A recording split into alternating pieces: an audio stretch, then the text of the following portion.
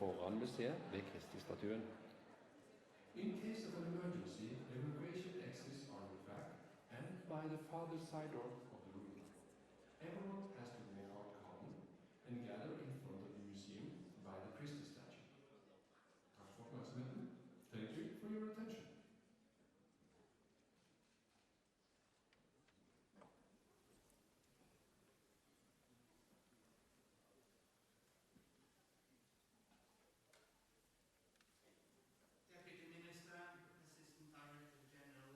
Gentlemen, friends, heartily welcome to this conference, the second SDG Conference, and to the University of Bergen. It's a true pleasure for me, as the rector of this university, to welcome you all.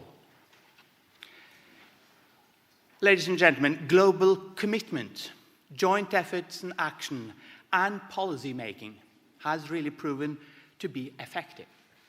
Since the United Nations adopted the Millennium Goals, extreme poverty has declined, so has child mortality. Girls' access to education has improved, partially because of strong and prominent voices, as of Nobel Peace Prize laureate Malala Yousafzai. We have shown how we can combat infectious diseases with effective policies. Still, there is obviously work to be done. Global inequality, for example, is growing, as clearly indicated by an ever-increasing Gini index. Millions of people do not have access to basic needs, such as clean water, safe and secure living, and clean and affordable energy. Increasing inequality may cause also political instability and societal turmoil. How can we secure a more equal distribution of this globe's scarce resources? Last October, the United Nations Intergovernmental Panel on Climate Change, IPCC, they released their latest report on global warming. The report calls for drastic measures as a reduction of somewhat 40 to 50% when it comes to the greenhouse gases and the emissions by 2030 as compared then to the 2010 level. Demanding, yes, absolutely, but necessary and doable, I claim. EU countries were able to cut their emissions by 22% between 1990 and 2017, and still they experienced an economical growth of approximately 60%. A warmer climate has more devastating effects on the melting of the Greenland ice than previously thought. The ice melts at an unprecedented speed, and this, of course, causes ocean levels to rise in other parts of the world. Nowhere are these effects of climate change and sea level rise felt more strongly than in the Pacific. Several low-lying island nations, such as Tuvalu and the Marshall Islands, may simply disappear into the oceans. Authorities in Bangladesh have estimated that that within 2015, 1 out of 7 inhabitants will be displaced due to sea level rise and the climate change. Dramatic figures. The Millennium Goals were to be met within 2015. That did not happen, but substantial advances with major impact were made. Therefore, the goals were rethought, reworked by the United Nations and its member states into the 17 SDGs of the 2030 Agenda. The UN Sustainable Development Goals are conceptually different from the Millennium Goals, in that way that all of them are to be met, not one at the cost of another. That means that, for example, goal number 1, no poverty, may not be hindered by goal number 13, climate action. Single actions and policies addressing one of the goals at a time and in isolation simply violates the very core concept of the SDGs. Obviously, the SDGs are vastly more ambitious than the MDGs.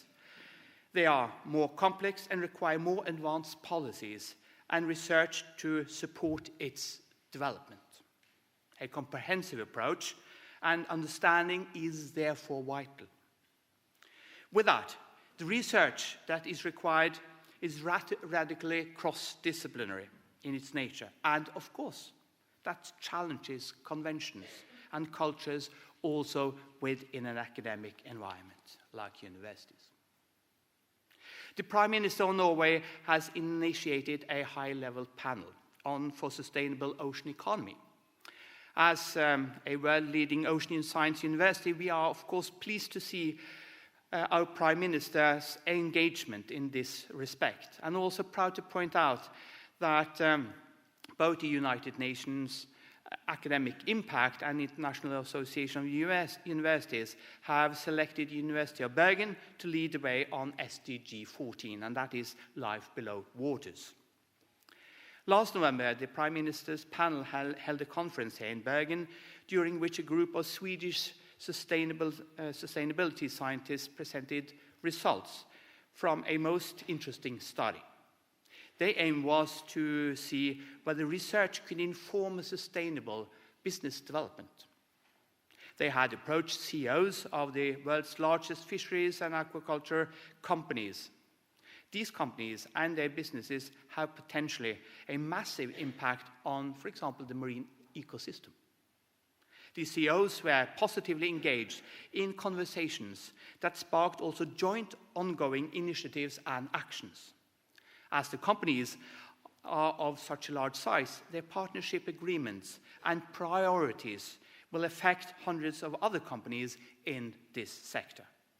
If both researchers and businesses regard sustainable development as beneficial and profitable and are willing, ladies and gentlemen, to contribute, the results may have global positive impact. We should therefore learn from the Swedish researchers' way of thinking about global science business initiatives, where knowledge leads the way. Change, ladies and gentlemen, will definitely not happen without the younger generation leading the way.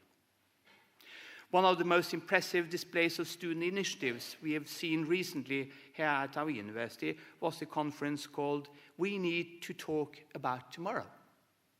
Sustainable development, climate and renewable energy were on the agenda when the conference was hosted for the first time last year. And the whole event was initiated and led, I'm glad to say, to great success by our exceptionally enthusiastic and talented students in Bergen. I may even say that the conference certainly rivals our own in that respect. The extent and extent and potential of student innovation and initiatives cannot be understated. This year, the theme of the SDG Conference has been rethought and reworked from the last year's event. At the UN High-Level Political Forum on Sustainable Development, the impression emerged that the world is not on track when it comes to meeting the SDGs and their goals and aims. The UN Secretary General Antonio Guterres noted that much progress has been made on the 2030 agenda. That's good news. But the world has also backtracked in crucial areas. He noted how, for the first time in a decade, the number of people who are undernourished has increased. Gender inequality continues to deprive women of basic rights, and investment in sustainable infrastructure remains entirely inadequate. The program of this year's SDG conference takes these challenges into account in a process where rethink, rework is essential. The colors of our conference design reflects this as well. They are the colors of the 6 SDGs that are up for review at this year's high-level political forum in New York. Following the last year's SDG Conference, we created a National University Committee for the 2030 Agenda.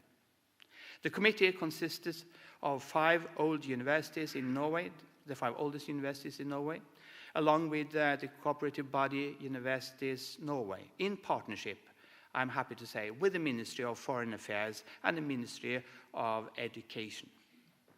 From this year on, this national committee is organizing and hosting this national SDG conference.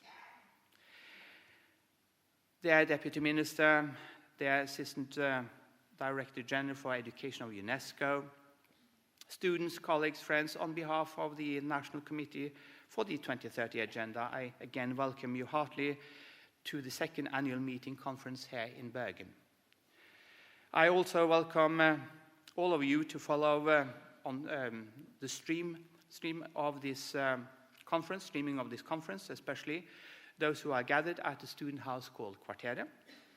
Throughout our different events, today and tomorrow, you will be able to get opportunity to send questions to our moderators using text messages, and together we shall be able to rethink and rework our commitment to the SDG. With that, it is my great pleasure and privilege to welcome Deputy Minister of Research and Higher Education to the podium. Please, Rebekka Borsch.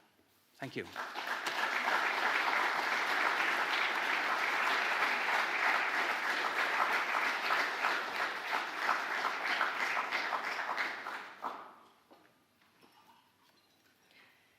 Excellencies, ladies and gentlemen, friends of the global goals, good morning. Thank you, Rune. I'm truly honored and grateful for the opportunity to open this 2nd conference on the Sustainable Development Goals here in Bergen. This year's topic is rethinking/reworking. It makes me think of the importance of doing something again and again in order to improve it. This is iteration. Repeating something over and over again will help your mind learn and understand. The SDGs are like that. We need to repeat their core message over and over again until we are sure that the whole world has fully understood their importance. And the universities are crucial in that respect, making the world understand Agenda 2030 and be able to do something about it. It is becoming increasingly clear that the world needs huge improvements in order to achieve the global goals. The 2nd part of the conference title is Addressing the Inequality of Knowledge. In combating knowledge inequality, I think we need some major changes. One aspect is the access to knowledge. Open access, or Plan S, is indeed a hot topic for us these days. Plan S is an ambitious initiative for achieving real change. We want to see open access from 2020 to all publications funded by the European Research Council, many national research councils in Europe, the Wellcome Trust, and the Gate Foundation. We see open access as one way to close the gap between people with and people without access to new findings. Of course, we must work hard to reduce potential downsides. It is important to ensure that people in Norway and around the world can contribute to journals, not only read them. In December, we were happy to learn that China supports the intentions behind Plan S. I hope I can count on all of you to help make this plan a success through your various roles in the research system. Open access cuts across many of the global goals, but it is unlikely to solve all the challenges within Agenda 2030. Yet, perhaps Plan S can boost our progress towards achieving SDG target 9.5 on enhancing scientific research. From a 2017 survey by the Nordic Institute for Studies in Innovation, Research and Education, we know that only 1/3 of doctoral candidates in Norway have ambitions for a career within universities or university colleges. Some of those who don't will likely venture forth into public sector jobs. Others will go to the private sector, either as researchers or in other roles. With the current publishing system, many of those who know best how to make use of high-quality research outside of academia, freshly minted PhD candidates, won't have access. This is unfortunate. Knowledge shouldn't be locked up in ivory towers. It should be widely available. For years, we have talked about the democratization of education. Maybe we should rather talk about the democratization of knowledge, the access to new knowledge as a right for us all. Norwegian universities are already key actors through a variety of initiatives related to Agenda 2030. A few highlights include this conference, a national SDG committee, and University of Bergen's science diplomacy and scientific advice. Difficult word, the diplomacy. NTNU's website allows students to select study programs based on which goal they want to help achieve. The University of Oslo's SDG initiative had 16 events in 2018, many of them open to public. Many universities also have sustainable development-oriented strategies. Impressively, the drive stems from the institutions themselves. We politicians cannot really take much credit.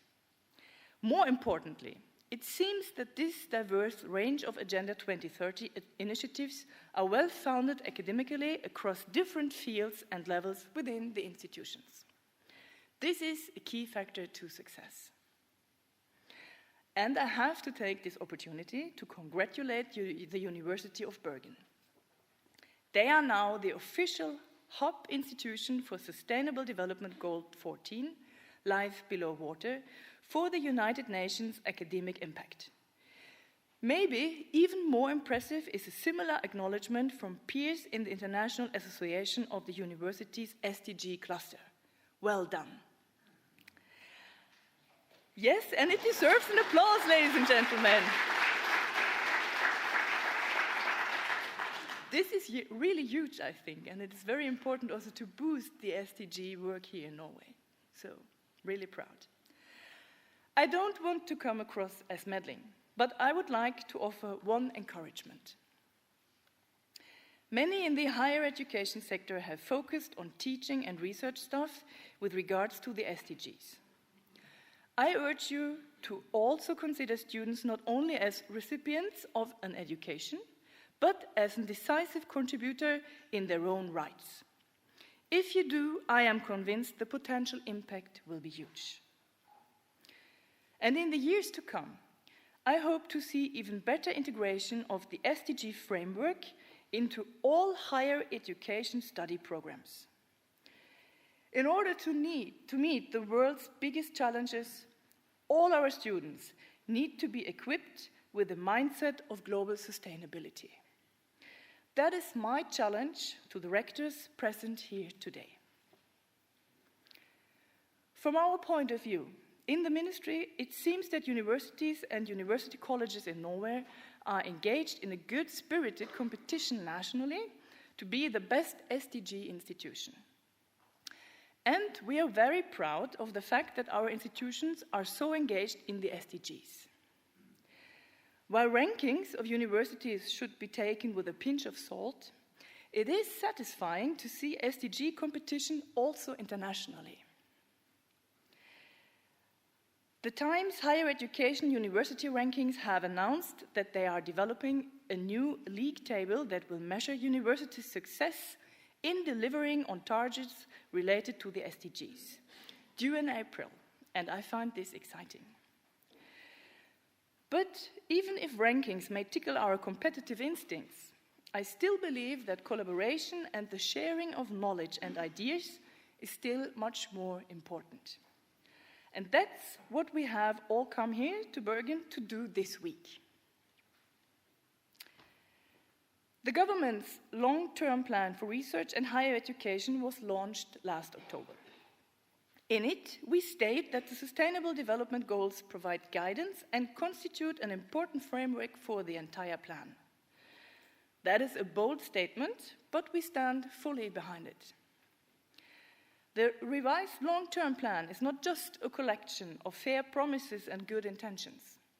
It comes with real financial commitments. Accompanying it, the government launched 3 investment plans for research and higher education for the next 4 years period, totaling 1.5 billion kroner with these 3 plans. First, 250 million kroner to improve the quality of higher education. Second, 800 million for technology boost.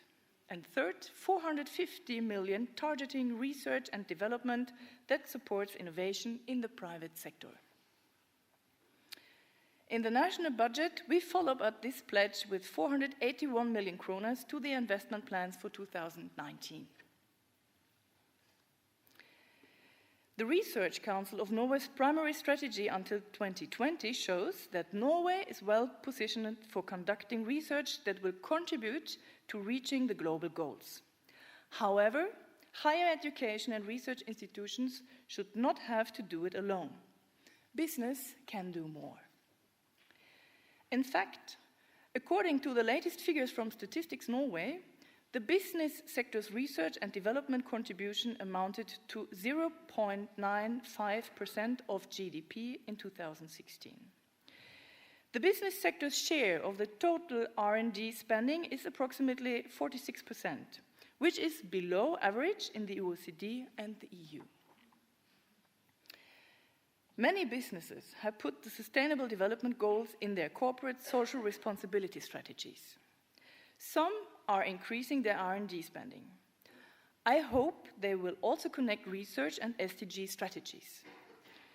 If they do, I believe it will bring great results for innovation, growth, the green shift, and the Agenda 2030 at large. My closing remarks. In December last year, an interesting peer-reviewed 3-page paper was published in the journal Nature Sustainability. Its title was An Imperfect Vision of Indivisibility in the Sustainable Development Goals. What this paper argued was that without evidence, we often present the SDGs as, and I quote, highly connected and interrelated and indivisible agenda with a need for policy coherence for implementation. I think we have all heard speeches with something similar said. But is it really true? Are the 17 SDG goals highly connected and interlinked? Using formal system analysis, the authors argue that the connections between the goals are actually quite uneven. According to the authors, this may have severe policy implications. On this point, I have 3 final remarks. First, I find it quite revealing that not even the Royal Norwegian Ministry of Education and Research had access to this paper, since it was not published through an open access channel. A pity. After all, such a short article, I mean only 3 pages, is any policymaker's dream. Second, the argument is compelling. If we try to be precise in our language, how many of our beliefs about the SDGs are truly knowledge-based? Third, to echo the words of one of the authors in an associated blog post, we need evidence and we need it now. High-quality evidence synthesis is urgently required to inform policy, practice, and the research agenda around the SDGs. And to state the obvious, every single academic discipline and a variety of research methods can and must contribute. I hope many of you will hear this call to action and engage with the Sustainable Development Goals. Thank you for your attention. I wish you all the best luck with the rest of the conference.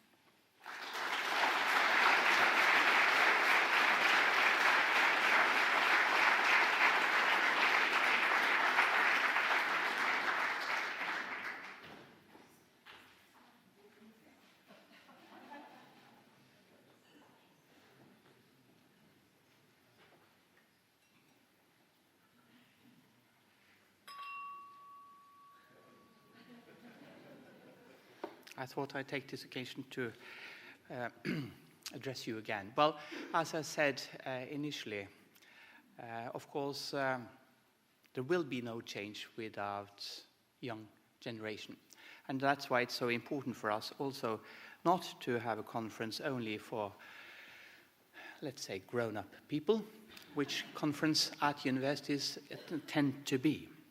I'm more than happy. I was really happy that to see that yesterday on day 0 we had a number of students' activities, engagement, and a number of solutions and ideas that really, at least to me, was very promising for what we are going to achieve and what we need to achieve. The next speaker represents students. He used to be, or prior to becoming president of the Norwegian Student Association, he was served as president of the student parliament here in Bergen. His organization represents one of the largest membership organizations in Norway, and globally, student movements, student organizations, student democracies are of vital importance. So therefore, it's a great honor and pleasure for me to invite back home Håkon Randgaard Mikalsen, President of the Norwegian Student Association. Please.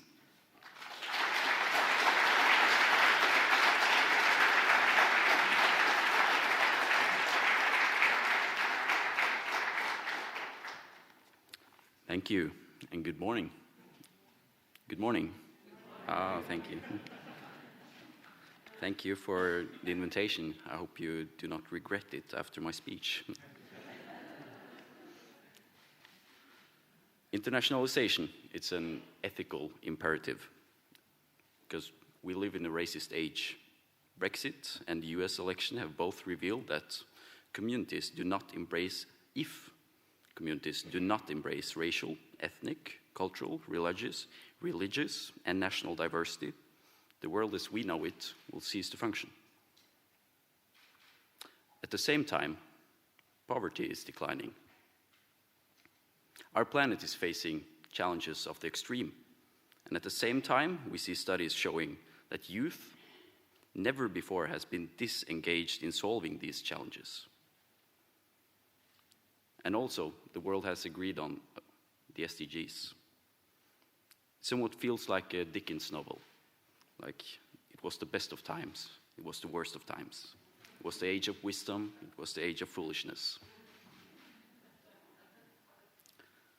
3 years ago, here at the university in Bergen, my old university, student activists from all over the world gathered and contributed to a global declaration demonstrating a statement of values for a global student voice. It was the birth of the Bergen Declaration. The Bergen Declaration aimed to increase cooperation between student organizations and build network that can develop into global movement.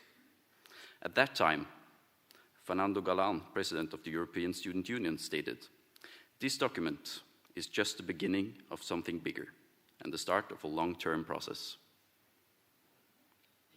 And that's true. A global student voice will not be built at once. But the Bergen Declaration set the foundation from which a global student movement could be shaped. And now, more than ever before, students need to stand together in solidarity and demand our rights to self-organize, to enjoy freedom of speech, and accessible education. And I acknowledge that the current model of society is not respecting the environment, and that this causes dramatic consequences. These effects include climate change, deforestation, mass extinction of animals, and other plant-based species, notwithstanding the alarming effect this has on humans globally. I think Al Gore called it an inconvenient truth, and that's 12 years ago. In light of this, we must acknowledge the serious nature of the issue and act immediately to address it. For this reason, I welcome all global initiatives that share these principles and support them to continue working to enhance global environmental sustainability and demand student voices should be heard. Further, I also claim that education is one of the most important tools for providing global citizens with the necessary skills and opportunities to fight climate change, empowering individuals and building resilient communities that will change the current development, which is causing big harm to our global society and the people of the planet. Because the SDGs are not perfect, but I guess it's the best thing we got. The Agenda 2030, it's about transforming the world. And of course, that includes a lot of challenges. But the opportunities, eradicating poverty, universal peace, heal and secure the planet, it's within reach if we just do our part. I think Rune Olsen, our host, talked about including students and the importance of student engagement. And I think he's onto something, but today students lack global representation. So I ask you to work with us on that issue. Then we can solve the challenges of the world together. Because, as I said, we're onto something there. In fact, in the audience today, we have Fasiya Hassan, the Student Peace Prize laureate awarded by Norwegian students. And she is a driving force in South Africa for transformation of society. I think she is, or maybe the student movement in South Africa is, what the Bergen Declaration is meant to represent. Universal cooperation in the defense of student rights, public education, and access to education for all. Working together through our shared principles will ensure that globally, student voices are heard and that united we are stronger in the face of threats to our education. So we are ready for the next step to build a global student movement, but we need your support to achieve it. And it's within reach to ensure that students can have our say in the transformation that is yet to come. It always seems impossible until it's done. Thank you for your attention.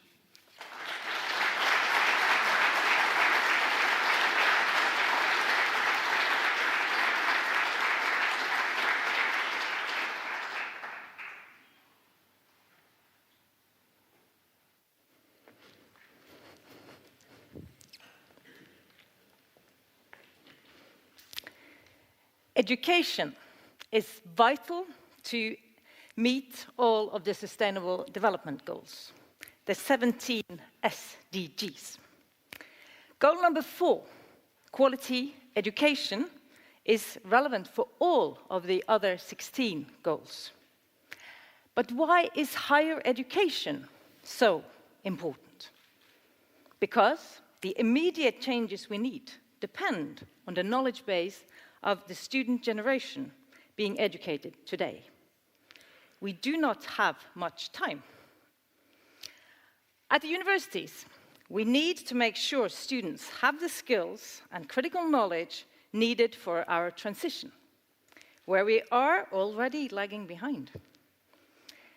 This vital role of higher education for future sustainability and a well-functioning world with less inequality is a key motivation for me in my role as the Vice Rector of Education at the University of Bergen. My name is Oddrun Samdal, and I will be the moderator of this first session. As mentioned by my rector, Malala Yousafzai received the Nobel Peace Prize of 2015 at the age of 16. In her ceremonial speech, she said this famed phrase, as you may remember: one child, one teacher, one book, one pen can change the world. Imagine what we can achieve through not only one, but all the students of the world. Only in Bergen, we have 30,000 students. In Norway, 220,000. In Europe, 20 million students. In the US, 20 million as well. In China, 37 million students. And totally in the world, about 210 million students. Just think of the changes 210 million students can bring about.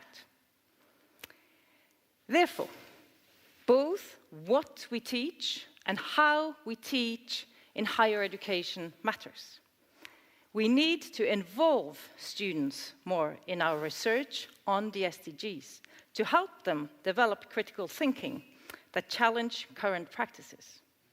But as researchers, we also need this inclusion to gain new perspectives and develop our own research.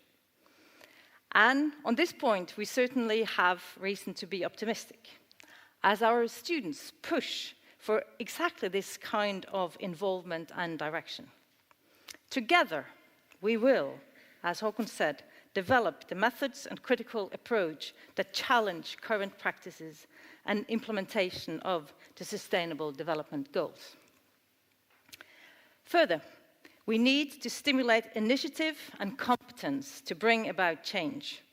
And our students do have the potential to challenge and contribute through individual choice, policy development, and development of social structures. We have invited a keynote speaker and 4 panelists who will address the inequality challenges in higher education of relevance to sustainability. And we will challenge them to also identify solutions for change and improvement. You, our audience, can also participate in this dialogue by asking questions and giving comments to the keynote speaker and the panel. You can do so by sending an SMS from your mobile to the number behind me here, +47 909 27223. This number will be used throughout the whole conference for your inputs to the dialogue happening up here and for you to be able to get responses to your queries. And now, to our keynote speaker. She is the Assistant Director General for Education in UNESCO. The position is the top United Nations official in the field of education. Therefore, it is key to providing strategic vision and leadership for UNESCO's education sector, a sector which coordinates and monitors the implementation of the Education 2030 agenda. And our keynote speaker, she has devoted her entire career to the promotion of education as a human right.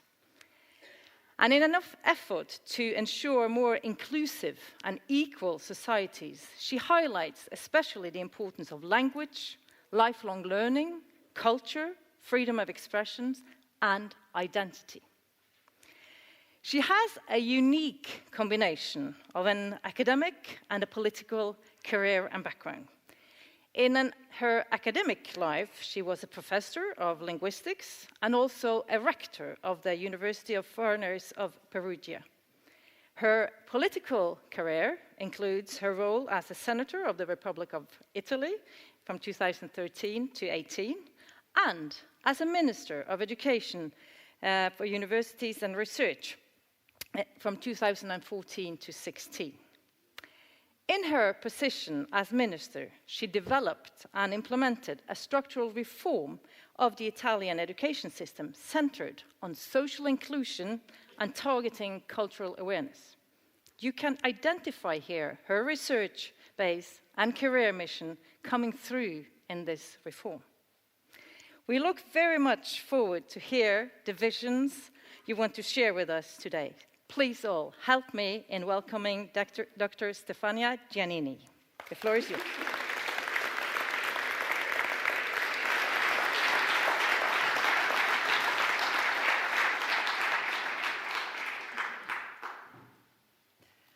Thanks a lot for this very inspirational introduction, and Let me, ladies and gentlemen, Your Excellency, first of all, thank the Rector of the Bergen University, Mr. Dag Olsen, the Deputy Minister of University and Higher Education and Research of the Norwegian government, Ms. Rebekka Borsch, and also the representative of the Association of Norwegian Students, Mr. Håkon, is this correct, for the brilliant speeches which introduce our section today. And thanks a lot for inviting me today. It's a great pleasure, it's a great honor.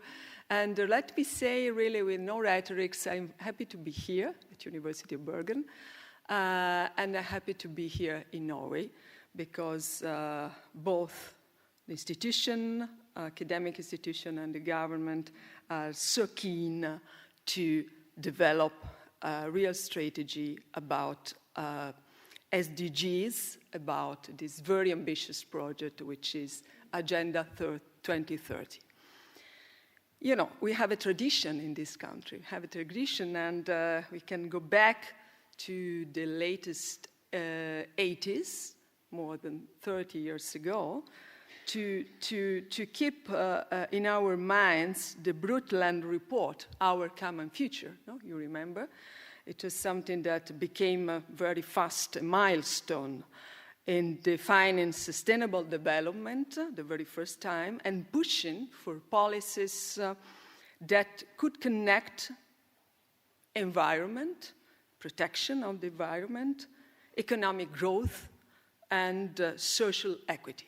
These 3 points, 30 years ago, started to become, I should say, a global commitment for governments, civil society, and university, also communities. Then, since then, we know the world has grown in complexity, unpredictability. We can mention very many also current issues we see. And despite some progress, I will go later to this topic on educational access, on health, poverty reduction.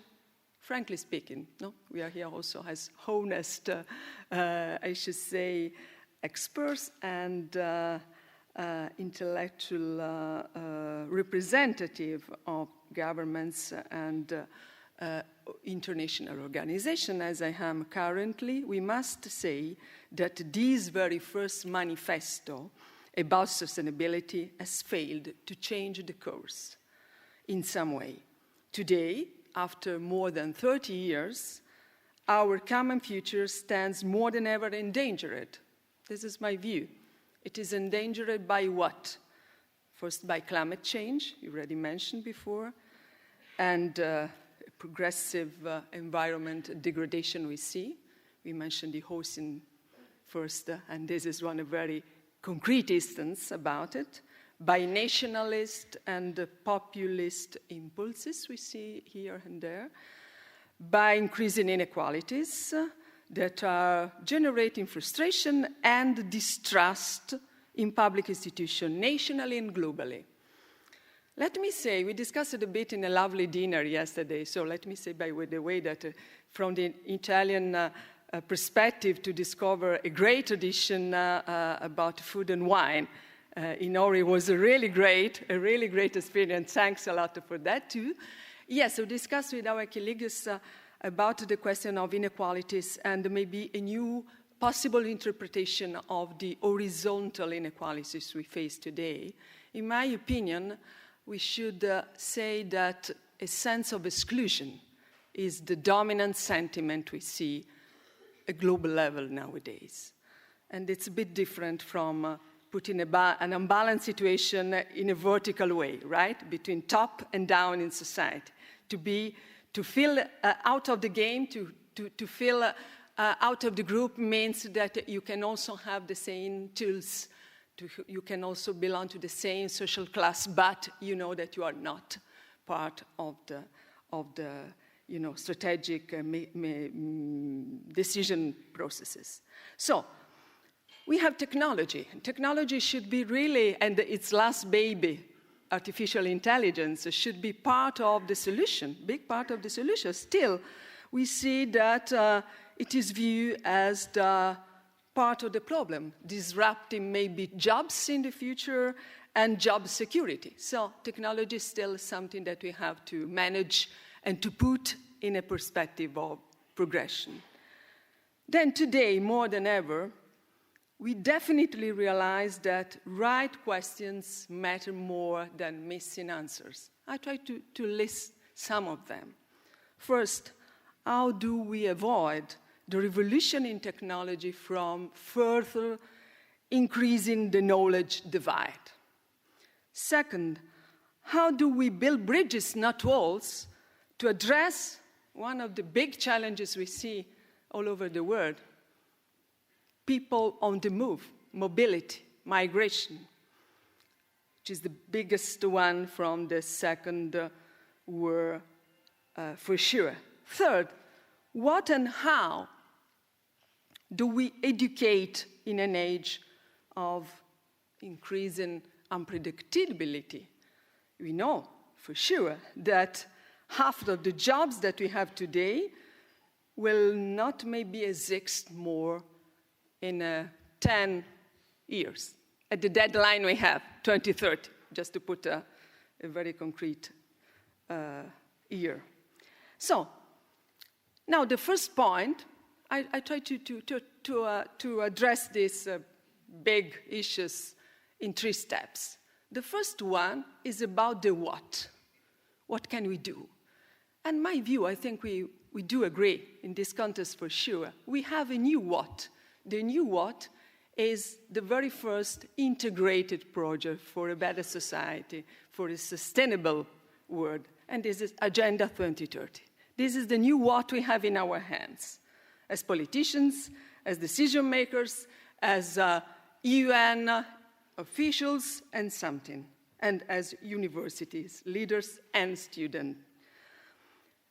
And, the new what, the Agenda 2030, is about what future we commit to working towards for people, prosperity, and the planet. These are the 3 dimensions we are working about across the 17 objectives.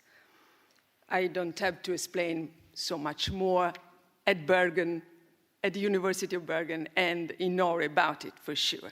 What I can say is that the SDGs, all of them, simply represent the global vision and the roadmap the world needs right now. To address the big issues I mentioned a bit, and some speakers already did before me, and to address some new universal challenges. The question of universality is another very important concept that I would like to keep on the table and maybe get in later about it. But implementation of this what is running up against powerful forces shaping the future. And this is something that we must take into account. How do we bridge this gap between aspirations we have, I should say, also our dreams? We must have, no? We can have dreams still, right? And reality. Between universalism and fragmentation. Between universalism and globalization. Because maybe, I'm a linguist. Unfortunately, I have the obsession about words. Words matter. And universalism is not exactly globalization, right? So how can you manage the implementation action plan?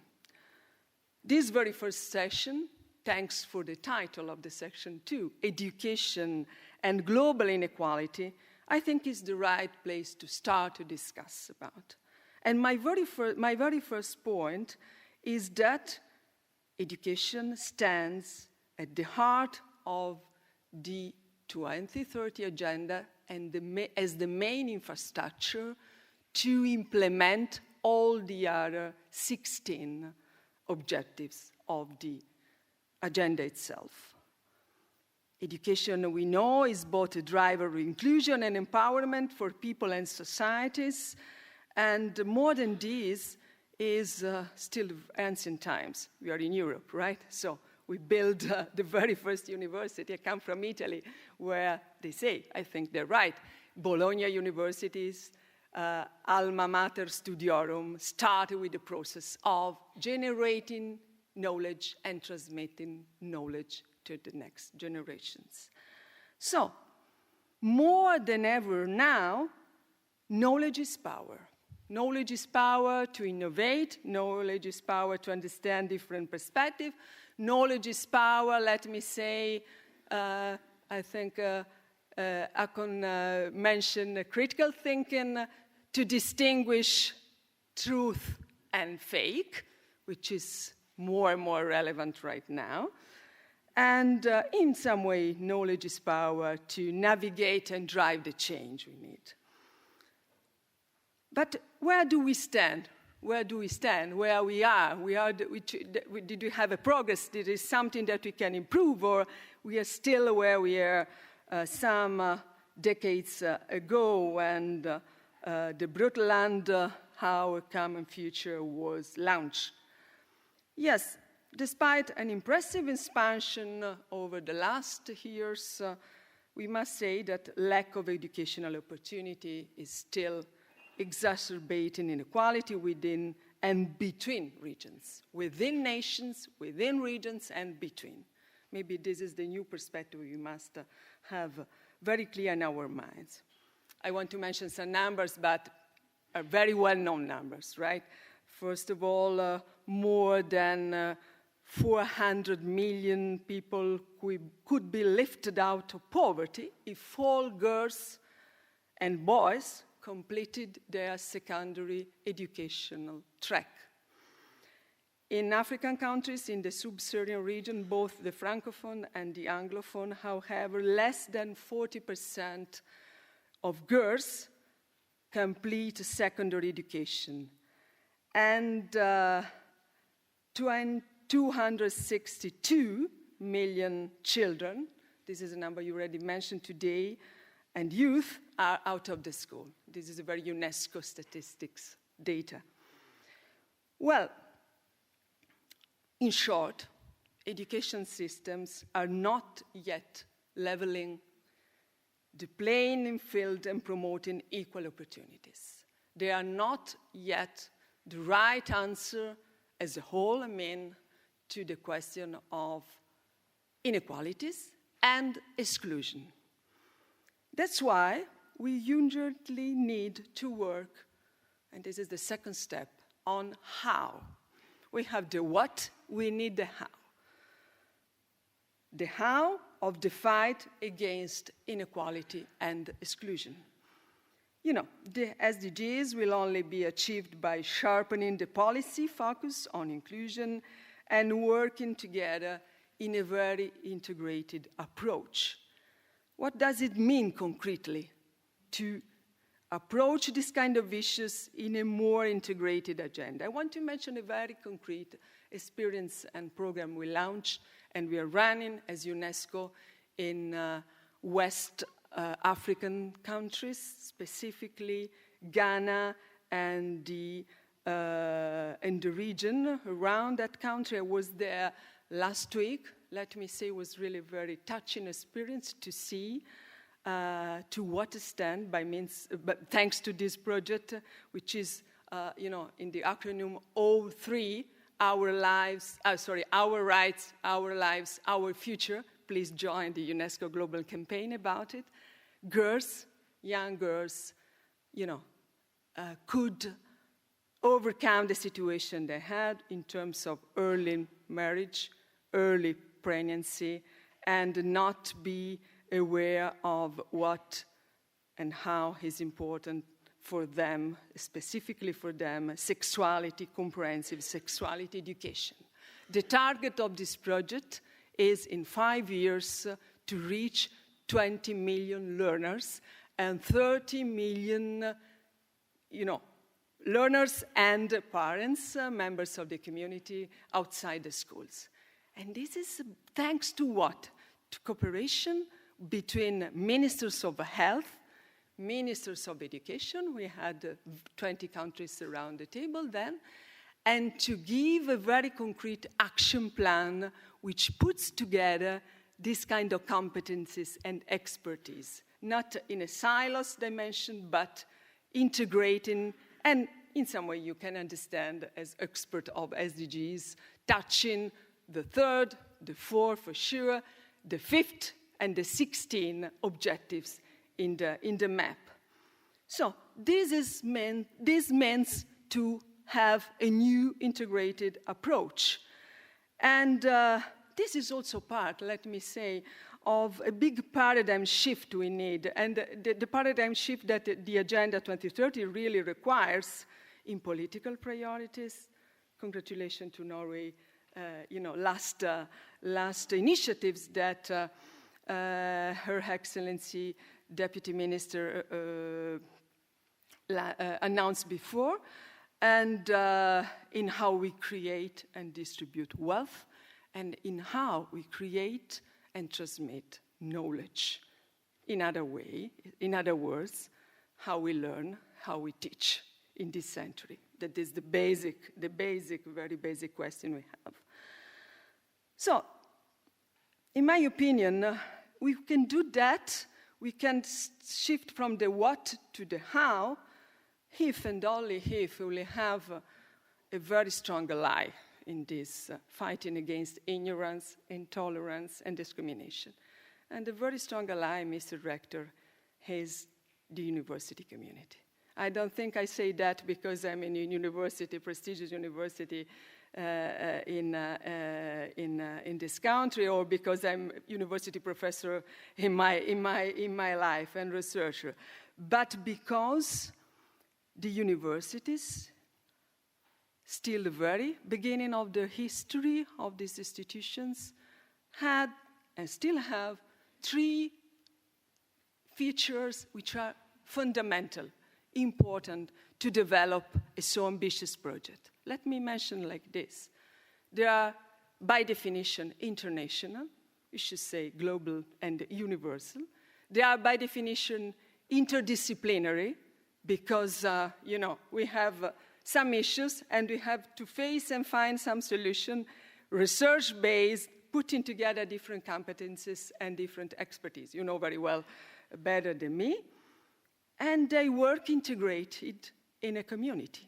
You see, Bergen is a university city. You come here and you immediately see that the community is part of the university, and the university is part of the community, right? As very many places in Europe, as very many other places in the world still.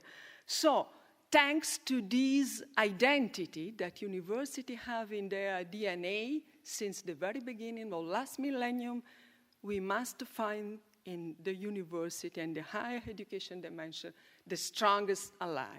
This is what I'm trying to do at UNESCO, which, by the way, is the only UN agency which can cover this part of the knowledge change of the training process. And which is the challenge that we have, dear Rector, we have, dear students and dear colleagues. The first one, that university really can be able right now to influence social dynamics and trends. Don't shine, please. You must have a loud voice. You must express your feelings and your position, which is research-based, which is data-based, and you mentioned the importance of data. This is something that we must, develop more and more, also in the international, at international level. But university first are the place where we generate better data and we can give a good evidence for political commitment and decision political making. And the second topic is that now, more than ever, there is no higher education which not be inclusive. So it's not yet a problem of the doors to access to primary schools, which is still in many countries an issue on the table. But the question is, how can we keep the topic of inclusion at the level of higher education system? You mentioned a number which is very relevant, and I have the same number, 220 million students enrolled in university across the world today, and this number is to be increased in the near future if you simply see the trends of demography in the world. But not for all, not yet for all. I mention a topic that we care so much, both UNESCO, the Norwegian government, and some other countries, luckily, and the Council of Europe. The question of inclusion of refugees, migrants, and displaced persons in the higher education system, which will be based more and more on the ability we'll develop to have an assessment and evaluation system which can recognize degrees, competencies, and qualification. This is something that Norway, together with other, I think at the very beginning, 5 countries in Europe. I'm proud that my country was in the group, right? And we are developing together this recognition of competencies and qualification for refugees and migrants in the higher education. And this is a chapter of the most ambitious project we are running and launching, finalizing it at the end of this year, the General Conference at UNESCO, which is the global convention for the recognition of higher education qualification. To put in a very simple way, a passport of knowledge, which can facilitate mobility, which can give at the university community today the same mission that university had at the very beginning: circulation, people, circulation, brain circulation, and knowledge circulation. And to do that, we must give the right tools to university leaders, to university communities, to governments, to say, oh, guys, this is a quality assessment process that can guarantee that this certificate is right, it's okay. And I can say that if you don't have papers, you must be able, in the same way, to recognize the competencies. So this is a fantastic project. We are working together, and this is part of the job, and this is part of the how. And then I'm going to conclude. Sorry, I broken my watch, so I think I'm still in time. It's okay, right? No, you can give me a sign. But just to finalize the conclusion of this quite interesting discussion, I think that the third point is about why. It's about why. We must also, we are convinced about the what, and I think we can share a bit more, but I'm sure we can agree about the how. But it's exactly important as well to explain outside our beautiful buildings, libraries, laboratories, buildings of the institutional organization from New York to Paris, or the European Commission, everywhere, to explain outside to common people why it's so important, this agenda, and why it's so important to be committed to that. Why? Let me say there is a dramatic need to promote reason, science, humanism, and progress. I'm quoting from a very discussed recent book by Steven Pinker. I don't know if you know this guy. He's a linguist and a thinker, a philosopher. I know, it's an interesting book because in some way he says right now we need the same universal values that Illuminism produced and disseminate 3 centuries more or less, 2 centuries and something ago. And why we need to build open, global knowledge platforms, linking academic communities, research, data-based evidence around sustainability, but also around other issues. I mentioned the last baby of technology, the digital revolution, artificial intelligence, a very basic question, which is the relationship, which will be in the future, the relationship within the application of AI to learning, to research, to health, and also which is the dimension of being human beings in this new context. So these are the basic issues that we must put on the table. my dream, may I say my last dream, is that UNESCO, which is the unique specialized agency where 3 pillars are there: education, science, and culture. You put together the 3 pillars and you work about the what to reach the what, the how to reach the what, explain all people around about the why. I think we can really do a great job together. Of course, you know, we need advocacy. We need also some courageous initiatives. I had the privilege in New York at the end of last month, the 24th January, to be with your Deputy Minister of Foreign Affairs, Mr. Jensen Holter, right? Very tall, yes. All of us are here like this. And you know, we launched in the UN system the very first, together, the very first International Day for Education. You say, oh, it's a celebration, one of the many. No, it's not like this. Because exactly the same day in the UN system, some countries, now more than 20, 26, I think, establish a group of friends of education. That means a strong commitment from governments to help and to give political decision makers the sense of the importance of education as the main infrastructure to develop this very ambitious international integrated work we have. So let me say, really to conclude, some of you talked about, I think, among the others, Miss Rebekka Borsch, competition, which is another key word in these times, current times. And some other mentioned cooperation. Let me say like this. The more we'll be cooperative, the more cooperation we'll be able to find about the reaffirmation of universal values. And this is the way to read current times, not in terms of globalization, but in terms of universalism. And the better will be to be competitive against, I already said, ignorance, intolerance, discrimination, which are, in my personal point of view, the only enemies we have. Thanks a lot, and enjoy these 2 days at Bergen about sustainability.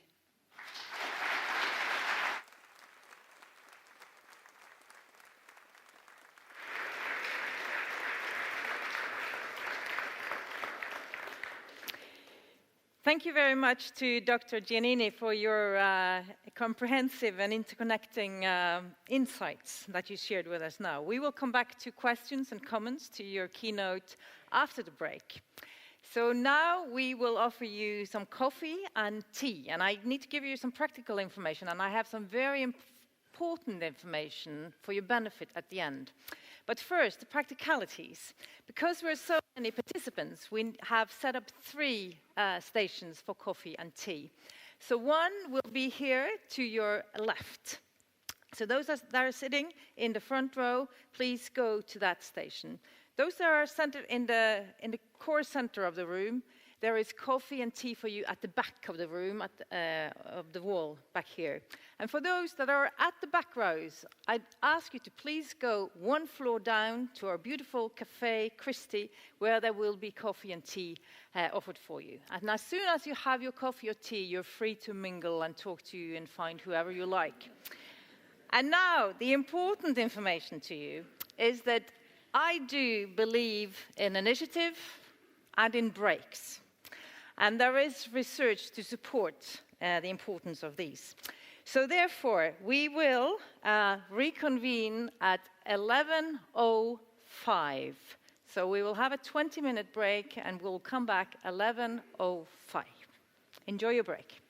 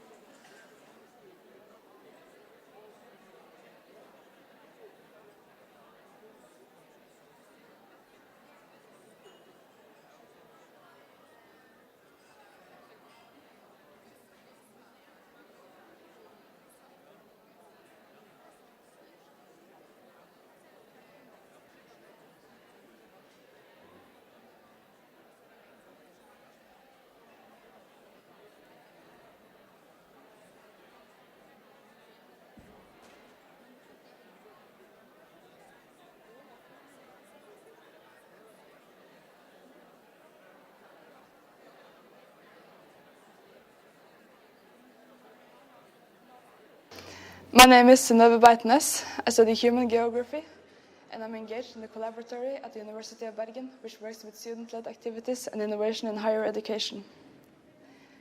Considering the role of universities in reducing global inequality and ensuring quality education, I will share with you what I find most important. Regarding inequality, we must discuss what the social mission to educate people entails. In addressing inequality, I find it crucial that universities never stop asking questions about who has access to higher education and who has not. Do we educate an elite that reinforces inequality? We must discuss how we can challenge the structures of inequality.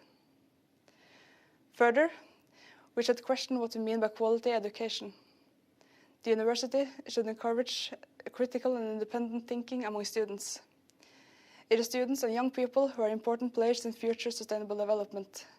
That makes it even more important that students learn to criticize our society and not just accept it and reproduce it. The university should equip me and all students around the world with tools that allow us to change things. I hope the panel will bring in these perspectives into their conversation. Thank you.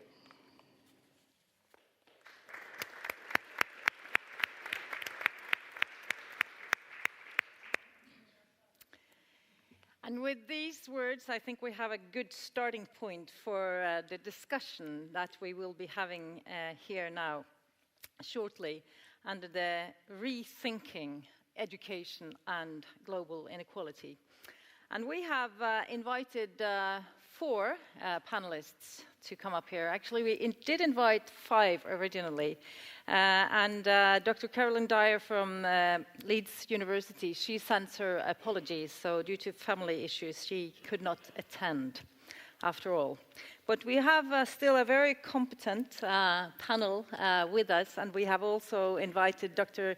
Giannini to join the discussion and also be part of the process of responding to questions from the audience. And we have already received some, so please keep sending questions or comments using the mobile number that was introduced earlier and which you find also up here. So we will go straight into short presentations from each of the panelists on their perspective and take on global inequality and particularly higher education and research. And first, I would like to invite the president of the Norwegian Students and Academics International Assistance Fund to share her comments. And that is Beate Øgård, who is the president of SAIH. So very. And then this is a solidarity organization of students and academics in Norway. And their motto is education for liberation, emphasizing that education is the most effective weapon for creating change. So with that, Beate Øgård, the audience is yours. Thank you so much, and thanks for the invitation to be here today to discuss the issues of global inequality and fair access to higher education. And I think for all of us sitting here, it's quite clear that business as usual is not enough anymore. When you read UN reports, we can see that transitions are going too slowly. Many challenges have already been highlighted today, but what I find really gloomy is that when we see the progress that we have made since the launch of the SDGs in 2015 and now 4 years into the implementation phase, things are actually going in the wrong direction. When we look at global inequality, we can see that 26 of the richest people in the world own more than 3.8 billion of the poorest. The inequalities are becoming starker. And also when we see the effects that global inequality has on all sectors of society, not only education. Yeah. And also that we are invited here today and tomorrow to rethink and to rework. But I also think we need to counteract, because when we look into the situation of higher education globally, we see that advocating for higher education in a human rights perspective is seen as controversial by many. We see attacks coming, threatening public financing and threatening education, health as public goods. And we see the doors have been opened up for more private actors and privatization to enter, to provide for these services. And even when we look at the whole SDG agenda, looking at it with the lens of higher education is quite limited. Higher education is mentioned in one sub-target, in sub-target 4.3, which says that to achieve higher education for all should be measured in providing stipends. And 6 months ago, more or less, we in SCI launched a report that's called Universities Between the State and the Market, where we see a rapid increase of commercialization of higher education.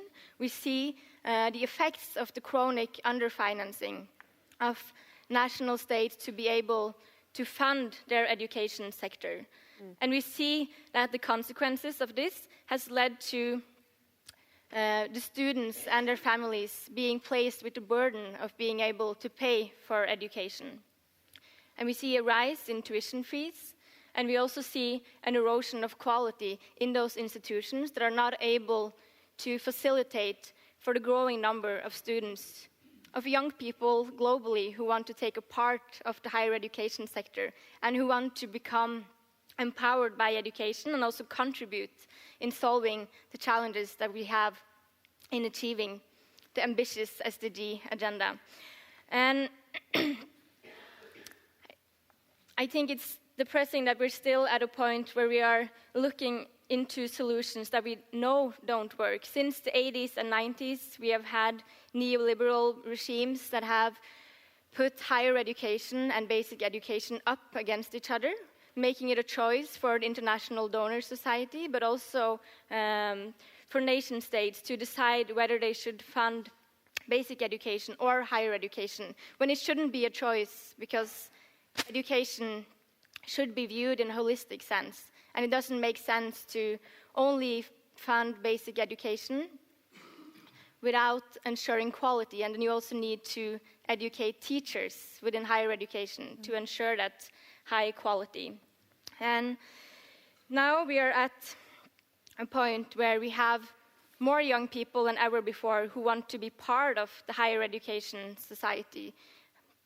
But we see that solutions that are presented by the international donor society or by states in low and middle income countries who do not have funds available at the moment to publicly finance their education systems are looking to the private sector. There are new initiatives, such as the International Finance Facility for Education, popping up, when we know that there are also other options available and other solutions that we should look into. How can we facilitate for an increase in national resource mobilization, look into tax justice? How can we facilitate for the higher education institutions in low and middle income countries to be robust and to be strengthened, and not to contribute to a brain drain from those institutions in Southern Africa, Asia, and Latin America to come and study in the global north? We need to address those inequalities that exist at a large in our higher education system.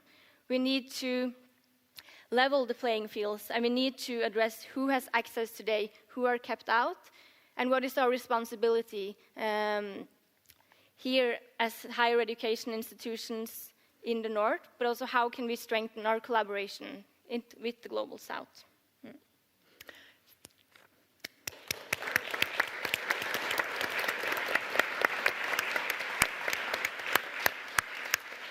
So thank you very much, Beate Øgård, and we will come back to these key issues that you have highlighted here in our discussion later on.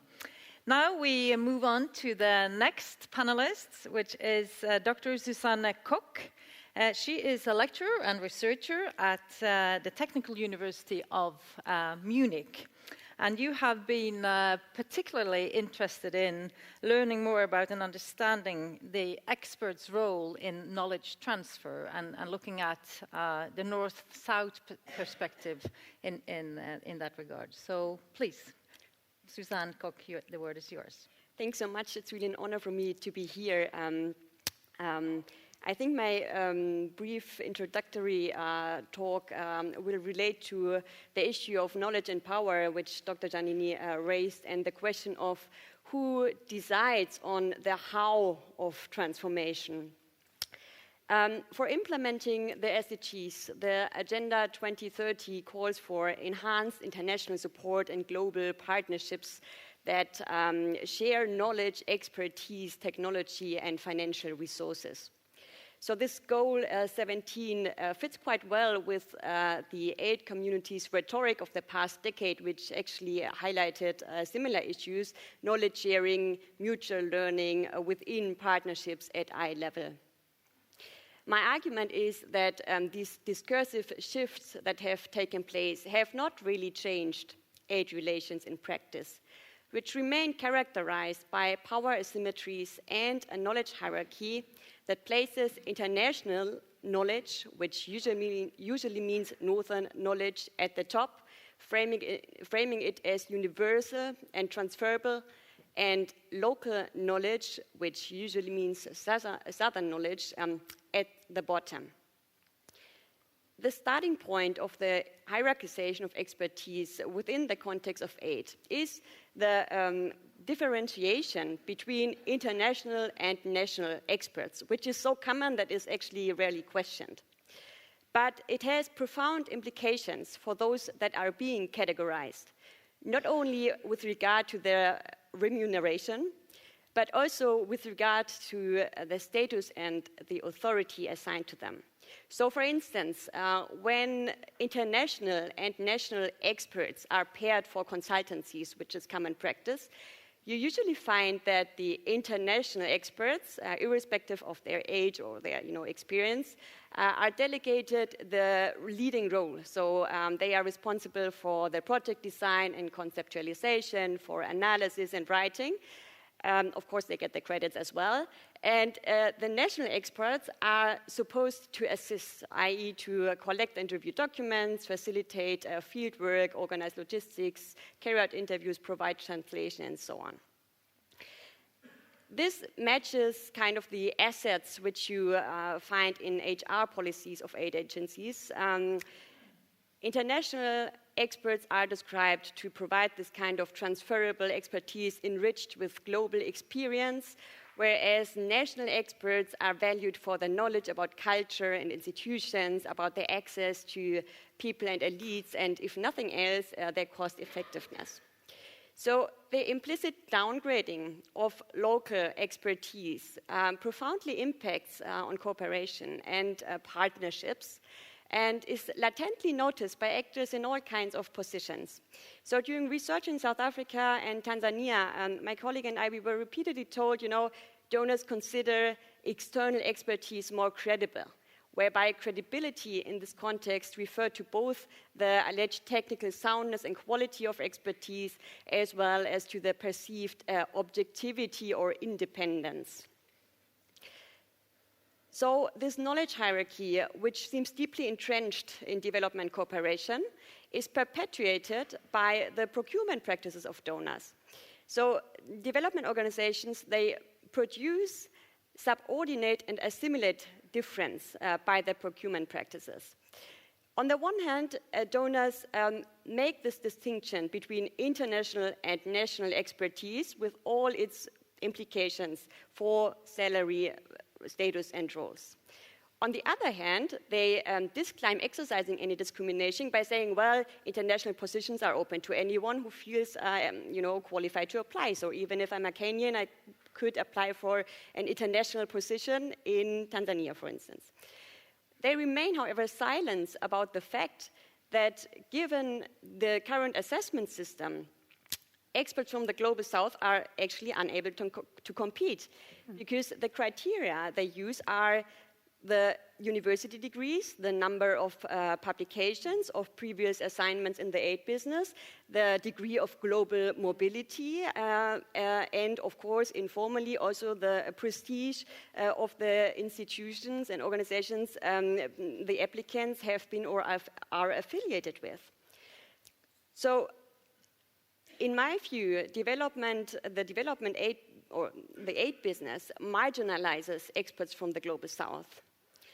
Keeping up the epistemic privilege of their own expert communities, they obstruct the strengthening and the articulation of endogenous visions for how to achieve sustainable transformation, not only but in particular in the field of education. Thank you.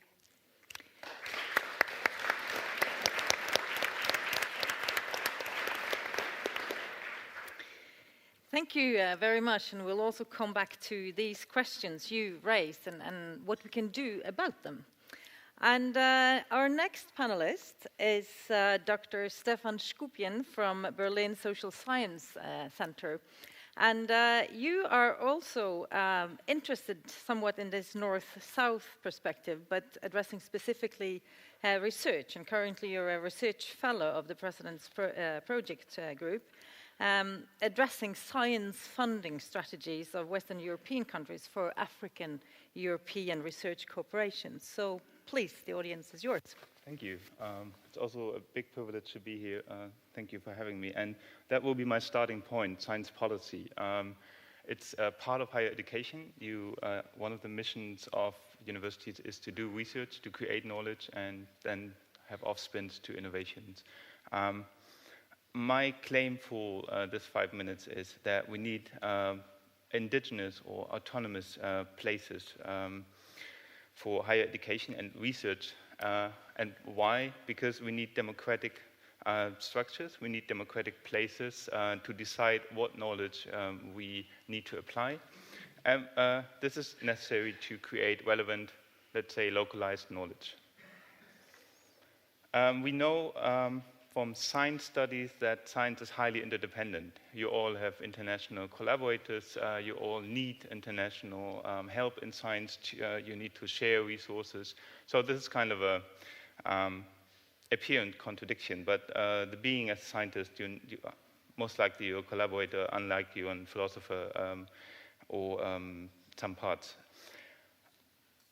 But as in the previous presentation, it already was shaped out, is that also research collaborations are highly unequal. And my own research focuses on North-South research collaboration, but I would like to mention that we also have within nations and within Europe, for example, after Greece, after 2008, Italy and Spain are also part of the center-periphery model, and you could easily look at your own nation to analyze this inequality. But research collaboration, that where students come in, normally research starts at the master level. So here is where students are already part of it. And when we discuss what kind of research you want to do, also students should be included and should be talked to. So one of the central claims that you will find is, and that's already since the 1970s, it's not only not diminishing the role of UNESCO, but it's UNCTAD, UNSTAD, in the late 1970s was organizing a big conference of how to organize science and technology transfer to the developing countries, and raising issues and coming up with indicators that are still valid today. And that is quite a depressing issue. They talk of academic extraversion. Extraversion means, and it's kind of aligned to the industry or commercial extraversion. It's meaning you take out resources from a place and you produce products. You do the value creation at another place. The same happens in academy, still to a large extent today. You may be aware of the term parachute scientist, safari scientist. Those are kind of figures in the academic system that are still going to, let's say, African countries, take the data, process it at other places, create the theory, publish, have the reputation, be promoted. So that is the issue we're talking about. And so there are some good or at least promising news. Since about 15 years, I observe in analyzing funding programs designed in many European countries that they are trying to mitigate these effects of inequality. They are what I would call trying to tame the parachute scientist by including in their program designs certain mechanisms that assure that a certain amount of money goes to the Global South, that researchers need to be part of the agenda setting of the research project, and increasingly there's kind of a what I would call vertical integration of marginalized scientists in the decision-making about program designs. The UK has a huge board of peer reviewers where more and more scientists from the Global South are present. You maybe know the Academy of Sciences for the Developing World, sitting in Trieste. It's managing a lot of PhD programs. It's creating and contributing to the raise of research capacity, which is one of the 9.5 SDG goals. So there seems to be more ownership in these programs, and I'm very looking forward to the next 10 years to see whether this has a sustainable effect. One of the issues when you talk about money is, and when you talk to funders, is that one of the criteria to have sustainable research collaboration, you would say, you would expect that after the project, and academics are now used to 3 or 4 or 5 years projects, and then you have to find additional funding. One of the criteria for sustainability has become to find further funding. And that is quite the challenge, and that is quite the paradox I would like to point to. The paradox is that the policies of funding organizations changing are moving constantly. You have, and that's not only if you talk of public funders, that is because of the changing policy interest of governments, government change. You have it in Norway, you have it in Sweden, you have it in France, in Germany, and in the UK. Funders are under constant pressure to deliver, and this pressure is being given to the scientists to deliver constantly. But science kind of needs more time. So this is one of the paradox. Being dependent on a policy goal that is being formulated somewhere else and pushed for somewhere else increases the dependency on foreign funding. And the number was raised in the first presentation that the funding for science or research and development in developing countries is much, much lower than in OECD countries. So you say that Norway has 46%. We talk of South Africa, 38%. The next country is Namibia with about 32%, and then comes Gabon with 28%. Every other country is below that when it comes to business investment in research and development. What is crucial for our science system is that public and business work together. Yeah. But when you have countries where the business sector is not strong or not investing in R&D, you're even more dependent. That's kind of a paradox. And I totally agree that we need to talk more about tax justice. And that is my final point is, one of the demands is that African governments are supposed or asked to invest at least 1% of their GDP into research and development. That is a constant claim by even European funders, by African scientists, by African science policymakers. The problem is that if you have these balancing of priorities, policy priorities within African governments, of course, do we need to invest in infrastructure, in basic education? But on the other hand, I will say our practices of tax maneuvering in big corporations especially, is highly detrimental to building up public capital to invest in research and development. So we also need to think beyond the Sustainable Development Goals, think about what is the structure of how do we finance these Sustainable Development Goals, especially education and research. And unfortunately, it's very cynical that most of the tax havens where where private profit is being shifted to and not given to the public purse to invest in other goods in developing countries are unfortunately in European and American states. Thank you very much.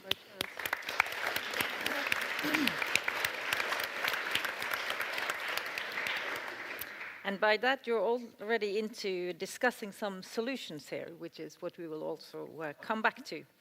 So our final panelist is Dr. Pam Fredman. And you have a long career from universities, and you've been the rector of the University of Gothenburg for more than 10 years. But now you're here in your position as the president for the International Association of Universities. And you have there as a presidential statement said that I'm committed to the IAU vision and mission to support the higher education community as key actor in the development of sustainable and fair societies. So please, the word is yours. Thank you very much. I'm also very happy to be here, and I was here the last time. And being Swedish and being from a country where we said we are in the forefront of sustainable development, I must say that you're doing a very good job in Norway. You're running ahead of Sweden, I think. Now going back to the global perspective. Yes, I'm the president for the International Association of University, and I have to make the historical background, because this was formed already in 1950 and of the initiative of UNESCO, because this was after the Second World War. And there was a threat to academic freedom, to the development of higher education and research, and it was a need, they said, for a global network on higher education institutions to really protect for the future the higher education. So the background is there, and unfortunately, we have to say that the situation is almost very threatening today and almost the same. I do agree. IAU has more than 600 university institutions and also organizations. So we reach out to, I would say, let's say 8,000 at least of the 18,000 different higher education institutions in the world. We also have a database which is used for many in connection also UN, because that reaches out to all the 18,000 university institutions around the world. So the network is there, and UNESCO is also providing sources for keeping up this database. The vision and mission for it was to advocate for higher education policies and practices, and also having the diverse perspectives and promote responsibilities. And I will go to the values, because the values which all have signed who are members of the organization includes the academic freedom, the autonomy, which is crucial in all kind of a cooperation, but it also includes the social responsibility, which we are here, and which is very important for the Sustainable Development Goals. So these values are at the ground for the association. I think that we all should protect those. You're talking about the privatization. I think that if we can come more to that the politicians and the society sees higher education and research as a public good, that would be a very good goal. There are many networks around the world, and all have their own features and goals. But I would say that IAU is the only global network for institutions. And I used to say that in all other networks, you commonly say, what's in it for us? What's in it for me? IAU is not that. It's what can I do to promote higher education and research around the world. It's not for me, it's for the whole higher education society. Sustainable development has been on the agenda for IAU for many years, and it goes back to after the Rio de Janeiro meeting in '92. IAU had the Kyoto Declaration, 1993, which says a lot of what we are saying today, some years later. And then we had a Quito's Declaration from the IAU, which was provided to the UNESCO meeting in Nagoya in 2015. And I have to say that it was almost so that education was not mentioned among the Sustainable Development Goals. So it was a very important input, and I'm very happy for that. We do work a lot with UNESCO in different activities. I'm not going through that. But there is also a portal showing what's going on in sustainable development around the world. It's called the Higher Education Sustainable Development Portal. It's open, and you can see practices, and you can see good examples around the world from which we can learn and see what's going on. So with that, we had a cluster meeting, and I'm very happy that the University of Bergen is one of the champion universities that we had selected to this cluster. There is one university around the world for each of the clusters, and they met for the first time in Paris at the UNESCO. And I would say that the responsibility from these universities and the discussion which went on there, and some of you were there too, also for delegations, it's showing really what diversity we have to handle. And you're bringing up for student perspective and research perspective. We are talking of differences between different parts of the world which are enormous, and we have to share. We cannot compete. We have to share, and we have to take responsibility for every country and everywhere. So this cluster, and I got the impression that that was the start, looking into what's going on, respect each other, and also a strong driving force to come up with policy paper. The high-level political forum will be the first one, but to have those statement papers, which could be used on both international and global level, but also for them to strengthen their own activities nationally to provide a better outcome for the higher educations. You mentioned also the primary and secondary, and of course, this is higher education, but without higher education, as I said, there will be no good primary or secondary school. We have to learn and teach our young kids also the sustainability and bring them forward. We need political support everywhere, and I'm very happy to listening what is said from the politicians this morning and from you also. But one thing I would say last, and that is what the student representatives said this morning, and that is we need a global student network. We have the higher education institution networks, which comes up with policies. We need that from the students. And I'm sorry to say we have problems to bring in students in these international meetings. How do we reach them? How can we provide them with money so that they can participate? Because if we don't have the students there, we can sit here and talk about 2030. And at the Bangkok meeting, I will say that as a final point, and that is, we brought in a student from South Africa at the Bangkok International Meeting for IAU, and he stood up and he said, you who are sitting here, you are not going to be around and making difference 2030, we are.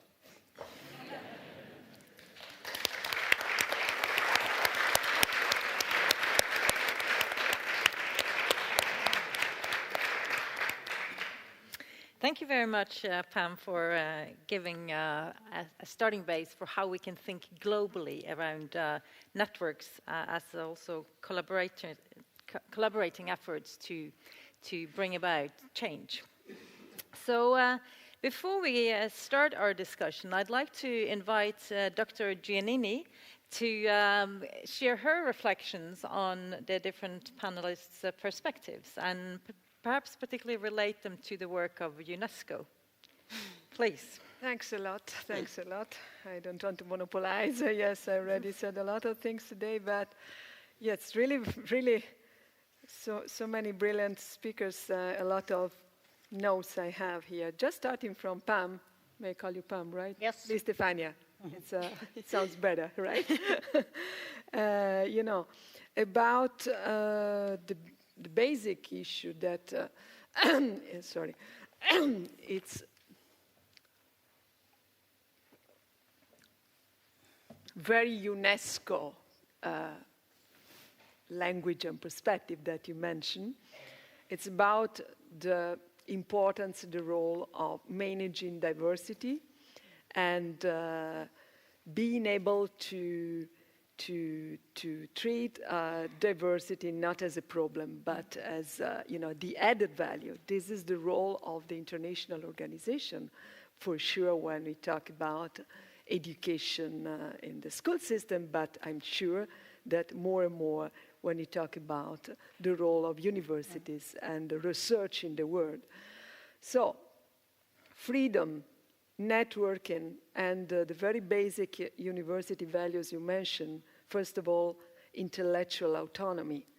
And social responsibility and accountability, going back to the first point that Beth raised up, in my view, are the real values that we must and we can valorize more and more by means of what? First, all of you more or less, Stefan specifically, the role of, I should say, science diplomacy, the role of research relationships between single individual institutions, which must become more and more research infrastructures at global level. That means not working simply together in a cooperation dimension and perspective, but in a real partnership dimension.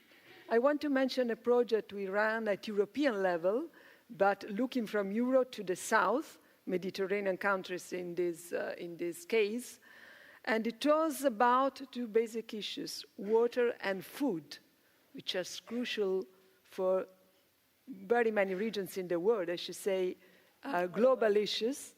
And the project was about building a real partnership between universities and research communities from north to south Mediterranean in a long-term perspective, funded basically by the European Commission, started 4 years ago. This was when I was the privilege to be minister at European level also in the presidency that Italy had in 2014.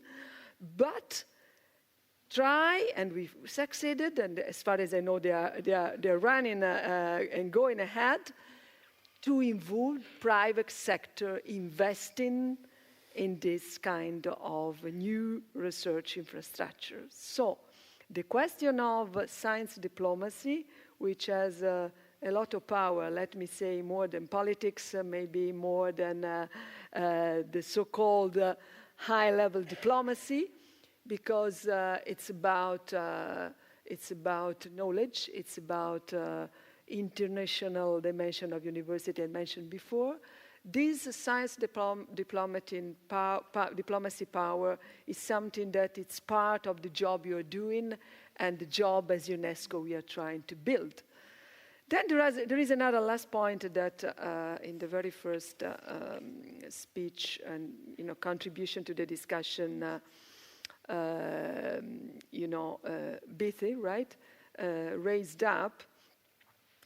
If I understood well your message, your clear message is about, is higher education a human right or not? No, we can also say that there is under discussion. You said very clearly. We can also say that basically education as a human right is about a school system from the primary, pre-childhood, we should say today, until secondary education, and then it's something that not for all, and not everywhere, and not in any case.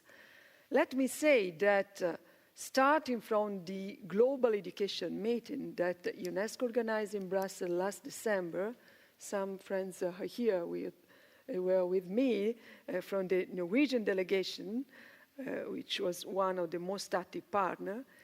It was the very first time that in the list of the 8 priorities that we have on the table to be implemented to achieve SDG 4 in the context of 2030 agenda, that is quality education for all, it was the very first time that higher education was mentioned as the very first.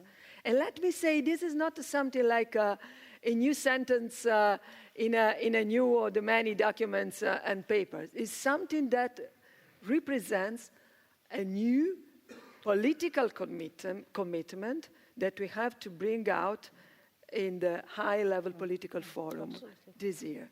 And you mentioned another very important issue, and I'm going to conclude, because connecting dots may be something we can do at the end of the discussion, if you want. The question of higher education as a public good. Mm-hmm. Let me say, we also discussed about it at the World Education Forum in London a couple of weeks ago. It's still a very important, relevant topic in my view. But we also put it in another way. If we do agree, as we do agree here for sure, that education is a common good and must be for all at the highest level, and this is the shift from Millennium Goals to Agenda 2030, from quantitative to quality dimension, then maybe it's not so relevant if you have also private actors which can play the game. The question is that if it is, like it is, a public common good, you must guarantee what you said, access for all students who must be able to reach the highest level of education in their country and to be able to move in around the world, and that's the question of the Global Convention we are working about in order to share different experiences and different kind of model of research and teaching and learning. So this is the basic and really going to conclude issue. Higher education, exactly as education, is a basic, fundamental human right, as health, has been able to express our feelings, our political, religious beliefs. And if we start from this basic point, that's what we are starting to do in the UN system, and UNESCO is, of course, forefront because of the values it has established on. I think that we can also touch with some solution the points that all of you, raised up. Yeah, thank you very much. And I think by your comment there, you're pinpointing the core here, which is related to access to higher education, and that our current access approaches does not give us the diversity that we need of the student backgrounds and thereby the perspectives that we do address in our teaching and in our research. But the question is then, and thereby we maybe we are maintaining and possibly even increasing inequalities through higher education by the access system that we do have. But so my question to you is then, is there reason to be optimistic about the role that higher education can play when it comes to meeting the SDGs and to reduce the inequality of access to higher education? Pam? Yeah, I think we absolutely can be optimistic, and I think that they're listening to the young people, listening to the students, there is optimism. And we talked about the Malala, we also have the young Swedish girl, Greta Thunberg right now. That movement is very, very important. I am optimistic, and I would say university and higher education has played a role through centuries, being the critical voice, and the young people into that will be important. I must make a comment also that if higher education should be the public good, it doesn't mean that the had to be state money. It's a reflection. What is higher education and research for? And that is a public good, because we can implement that on private investors also. But if we want to reach the Sustainable Development Goals, this is not something which happens just inside the higher educations. It is the reach outs and the cooperation which will be very, very important. And if we listen to the countries in South America, in Africa and so on, that is the most important thing for them, to reach out, to be seen as important for education and research and what they do. And talking to someone here, I mean, this doesn't include that we should be guided how to do our research. We have to stand up for the basic research, the freedom, but we can do that together. I don't think that is contradictory. Thank you. Berta? Well, I believe there's many reasons to be optimistic as well, but I think we also have to be aware of the facts and the landscape that we are operating within when it comes to the higher education scene. I think it's very good news that UN bodies and on the international scene we are recognizing the role of higher education to a larger extent than before, and higher education is finally being placed higher up on the priority list, and also the role of higher education in creating jobs, in producing knowledge-based research that has an effect on the other SDGs. So that is positive. And I also think when we have a growing youth and student mass, we will also see a lot of changes to how we know the higher education institutions to look like, because we see when a lot of young people and students are currently kept out of the higher education institutions because they don't have large enough wallets to be able to pay the tuition fees in many low and middle income countries. They are coming up with demands, and they are organizing and mobilizing both to change the content of the quality or the content of education, what is taught, what is relevant and valid knowledge, and for who should the higher education institutions be for as well. And I think when we look at the history of our higher education institutions in Europe and North America, we have had this grand shift moving away from higher education as an elite, good, something just for the elite, but a transition to the mass universities, and where everyone should have access, disregarding your socioeconomic background. But we are at a point where this transition has not been facilitated well enough for in many low and middle income countries. For many to be able to access high quality education, you have to be from a wealthy background to be able to access that. And that is unfair, and I think that is what students globally are calling for, and that we need to address at a larger stage. Yeah, thank you very much, Susan. Yeah. That's a very tricky question. I would cite a Argentinian turned Cuban activist who said, let's see it realistic, be utopian. I see, let's say in the field of research capacities, an increase in research capacities. And of course you can use every research, every doctor, every PhD who returns, let's say from Norway, Germany, or the US to Ecuador and Zambia and Kenya will turn his knowledge into something that is valuable to his community. At least he has the capacity to do it because of the training.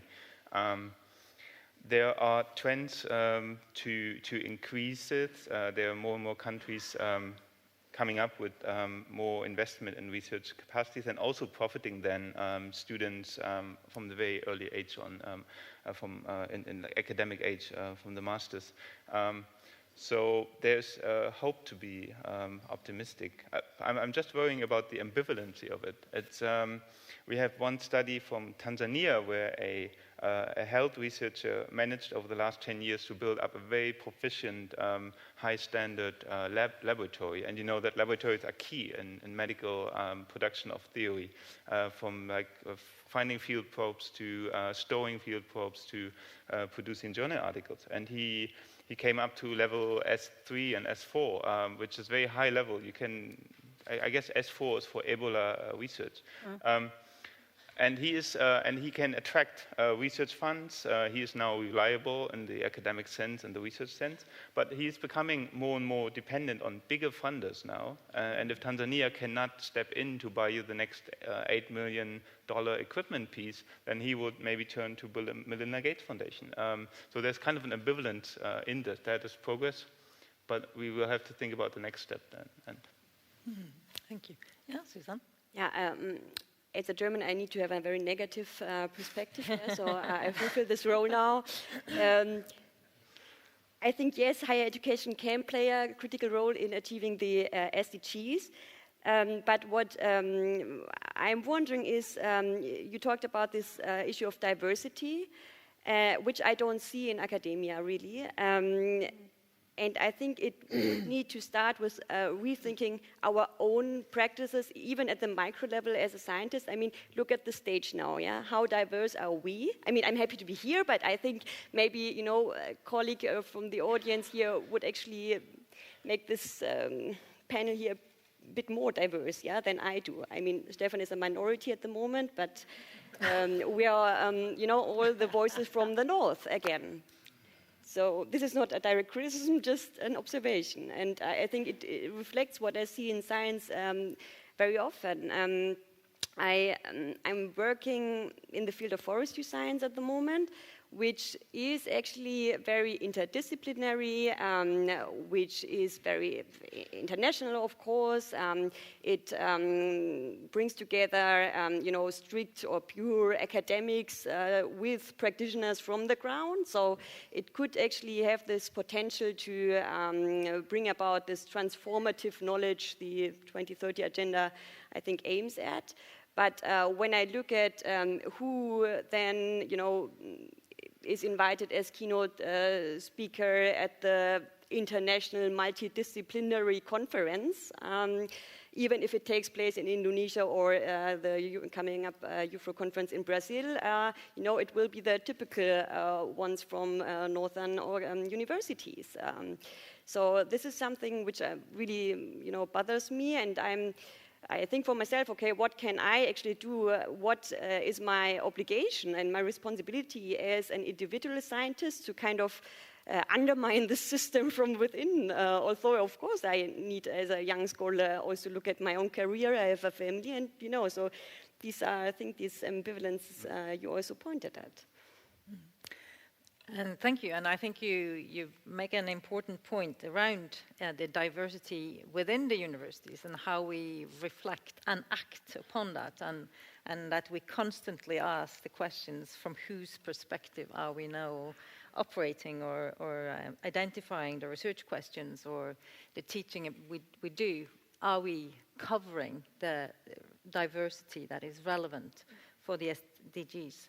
And following up on that, I would like to ask a question from the audience that address some of the structural hindrances we currently have when it comes to ensuring a broader diversity of access to higher education. And you have already addressed it in the way that we need publicly funding higher education. But more concretely, what can we do to stop privatization of universities and increase of student fees that prevent those from low-income families to get access to higher education?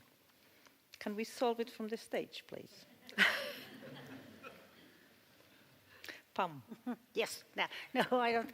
But I think that what we have to raise is actually that we need the politicians, the networks like UN and UNESCO and all that. They have to speak out about the necessity, so that the politicians in these countries could stand up and see what is the important for them.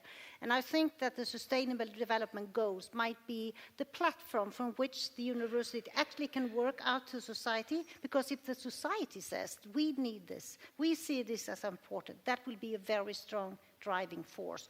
Unfortunately, we have all these tuition fees. I have been on the demonstrating against tuition fees in Sweden, so I don't like it at all. But now we have it, and we have to see how can we handle this. But if politicians doesn't stand behind, and if the society doesn't stand behind, then we are in problems.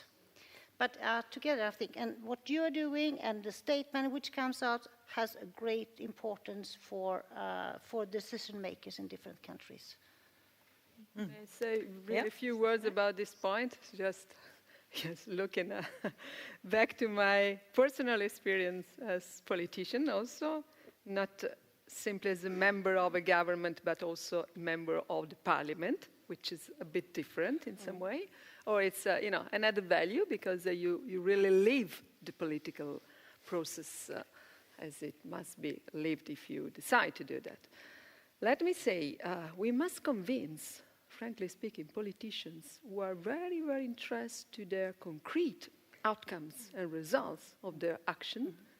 It's like this, because they have to present these outcomes to their electors, I think in a positive, ideal word, then there are other kind of issues, and say, okay, we plan and we, like this, we develop this policy, and that is the outcome I can show. It is the result. We must convince them that knowledge now is the most important commodity that society has and countries has. So the more countries will be able to educate better and at the highest level they can their young people and to give and guarantee lifelong learning process, which is something we didn't discuss today, but it's the other very important dimension, the better they will be able to be competitive countries in the world. It's no more a question of, also to have natural resources, it's an important asset for economic growth, but if you don't have, on the other side, the concrete natural or economic resources and the human resources, the knowledge, the expertise, and the model that can give you the opportunity to implement concretely and to take any concrete advantage in a large population number of young people and adults that we have to refresh in their competencies and their knowledge, yes, it should be a problem, a big problem. So this is a very simple message that everyone can understand. Of course, it's a question of advocacy. It's a question of try to be, as you said, a bit more brave, a bit more courageous, I should say, and louder. And this is maybe also, as international organization, our job. Thank you. Beate? Yeah, I think I'm not sure if we can land on a solution here today, but hopefully I can come with some contributions. But I think it's clear that we have to work in partnerships. I spoke very harshly against commercialization and privatization, and not all private actors are bad, but we have seen an increase in also the 4 commercial actors which are profiting on young students' wish to enroll in universities. But I think we need to look at how the higher education sector is structured internationally and also address the power relations between universities in the global north and the global south, and look into how both the financial flows are flowing today, but also the flow of students. And we see quite clearly today that higher education institutions in North America and Europe are receiving a lot of students coming from low and middle income countries, and in many ways they're contributing to increasing the revenues of universities in the global north, and that money could have been spent into strengthening the local capacity of universities in the global south. And we need to look into how can we strengthen the capacity of institutions in the global south so they can strengthen their own research facilities as well, without draining to the global north. Not saying that we should stop with internationalization and student mobility, that's also good, but we need to have a coherent policy and be able to put a bigger emphasis on the institutions in the global south and how they can be strengthened.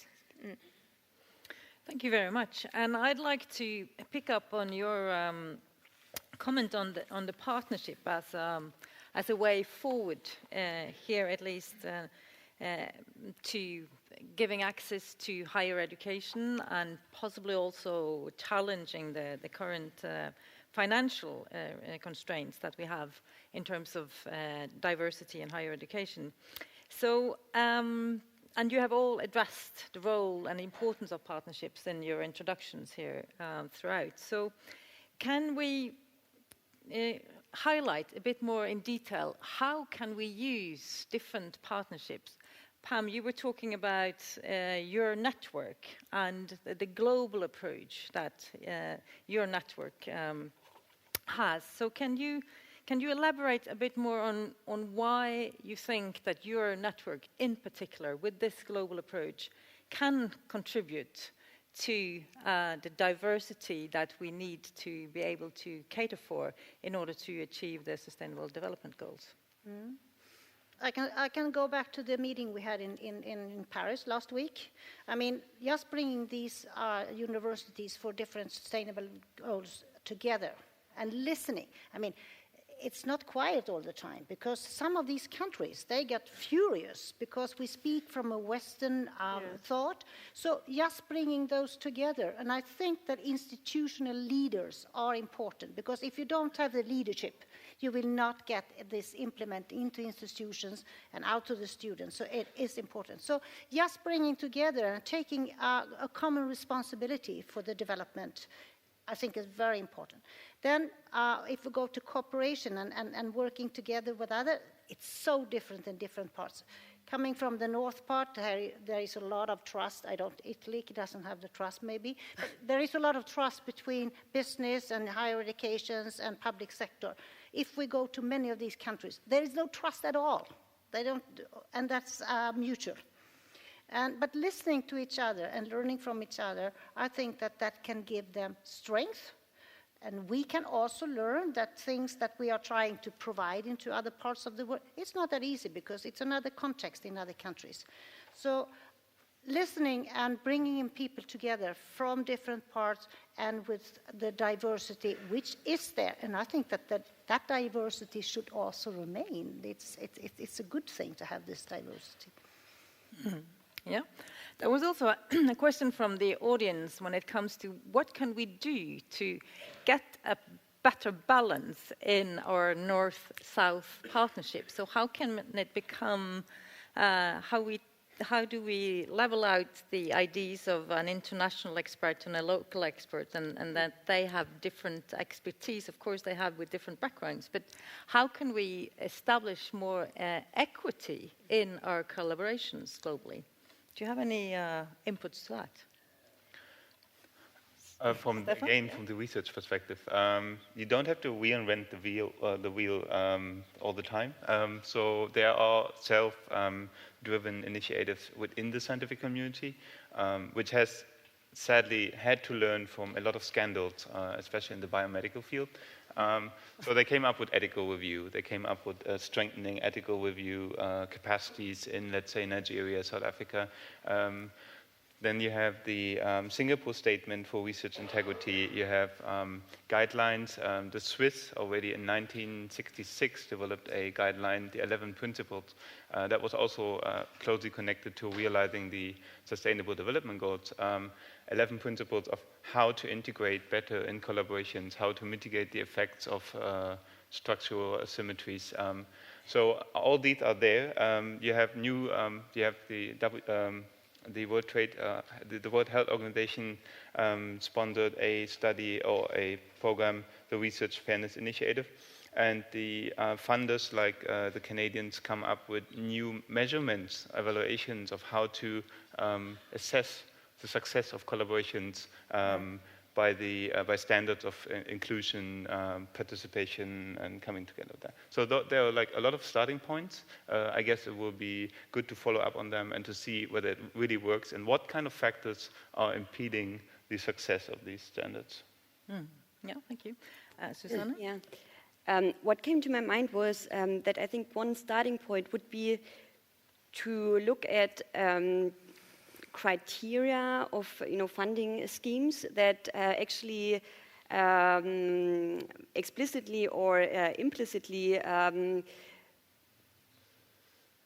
benefit more one partner than the other. So, for instance, I was really surprised. There was a call for research on, international development by the Danida Fellowship Center, which is, I think, just on, and I think the deadline is in March.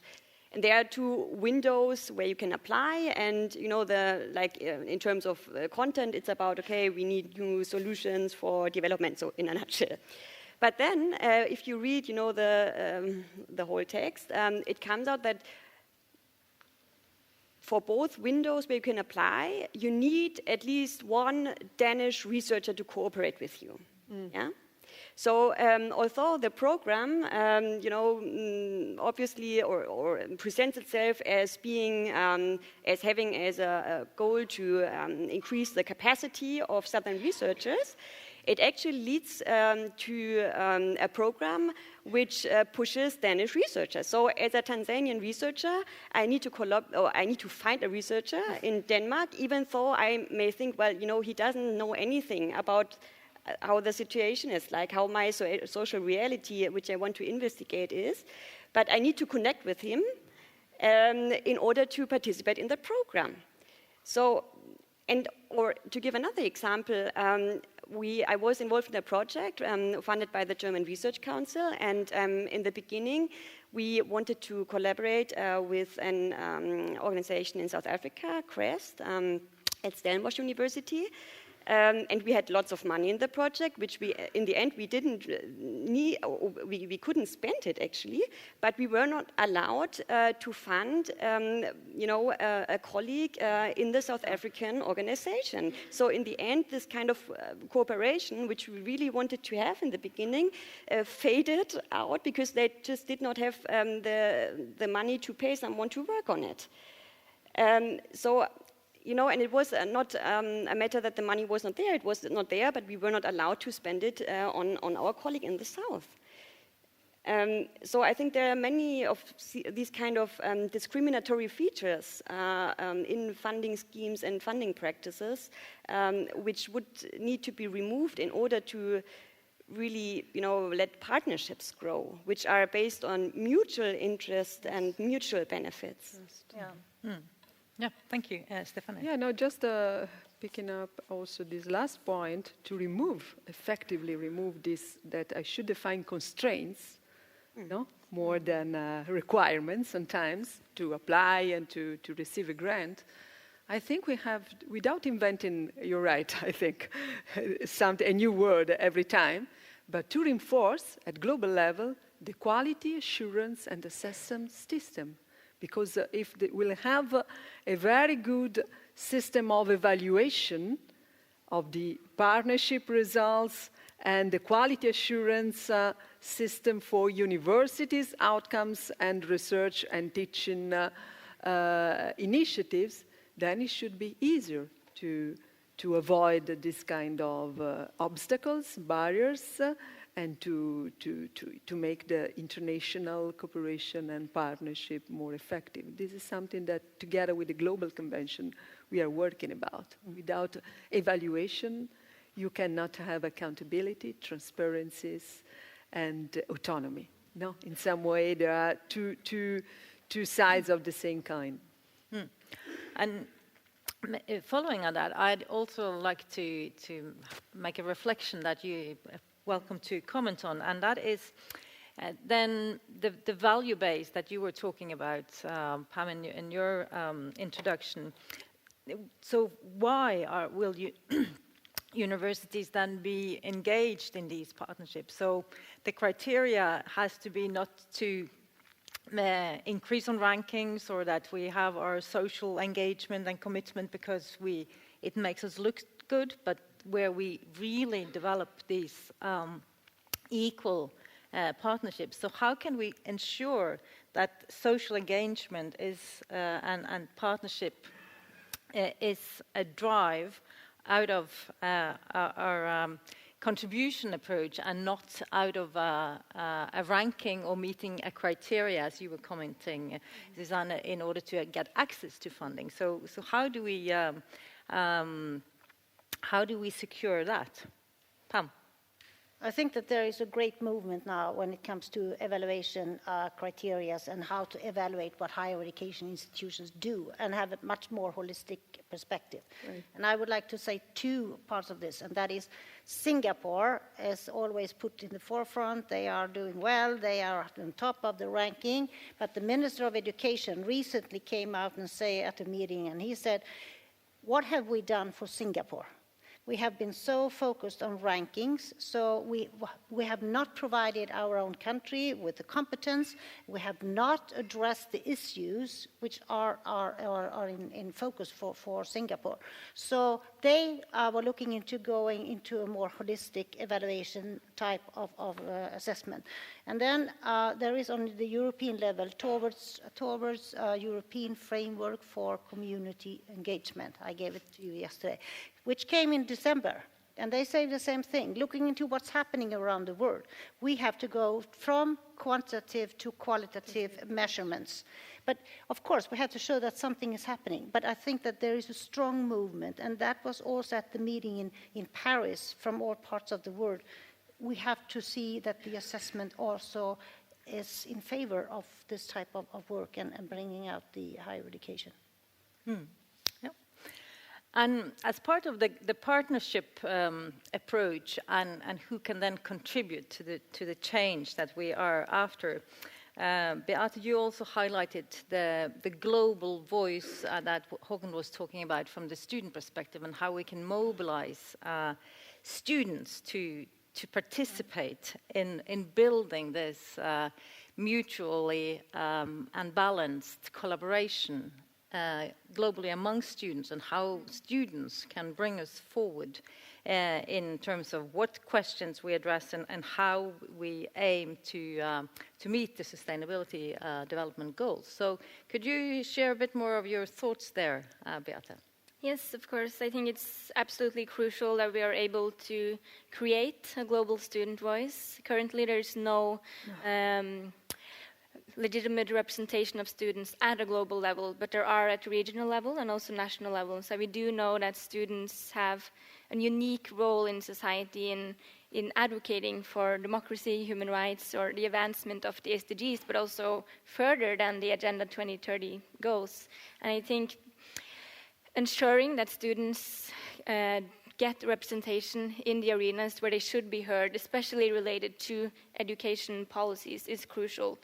Having students representing globally in UNESCO, but also coming with input when it comes to the further development of initiatives such as the Global Convention on recognition of higher education. It's crucial that students, not only those who are in more privileged positions as myself or from the global north, are able to come with inputs, but that we do include indigenous students, we include young black female students from South Africa or Zimbabwe, that we include the whole spectrum and that they are included within this global student voice. And initiatives have been taken back in 2016 when we had the Bergen Declaration, and it's clear that even though we come from different backgrounds and we face different challenges, we are also unified when it comes to our demands, that we want to stay non-violent in our fight, and also that we want to progress on higher education as a public good and as a right that everyone should have access to. So these are universal across the borders. Even though our working methods might be different, there are a lot of collaboration. But I think it's also important not to only look at students in isolation, and that students should be put on the side, but also to link students up to other initiatives. And I'm currently also in the board of the Global Campaign for Education, mass movement of civil society organizations, all working to promote the right to education, but also strengthening students' role in those arenas are important. So both on the state level, but also national. And I think what everyone here can do to support the global student voice is that we need to get more discussions around it, but we also need to get more people backing us and more financial support put on the table. So to be able to host a new event, last time it was hosted here in Bergen, but next time it could be in South Africa, or it could be in Latin America, or somewhere else where we can continue to enhance these efforts. And in that particular regard, I have a question from the audience directly to you, Stefania. Yes. And that is, could UNESCO facilitate this establishment or provide the support that Beate is asking for here? Well, I think so, because if I can summarize a bit, this very exciting for me discussion today, I should say 3 words. We recognize a lot of important issues, values, tools, mission we have, the history and the future of university and something. But if I should summarize, we recognize that democracies need universities. So UNESCO is the institution with, was established to build peace in men's and women's mind. So I think that it's part of our institutional job to help, of course, not interfering in the national context, because this is another issue, but relaunching with a louder voice, maybe, with a stronger political commitment in the more noble meaning of this word, for sure, this kind of, ethical dimension of the higher education institutions. And we are from the same part of ethics and social engagement. Yeah, thank you. And our session is now coming to an end here. And I think there are two immediate actions that we as higher education institutions can contribute before we solve the access issue, and by that we'll have more diversity in our approaches. And that is through teacher education, because through the teachers we will reach all, as long as there is access to public education, so or private. But I think our teacher education is where we really should put our emphasis when it comes to the SDG. And there was also an input from the audience. Could we develop more MOOCs that are freely available and that would give better access to research-based knowledge for the SDGs? So I think that's another challenge for us as universities that we can pick up on. And there was one question that we did not get to address here, but that I would like to give back to you as an audience, and maybe you could bring it to the lunch discussions. And that is the current possibly imbalance or the focus in the SDGs that very much address country-level targets and responses. And do we need more of a global access and targets to how to address the sustainability development goals? Because I think the discussion that we've had here has very much emphasized the importance of a global perspective and global collaboration in order to meet the sustainable development goals. So I thank you all for your contributions and also for the participation from the audience, and give yourself a big hand before you get some more information from me.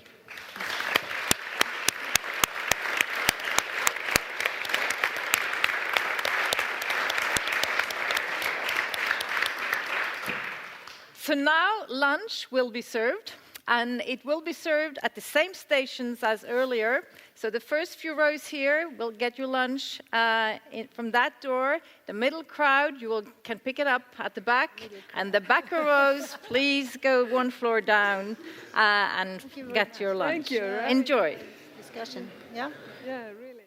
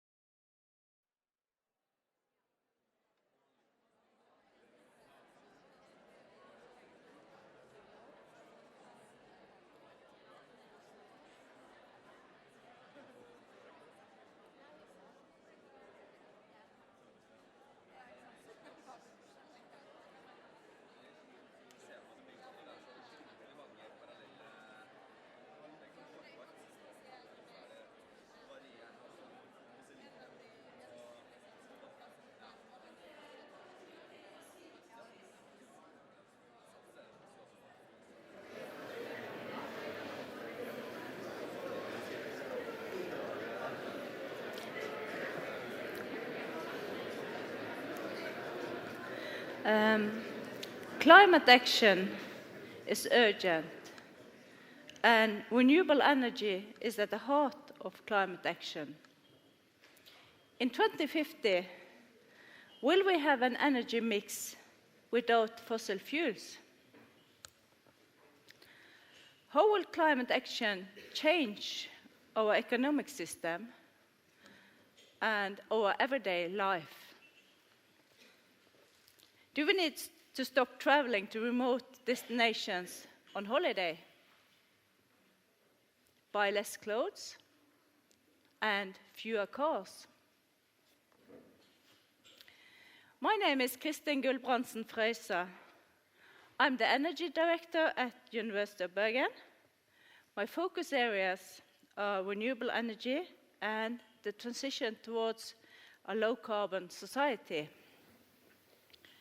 I'm the moderator of this session. We will now have 2 keynote speaks, each 20 minutes long. Then we will have a coffee and tea break. And we will then follow up with a panel discussion and also open the floor for questions from the audience. So the number of where you can send your SMS will come on screen. But now I would like to introduce the first speaker. He's an anthropologist, author, and a fellow of Royal Society of Arts. He has taught at the London School of Economics, the University of Virginia, and Goldsmiths, University of London.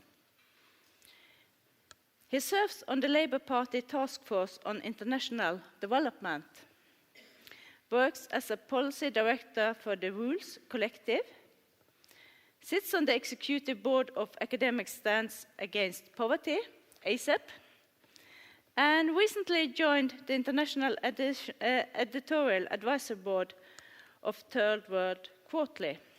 So, please welcome Dr. Jason Hickel.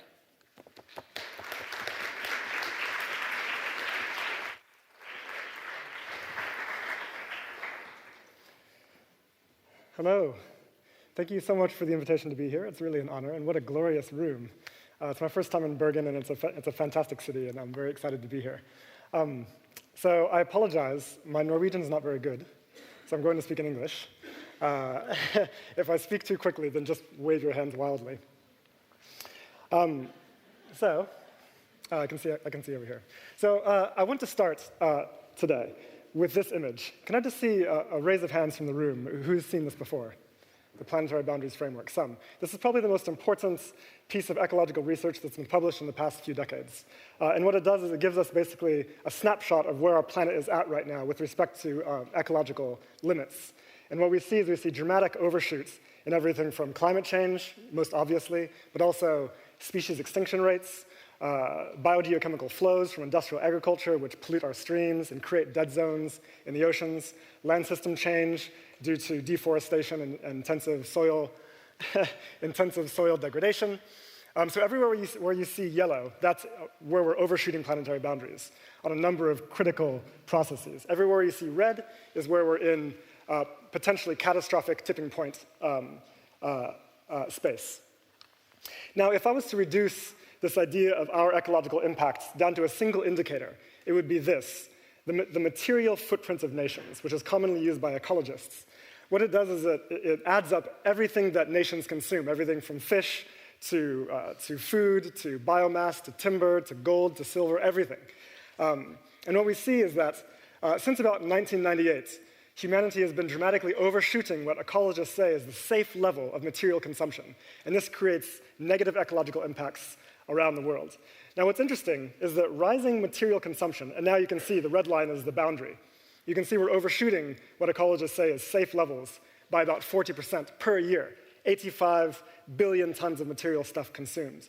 Material consumption is very tightly linked to GDP growth, and so, which is what I show in the second graph here, those two lines. And so it's not surprising that the vast majority of our ecological overshoot as a planet is being driven by a few high-income rich countries. So what happens if we plot it like this? This is just for some background. What we see is that high-income nations, which are on the far right here, are consuming in the region of 28 material tons of stuff per person per year, which is extraordinary and 4 times higher than the planetary safe level. Lower middle income people are consuming in the region of 2 to 3 tons per year. If we were all to consume like the average person in the rest of the world, we would have no ecological overshoot. If the rest of the world was to consume like high-income people, like people in the UK and in Norway, we would need the equivalent of 4 planets to sustain our consumption. Now keep this in mind, because that is what the mainstream development narrative tells us we need to pursue this level of consumption that high-income nations have. It is ludicrous and suicidal. I want you to keep that in mind just as backgrounds. It will become clear later on. Let's move to climate change, though, which is obviously the one that everyone is focused on and what we're talking about today. The orange line here indicates our level of emissions at business as usual. And what you see is that estimated temperature rise will be about 4.2 degrees Celsius of global warming by the end of the century. Okay? Now, you may think that the Paris Agreement has solved this problem. The Paris Agreement, which is a voluntary agreement that relies on voluntary national contributions to emissions reductions, is the blue line. What you see is that projected into 2100, there's no reduction of emissions whatsoever on an annual basis. Right. Why is that? The reason is because our projected economic growth each year is outstripping promised gains in decarbonization. Okay? So we're fighting an uphill battle, and we are losing. What we actually need to be doing is hitting something like the 1.5 and 2 degree pathways, which you see at the bottom here. Now keep in mind, 3.3 degrees Celsius, which is what we are presently headed toward, assuming everyone follows through with the Paris agreements, is nothing short of catastrophic. Okay? That is a planet that we cannot imagine living on. It will cause mass famine, mass human displacements, and is not ultimately compatible with global civilization as we know it. So I want to zoom in on what the IPCC report from a couple of months ago has said. And I'm sure you've seen this graph. On the left is our historical emissions. On the right is what we need to achieve by the middle of the century, 2045, roughly. I want to emphasize, it's impossible to overstate how radical and dramatic this transformation needs to be. This is a complete reversal of our existing trajectory as a civilization. Okay? This requires all hands on deck, a total reconstitution of our energy system, which has been built up as fossil fuels for over 200 years, now needs to be completely reorganized in 30. It's impossible to overstate the scale of this challenge. So here's the question. Can we do this? Well, theoretically, yes, and that's good news. And we need a few things. We need rapid rollout of renewable energy, specifically solar and wind, which is technology we already have. We can't wait for new innovations to come down the line. We have to roll out solar and winds to eliminate emissions from fossil fuels. We need reforestation and soil regeneration on farms to eliminate emissions from land use. And we need to switch to next-generation industrial processes to eliminate emissions that come from the production of cement and steel and plastic. Okay? Now, and we need to do this with massive public investments. High subsidies on renewables, high carbon taxes, much higher than anything Europe has right now, in the region of $300 to $3,000 per ton, and government orders that transform plants that are presently producing things like cars and refrigerators into producing things like wind turbines and solar panels. Okay? Similar to what the kind of mobilization we had during World War II. And this is what people call a Green New Deal. We absolutely need to have something like this. But here's the question. Can we accomplish this while still at the same time growing the global economy at existing rates? And remember, the idea of growth is baked into the Sustainable Development Goals. Right in the center, in SDG 8, there's a call to expand global GDP by 3% per year, okay, existing rates. Now, that might seem not very much as an increment. We're used to hearing such a figure. But in fact, because of the exponential nature of economic growth, it drives rapid expansion. So by the middle of the century, our global economy will have expanded to 3 times its present size at existing rates, almost 3 times its present size. 3 times more extraction and production and consumption than we are already doing. Imagine that on a planet that is already reeling beneath the impacts of human economic action. So the question is, can we decarbonize the entire global economy by 2050 while at the same time tripling its size? Now, it's difficult enough to decarbonize our existing global economy. We're nowhere close to being able to do that already. It's impossible to imagine doing it 3 times over in the limited time that we have available. Why would we make our task so difficult when we know that GDP growth in places like rich nations is no longer necessary? Okay. Now, what's interesting is that to answer this question, all of the existing empirical data that we have, and I've spent years reviewing this literature, says that the answer is no. It's not possible to achieve this feat feasibly, even with the most optimistic policy conditions. Okay? And I won't bore you with the data. Now, you might imagine, why aren't policymakers freaking out about this? It's obviously a catastrophe. Well, the answer is that for many years now, they've been relying on what we call negative emissions technologies, which are highly speculative. And even the IPCC reports, up until recently, relied on these technologies, and specifically one called bioenergy with carbon capture and storage, or BECCS. Who here has heard of BECCS before? This is baked into most of the scenarios of the IPCC reports. And what it does is it says, let's grow massive tree plantations around the world, let the trees suck carbon out of the atmosphere, cut the trees down, turn them into pellets, burn them in power stations for energy, capture the emissions that come from the smokestacks, and store them deep underground. Voila, net negative emissions. And the idea here is that we can use this speculative technology to suck carbon out of the atmosphere later on in the century, allowing us to pollute more now. Okay? So we can continue growing as long as we come up with a solution in the future. The yellow in this graph is the amount of emissions that the IPCC typically assumes negative emission technologies will be able to suck out. It's extraordinary. And they come up with this answer simply because they began from the assumption that we have to have continuing economic growth at all costs. And so our climate change agenda has to fit within that model. Okay?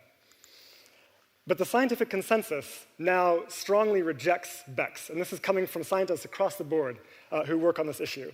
They point out that the technology doesn't exist. Even if it did exist, there's no way we could scale it in time to save us. And even if we could, it would take up land more than 3 times the size of India, which would, of course, be grabbed from the global south, drive poor farmers off their lands, contribute to further biosphere degradation and biodiversity collapse and so on, violating other sustainable development goals like hunger and rates of species extinction. So it's not feasible. And what's interesting is that the IPCC has for the first time now listened. And in their most recent reports, they present a scenario that does not rely on BECCS. And they consider it to be the most feasible existing scenario that the IPCC has devised. Okay? This is what it looks like. As you'll see, there's no yellow here. The red negative emissions is simply from reforestation. Okay? So how do they do this? How do they manage to accomplish this feat of staying under 1.5 degrees Celsius? Well, the answer is this. And this is the exciting research I want to tell you about today. They assumed that we can scale down material production and consumption starting with high-consuming rich nations, like Norway, like the UK. Okay? Now, what this does is it shrinks total global energy demands, thereby making it much easier for us to accomplish the renewable energy transition. Okay? When we have less energy that we need to transition, it's much easier for us to do it, making it much more likely that we can accomplish our climate goals. Now, the good news is this. We know that we can reduce material production and consumption, while at the same time improving human well-being and social indicators. We have lots of data on this already, which I won't go into now. But there are plenty of countries that have low levels of consumption and very high levels of human well-being. So this is crucial. When it comes to reducing consumption, this is not just about changing individual behavior. Of course, you must fly less. Of course, you must compost your food waste and so on. But that's not going to be enough because we live in an economic system that is designed for perpetual growth. It needs it, and we become its victims, and so too does the planet. So this is about designing a new economic system for the 21st century, one that does not require endless economic growth in order to flourish. So here's the question. What does a post-growth economy look like then? Fortunately, we have lots of research to describe what this looks like. I'm going to give you 4 ideas before I walk off the stage. The first is this. Get rid of GDP and replace it with other measures of progress. GDP is a horrible measure of economic progress. Even the designers of the indicator themselves said never use it for normal, everyday assessment of the economy. Okay? And yet we do. It is the primary directive of virtually every government on this planet. The problem with GDP is that it counts what we turn from nature into money, but does not count the costs of that, does not count the cost of losing a forest as a sink for carbon or as a home for biodiversity. It just counts the gains from selling it on the market for IKEA. Okay? But we can get rid of GDP and replace it with more sensible measures that do account for costs, or simply focus on things that we actually want. Better jobs, better wages, better healthcare, and better education. We can do those directly without simply assuming that GDP growth is somehow magically going to accomplish those things for us. It doesn't. This is crucial because we need to change Goal 8 of the SDGs, which is what I mentioned before. That needs to be at the core of a post-growth agenda. Step 2 is we need to scale down material production and consumption. Okay. What does this look like? Well, here's one way to do it. You can legislate extended warranties on products like iPhones and washing machines so that they last 3 or 4 times longer by law than they do today. You can introduce a right to repair so that your iPhones can be easily repaired by some guy on the street corner rather than having to go to Apple and pay exorbitant amounts of money. We can liberate public spaces from advertising, freeing ourselves from the psychological pressure to consume unnecessarily. We can ban planned obsolescence so your gadgets aren't designed to die after a year or two. We can ban food waste, as South Korea has done, as France and Italy are beginning to do. We can put high taxes on beef. People shouldn't be eating it. It's an absolute ecological disaster. Or the simple way to do it is we can cap annual resource use, right, and tighten it year on year. Ecologists are already beginning to design policies for how this can be done. And that would virtually change incentives across the economy. Okay. Step 3, a shorter working week. Work less and save the planet. What could be better? So here's the crucial thing we've got to grapple with. As we scale down material production and consumption, that's going to mean reducing aggregate economic activity. Now that's okay. Normally, when that happens, it's bad. People lose their jobs. They can't feed their families. It doesn't have to be that way. We can reduce economic activity and at the same time make sure everyone has a fair share of existing necessary labor.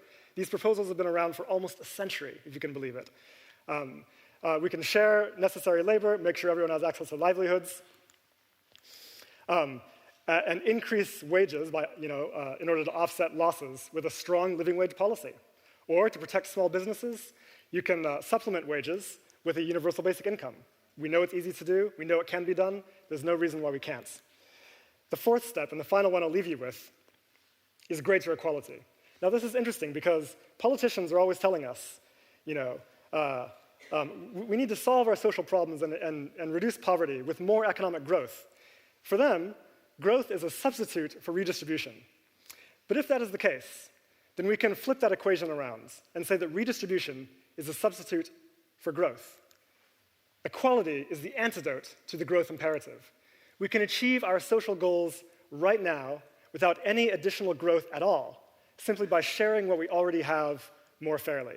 And this is absolutely essential. And this is the principle that was not acknowledged in Paris recently, and the Yellow Vests pointed that out.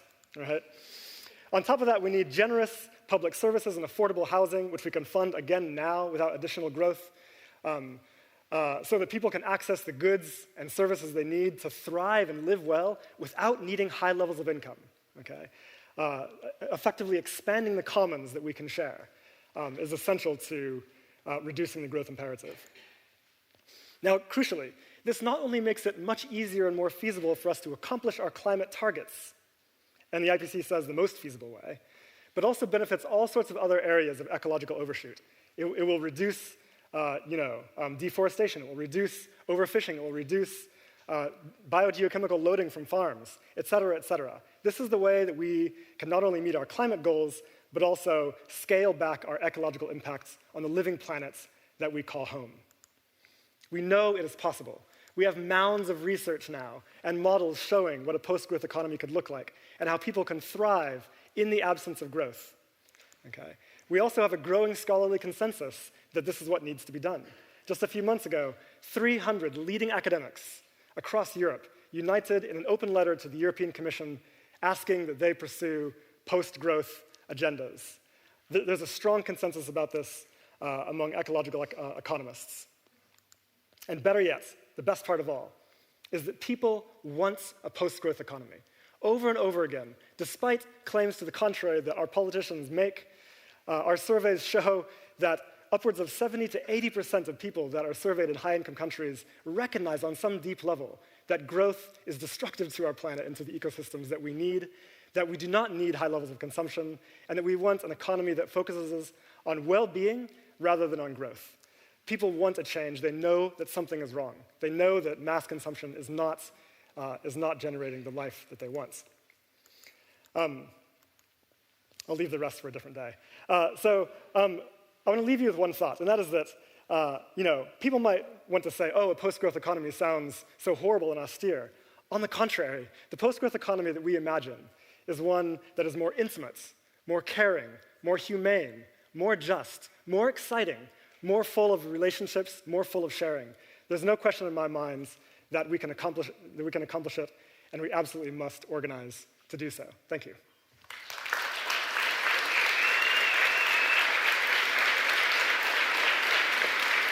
Thank you very much.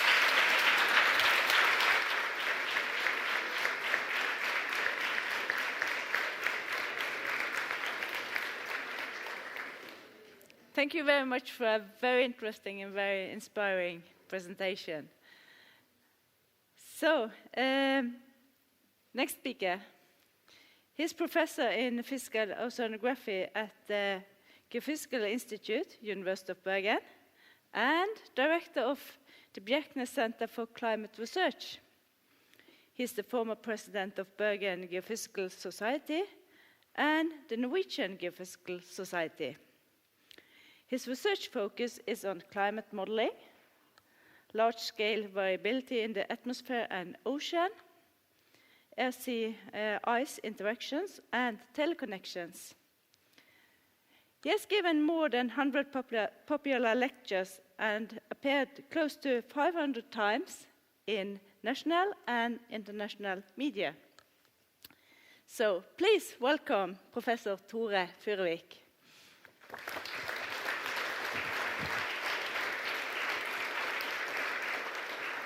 Skal du et nytt glass med vann?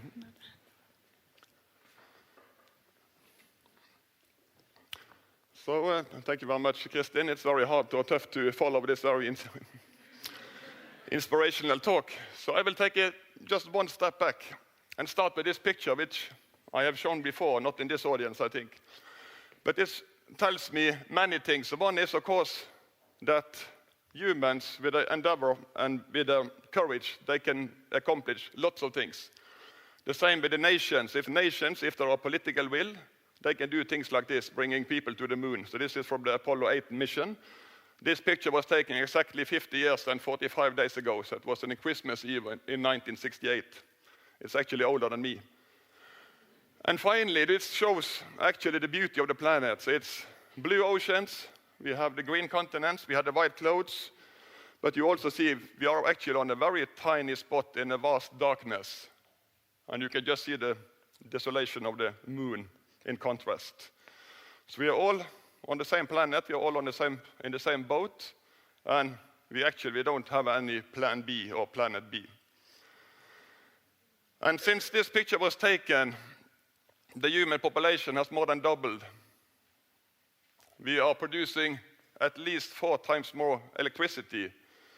Our economic growth has increased 6 times, and as you see, we have to stop it.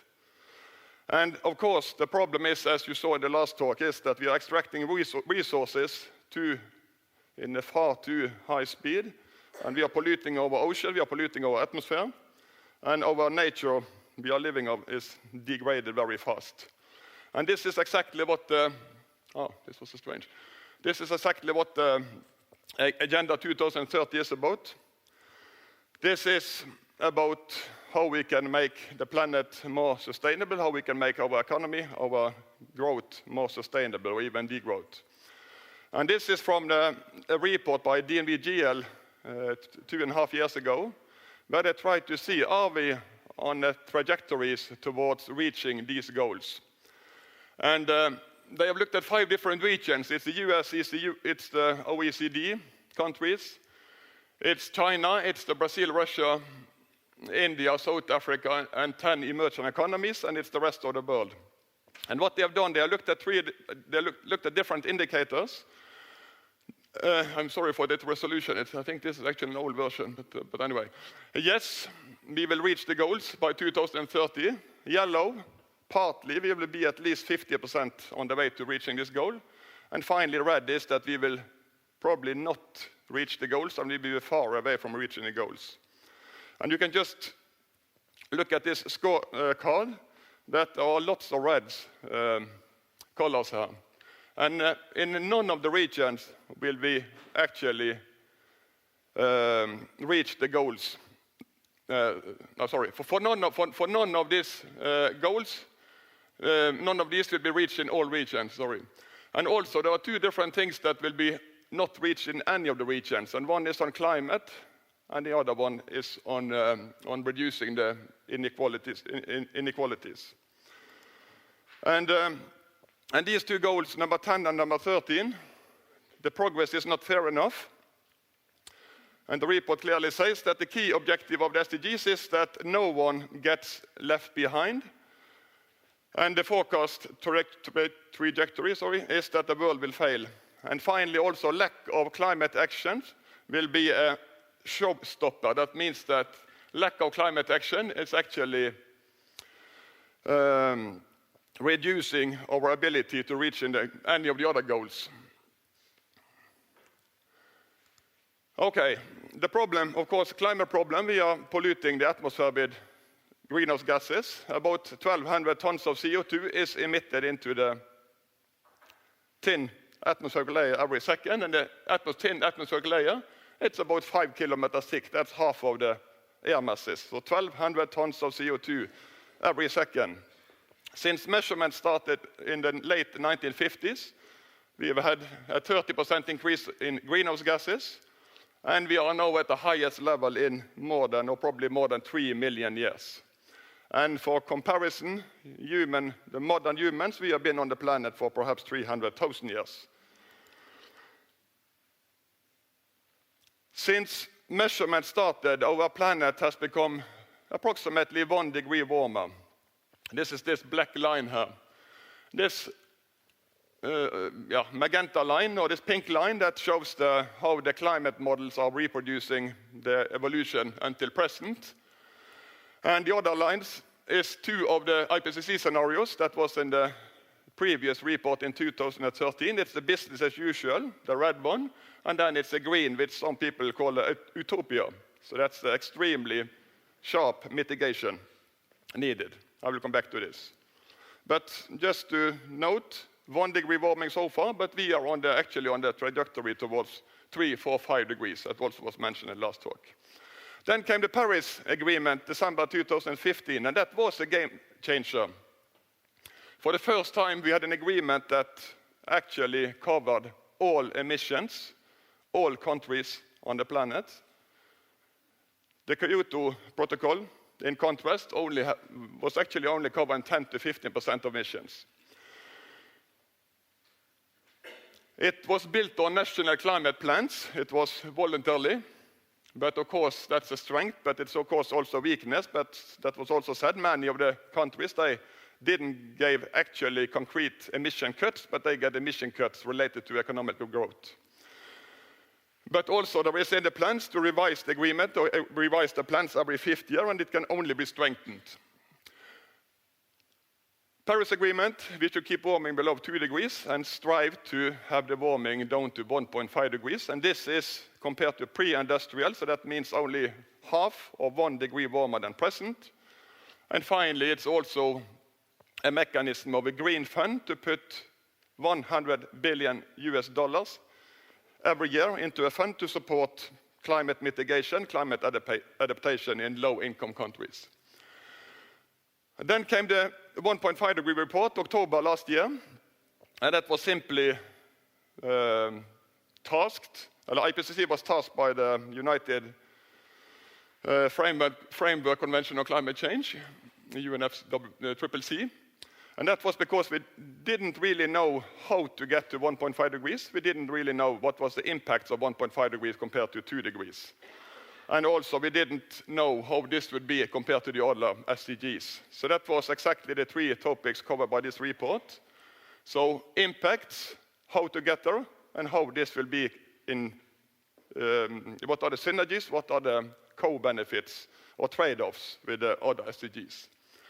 And very quick, impacts. I think most people, even climate scientists, they were shocked, or at least negatively surprised, by the impacts and the big differences just by 1/2 degree from 1.5 to 2 degrees. And I will just show 3 different things here, like coral reefs, so that's a life underwater, SDG 14. We will go from very frequent mass mortalities to mostly disappearing. Life on land, SDG 15. Species that will lose half the geographical range due to climate change. So just by going from 1.5 to 2 degrees, we go from 6% to 18% of the insects will lose the climate habitat. Plants, we go from 8% to 16%, so twice as many plants will lose this climate habitat. And on all the vertebrates, so that's virveldyr in Norwegian, we go from 4% to 8%.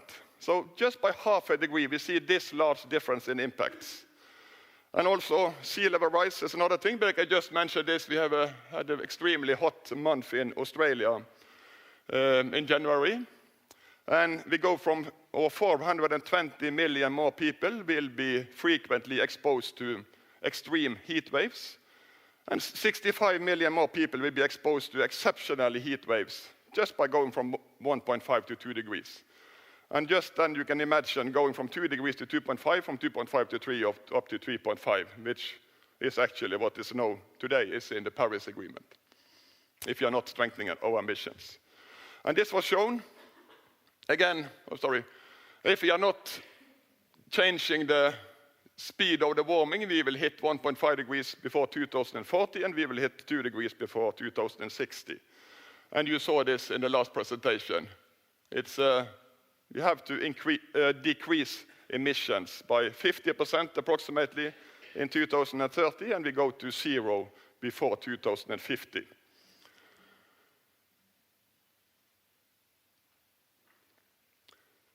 Okay, and the final issue or topic in this report, synergies with the other SDGs.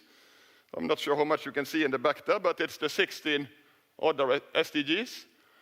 And then it's the trade-off, so that means that what we are doing to climate may have negative impacts on the other SDG, on the other goals. And this, which is in green, is actually where we have co-benefits, where we have positive impacts. And I hope you can all see in the back that there are much more green than brown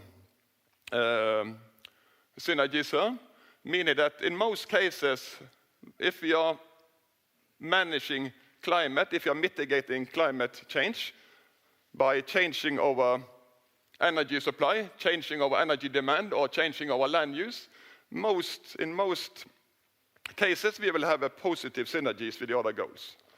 But there are 2 exceptions. One is clean water, and another one is life on land, and that has to do with biofuel, essentially. Okay, then came Katowice, December. It was a very happy leader of the negotiation, this Polish guy here. That was after 30 days after they should have been finished. It was long discussions. And this is a very nice figure because this showed the number of unsolved issues by time.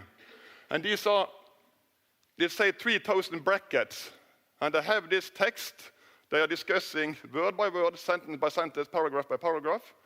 And when they started in Katowice, they still had about 2,000 different unsolved issues they were discussing. And then you can just see the progress until Saturday, the 15th of December, when finally agreement was reached. They were discussing the transparency, that was about reporting of how they were following up the Paris agreement.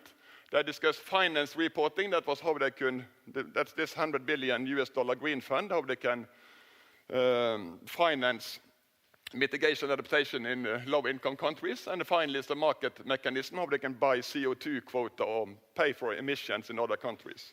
And you can just see this bluish thing. That was the one that was actually causing problems towards the end. And that was not solved. So in the final agreement, the final text, it was a success because actually it was an agreement, and that was actually not certain a couple of days before. But the Paris Agreement will enter into force in 2020. Single sets of rules for all countries. And there's also flexibility in how this financing in low-income countries can be done, which is a positive thing for rich nations, but I think most of the low-income countries, they would have seen more concrete cash flow. But then finally, this market mechanism and the buying and selling of quota and emission cuts in other countries that are not reached. So that will be postponed to the next meeting in Chile. And since Katowice in December last year, there are lots of things happening. And I will just refer to one report that came the 15th of January this year. So that's a global risk report from the World Economic Forum. And that was a very strong report. The three most likely risks, they were all related to climate and to environment, so related to climate change. And they had one statement that I think is good to quote, and that is that of all the risks, it's in relation to the environment that the world is most likely sleepwalking into catastrophe. So that came from Davos, from the World Economic Forum. And going to Davos, lots of people are trying to solve the climate issue. And of course, the most important people, they are those that were gathering in Davos 2 weeks ago. But you can just see from the news, they are not always positive. Many are flying too much. And there were some 1,500 private jets coming into Davos with these people. They were discussing climate change and they were discussing equity. That's our inequality. So they were discussing exactly these two things that we have, it seems that we have a least chance to reach in 2030. But that also what was said about resources, so the richest 0.5% of the population on the Earth, they are actually consuming or emitting the same amount of CO2 as the 3.8 billion poorest people. So they're extremely unfair or unevenly distributed, not only the use of resources, as was said in the previous talk, but also, of course, the pollution of the atmosphere. And then we also see that the gap between the rich and the poor people are increasing, not decreasing. So many things are going in the wrong direction. And this calls for just transition, not only between people in the same nation or between different nations, but I think I would also like to just put on generations. It's also about the just transition between for the different generations. And we see what happens if people or if groups or even if nations are left behind. So this is from Paris.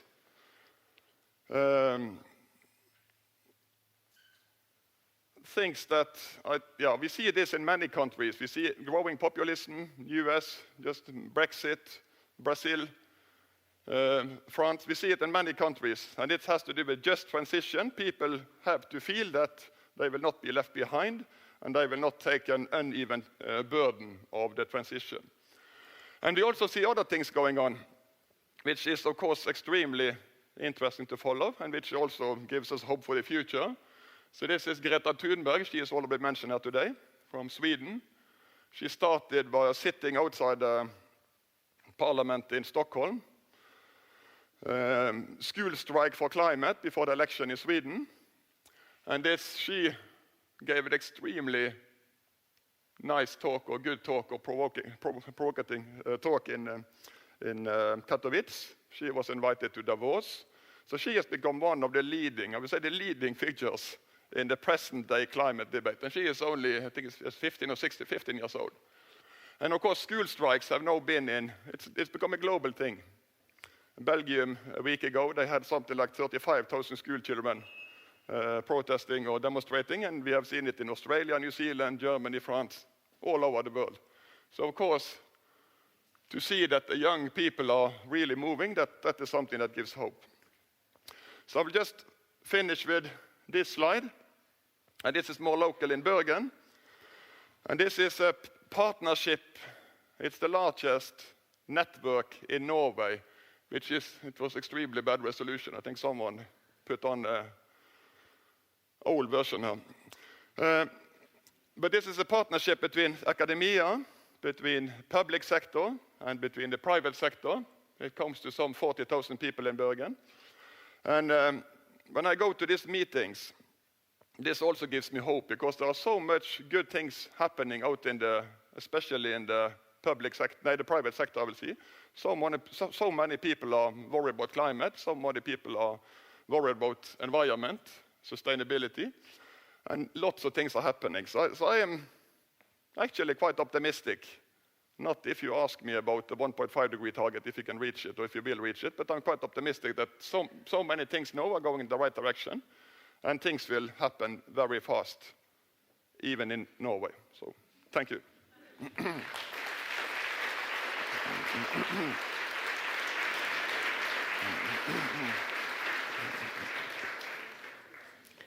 Thank you very much, Tore Furevik. After these two very interesting and inspiring presentations, we will now break for coffee, tea, and we do as we have done earlier today.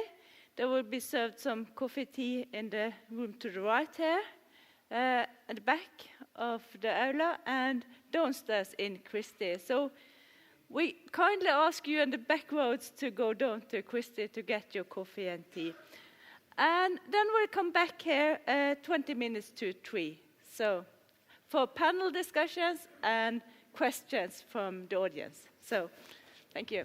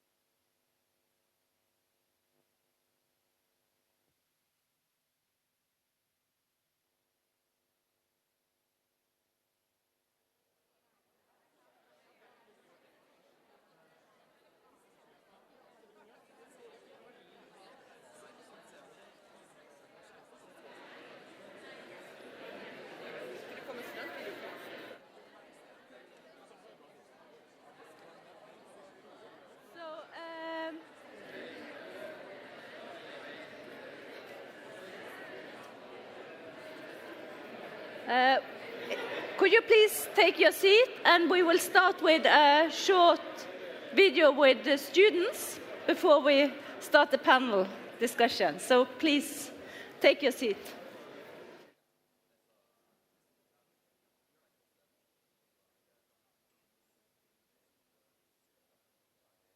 The Paris Agreement set the goal of trying to limit the increase in global temperature to 1.5 degrees above pre-industrial levels.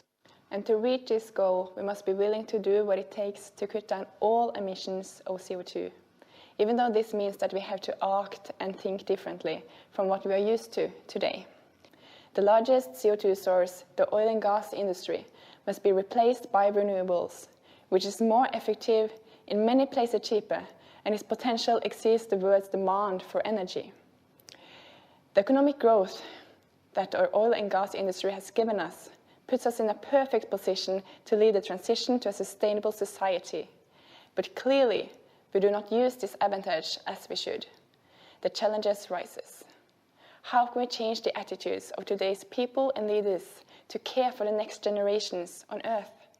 Well, political goodwill and technological innovation are necessary conditions to deal effectively with the threat of climate change.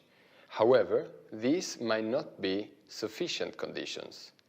So how confident are you that we will achieve the levels of innovation necessary not only to decouple economic growth from net carbon emissions, but to do so fast enough to comply with the Paris Agreement? Moreover, what measures would you emphasize and support to ensure that we comply with the Paris Agreement? And importantly, would you support increases in public regulation to limit both carbon emissions and the degradation of our precious carbon sinks? So lastly, what would the world look like with a climate-friendly economic system? Would we accept this?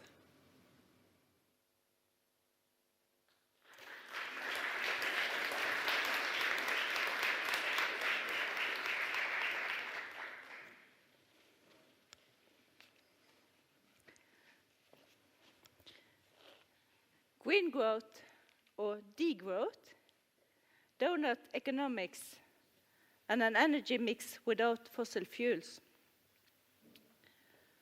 What does this imply in our everyday life? What do we as a society need to do in order to address the climate crisis in an adequate way?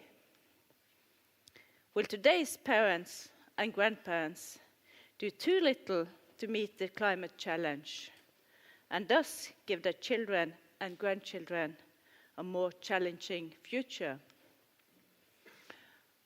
I have 4 panelists to help me answer these questions.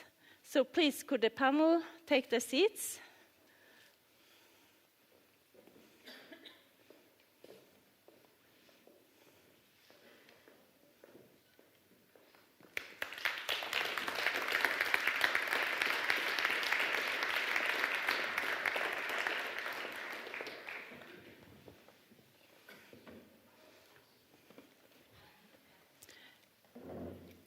So, we now have 4 short introductions, 5 minutes each from the panel, and I would like to start with Martin Fisbeck.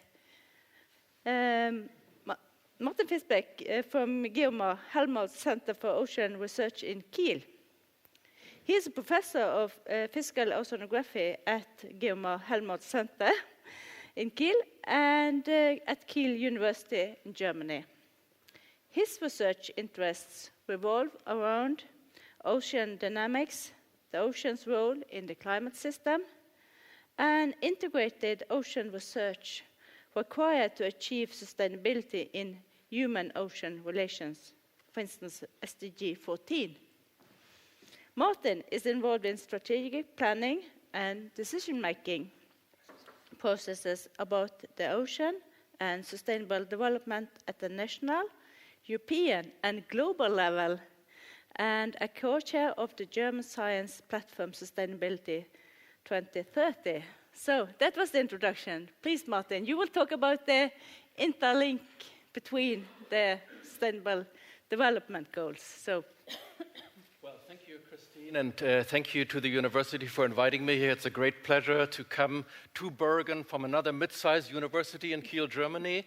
And I must say, I'm very jealous in some ways about your leadership role that you play here in Bergen and in actually living the SDG, the 2030 agenda, through your daily university life, or at least you build up that ambition, which is to be congratulated. Now, I think I've got an hour to talk about the role of the ocean and climate. A very short hour. So I'll skip that. I certainly enjoyed the presentation that we had, and I think Jason as well. I mean, both presentations really addressed some of the big challenge on the one hand, but the one word I want to emphasize, you talked a little bit about population dynamics. And I just want to say, my generation, when I was born in the 60s, up to now, we doubled the number of people on our planet. We will be the only generation in the planet's history that accomplished that. There was never a generation before, and I don't think there will be a generation after us that has accomplished that. We should be proud of that accomplishment. However, now we're fighting with the side effects of that proud accomplishment, that is pollution, the climate challenge for this particular one.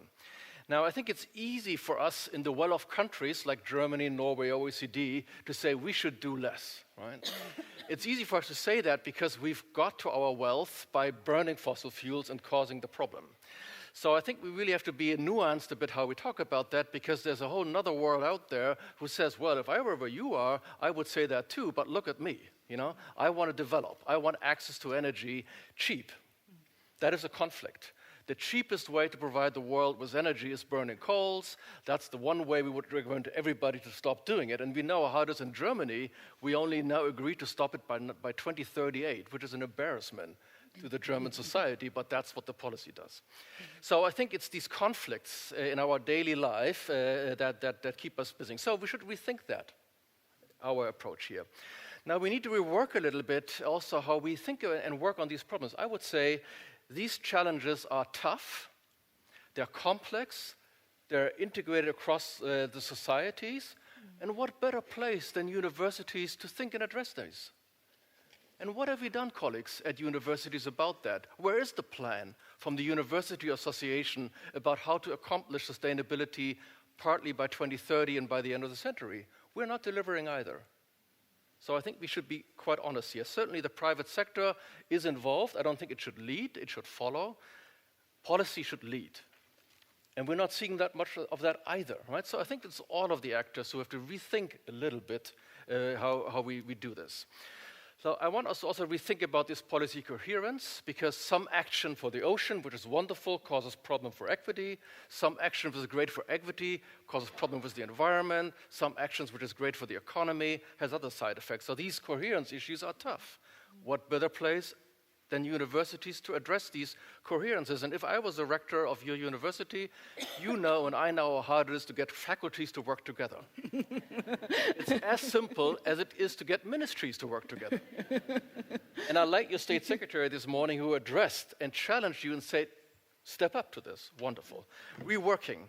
I think the academic structures should be reworked, and we thought a little bit about that, at least additionally, maybe cross schools.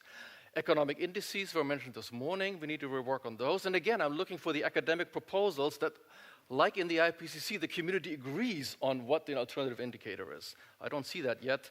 And I really wish that in the future, we really balance these various dimensions about the environment, climate change, the societal cohesion, nobody left behind.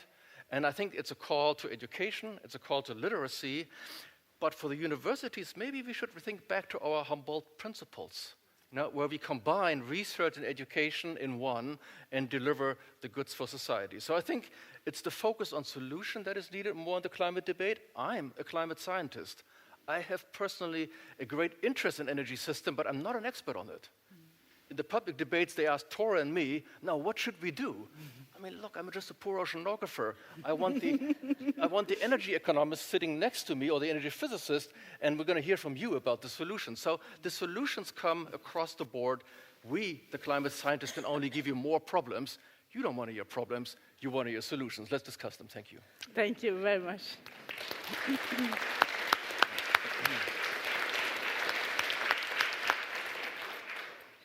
And this brings us to the next speaker, which is Rune. She was appointed Executive Secretary of RAN21 in 2018. RAN21 is an international non-profit association and renewable energy policy multi-stakeholder network. It connects a wide range of key actors. Rune has previously been RAN21's research coordinator, leading the RAN21 Renewables Global Status Report series to become an international reference in the renewable energy field. Prior to RAN21, Rune worked for over 10 years in private industry and applied research in the area of renewable energy, energy access, and waste management. So, please. Thank you very much, Kristin. And thank you very much for the invitation. For me, it's really great to be back a bit in applied research and academia environment. Now, I will change the start of my talk because I'll take the statement of coal is the cheapest way to get electricity to developing countries. It is not. So we need to start by dispelling myth. Today, photovoltaic, so solar PV and onshore wind, is the cheapest way of producing electricity. This means any investment in power generation capacity which is not building on this one is economically a stupid decision. Full stop. Now, I come back to before talking about the potential, I think it's important to see where we are today. Today, when we're looking, and you mentioned this, we're producing the Renewables Global States Report, where we're tracking basically the advancements of renewable energy. Today, renewable energy only represents 10.4% in total final energy demand. Only 10.4% when we're talking about modern renewable energy. When we're looking into the power sector, we have 25%, and this is actually where we can learn very good things, because this is a sector where photovoltaics and wind in particular have really allowed to increase the renewable energy share. They are the least cost option. A lot of, so the costs have reduced by 60%. The installed capacities have increased by over 60% over the last 5 years, 6 years. So we have a real success factor here. The challenging part is this success factor only represents 20% of the total final energy demand. The demand for electricity is only 20%. When we're looking into the heating sector, this represents 48% of total final energy demand, and the renewable energy share is only 10%.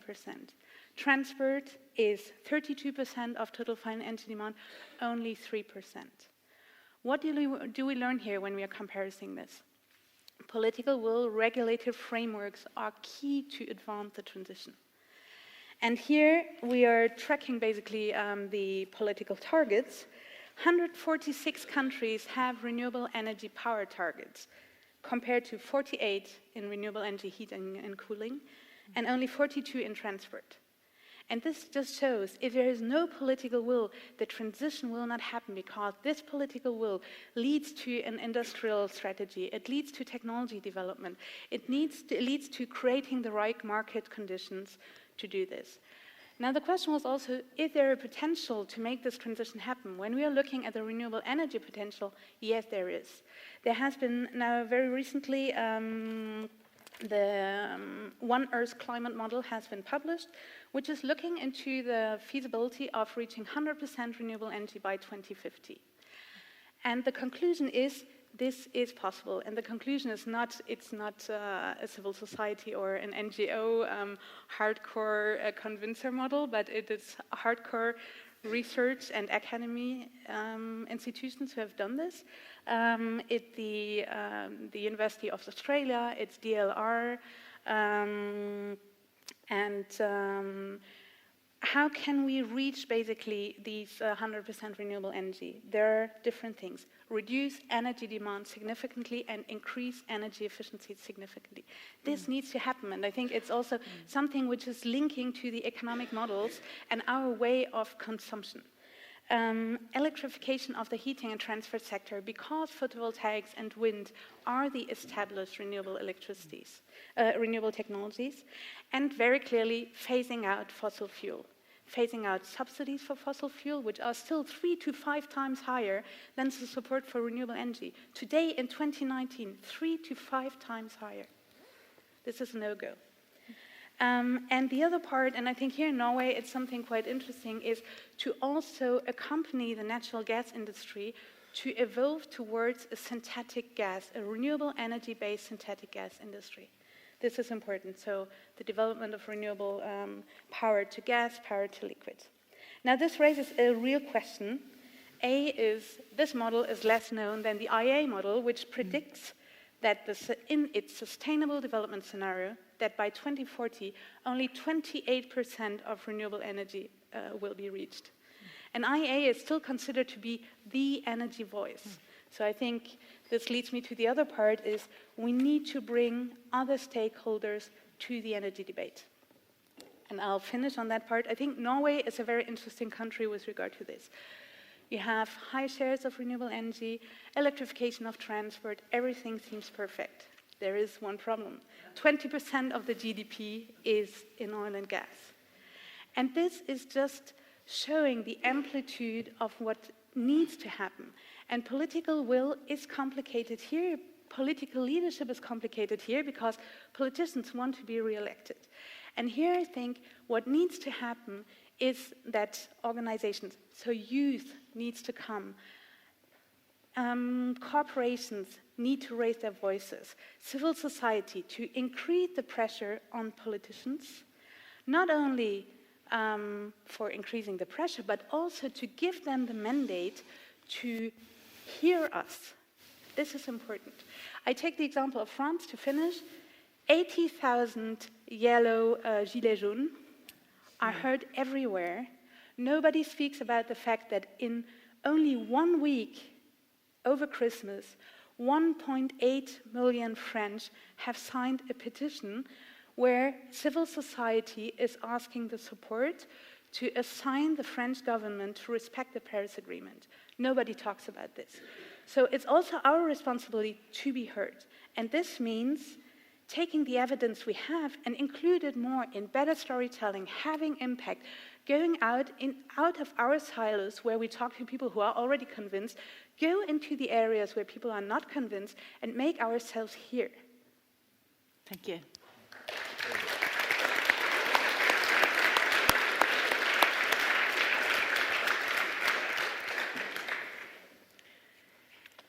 We're then going to hear from an economic point of view.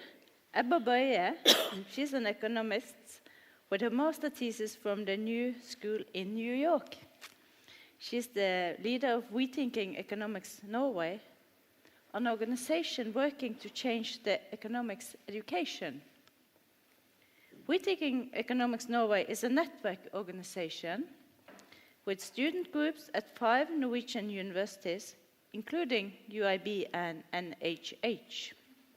She works as an economics writer, mainly writing about new economic ideas and theories, and trying to make these theories accessible to the general public. So please, Ebba. Thank you. Thank you. Yes, and as an economist, one of the things that really worries me right now is exactly that we have built these economic institutions that were built in the 20th century that are so dependent on growth. So we have economic institutions that now make it difficult to get to where Jason was saying that we need to go. And this is the great challenge that we are working on. And as a framework to talk about where we need to go, I want to talk about the theories of Kate Raworth, an economist who's a great inspiration to me. She's written a book that's called Donut Economics, How to Think Like a 21st Century Economist, which I think is put quite well. And she starts with, first of all, we have to throw growth out of the equation. It's absolutely crucial that the way what has given us the prosperity and how we have organized our economy and the goal for economy and economic thinking in the past century simply cannot be the goal for into the future, and probably can't. I mean, nothing goes forever. We have to readjust and change institutions. And we also have to change the goal. And so the question is, okay, if growth is not going to be the goal, then what is the goal going to be? And to talk about this, she has put up a very powerful image to help us think about this, which is the donut. I brought one for you, and maybe I'll even get it up behind me. And yeah, let me explain. She starts off with the same planetary boundaries that we looked at earlier, that Jason had up. They're the same ones. So those are the planetary boundaries. We have to make sure that we don't overshoot the planetary boundaries. You know, it's a stable climate, it's fertile soils, it's a protective ozone layer, and that's the outer ring of the donut. We can't go outside of them. But then she adds something very important to this. She puts in an inner circle, which is the social foundation, and it's about. This is about humanity and what we need, our basic needs. It's education, health, housing, social justice, work, income, freedom of expression. This is the inner circle. And just as it is very important that we don't reach outside of the Earth planetary boundaries, we also don't have to fall into the hole in the middle, where our basic needs are no longer met. I don't know, you might think it's a bit silly that I'm holding up a donut right now. But it is a strong image. And I think that when we have to throw out an idea about economic growth that's so entrenched in our way of thinking, we need strong images to think about this in new ways. You might also think that this looks a bit obvious. You know, this is where we need to go. This is, I think you all agree, this is obviously the goal for our societies. Well, it's not obvious. This is a radical shift in current economic thinking. Imagine if economics students, on their first day, they came in and they were met with this picture, and they were told that your job as an economist is to figure out how we can create institutions and place humanity within this circle, within the donut. It would make the economists start asking all the right questions. So the challenge that Kate Raworth puts out to my generation of economists, she says, this is your job. You have to figure out how do we build the institutions that make this possible. What does that mean? I mean, we have to look into the stock market. We have to look at how the banks are organized. We have to throw out the linear economy and introduce the circular economy. I think it means, for example, right now, I'm a bit worried that we are now selling out the Oslo Stock Exchange abroad, which, for example, that could, make it more difficult to make those crucial changes that we need to make in how our stock market works, so that no longer is the short-term gains that goes over the long-term prosperity of the economy. In the 20th century, we built institutions that were dependent on continued economic growth, on extensive resource use, and we need, and there were some very strong, and also very short-term thinking is what the basis of these institutions.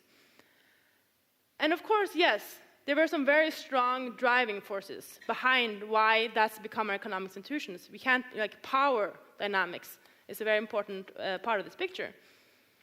But just because there were some strong forces doesn't mean that these institutions, that it's natural. We have created the markets to work in a way that it's the short-term thinking and not the long-term prosperity of the country that's in the center. And the good thing about the fact that institutions are man-made means that, and the markets are man-made, it means that we can also they can also be changed by man or by woman. So, particular moment. But the problem is that these are not the issues that today's economists are mostly working on. We are still educating economic students to maneuver the institutions of the 20th century. We're not providing the sort of critical thinking, broad knowledge, and open-mindedness that is needed when we have to go into, and we have to figure out how to change these institutions. So that is exactly the background for rethinking economics. We are working to change the way we teach economics and also the way we think about economics. So hopefully I can get more into the details in the panel later. Yes. Thank you. Thank you very much.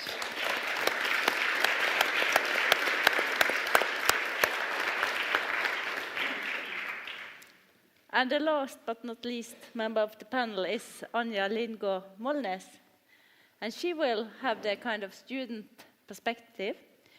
She recently finished her Master of Science in Renewable Energy here at UIB. In January 2018, she co-led the big Climate Energy Conference Vi må snakke om I morgen, which Rector talked about in his speech. And that is now being developed into an independent student organization. Her effort with the conference resulted in a travel scholarship that allowed her to intern at the Renewable Energy Institute in Tokyo for 2 months. Currently, she is working as a project engineer at Kverneland Energy in Stavanger, a company that specializes in solar energy and energy storage solutions. So, Anja, please. Yeah, thank you, Kristin. It's an honor to be here. Like Kristin said, I'm here to represent the student's perspective, although I'm not a student anymore. Quite a recent development. I'm also here to be kind of the voice of the young generation, although I'm actually not that young anymore. So first of all, I want to start off by mentioning the IPCC report that we've all heard so much about these last months, and here today, of course. I will not elaborate much further on this, but the report clearly states that we have only 12 years left before the 1.5-degree goal is lost forever. And this means that we have 12 years to limit disastrous climate change. In order to do so, I think we need to realize that and start acting like we live on a finite planet with a finite amount of resources. In order for us to maintain social stability and prosperity for future generations, we need to increase our energy and resource efficiency and make drastic changes to our economy, which cannot keep growing forever. But answering the question of what is the easy part, the much harder question is how do we get there? In the IPCC report, the researchers point out that it's not too late to avoid disaster. But this will require both rapid and radical restructuring of the energy system, consumerism, and how we organize our societies. But the longer we wait to take action, the harder and costlier it will be to handle the climate crisis. We are now seeing a significant change in the generation's attitudes towards climate action, where the young are willing to go further and make more sacrifices in their everyday lives to save the climate. And by doing this, over time, I think the perception of what defines a high living standard will evolve, as it always has, and it needs to do so. We have to accept that our lifestyles have to change, but that does not necessarily mean that our quality of life has to decrease. And in fact, I think as individuals, we could all benefit from being relieved of the pressure related to the extreme consumerism that in many ways dictates the level of success in our society. This has become very destructive, a vicious circle. 16-year-old Greta Thunberg became an inspiration to us all when she went on a school strike for the climate, which has later inspired a number of school strikes around the world, even here in Norway. She has become the face and voice of young climate activists that dare to call out our leaders on their failing climate policies. As Greta so elegantly points out, it is the younger generations that will be burdened with the task of fixing the mistakes and to deal with the unintended consequences caused by former generations. We will be the ones responsible for restoring the balance to the ecosystem that was so easily thrown aside for the sake of prosperity and economic growth. The will to act and make the necessary sacrifices is evident with the younger generations, but the big question is, will our politicians, the leaders of today, take responsibility to ensure this crucial transition into a smarter, renewable, and sustainable future for the coming generations? Thank you. Thank you very much.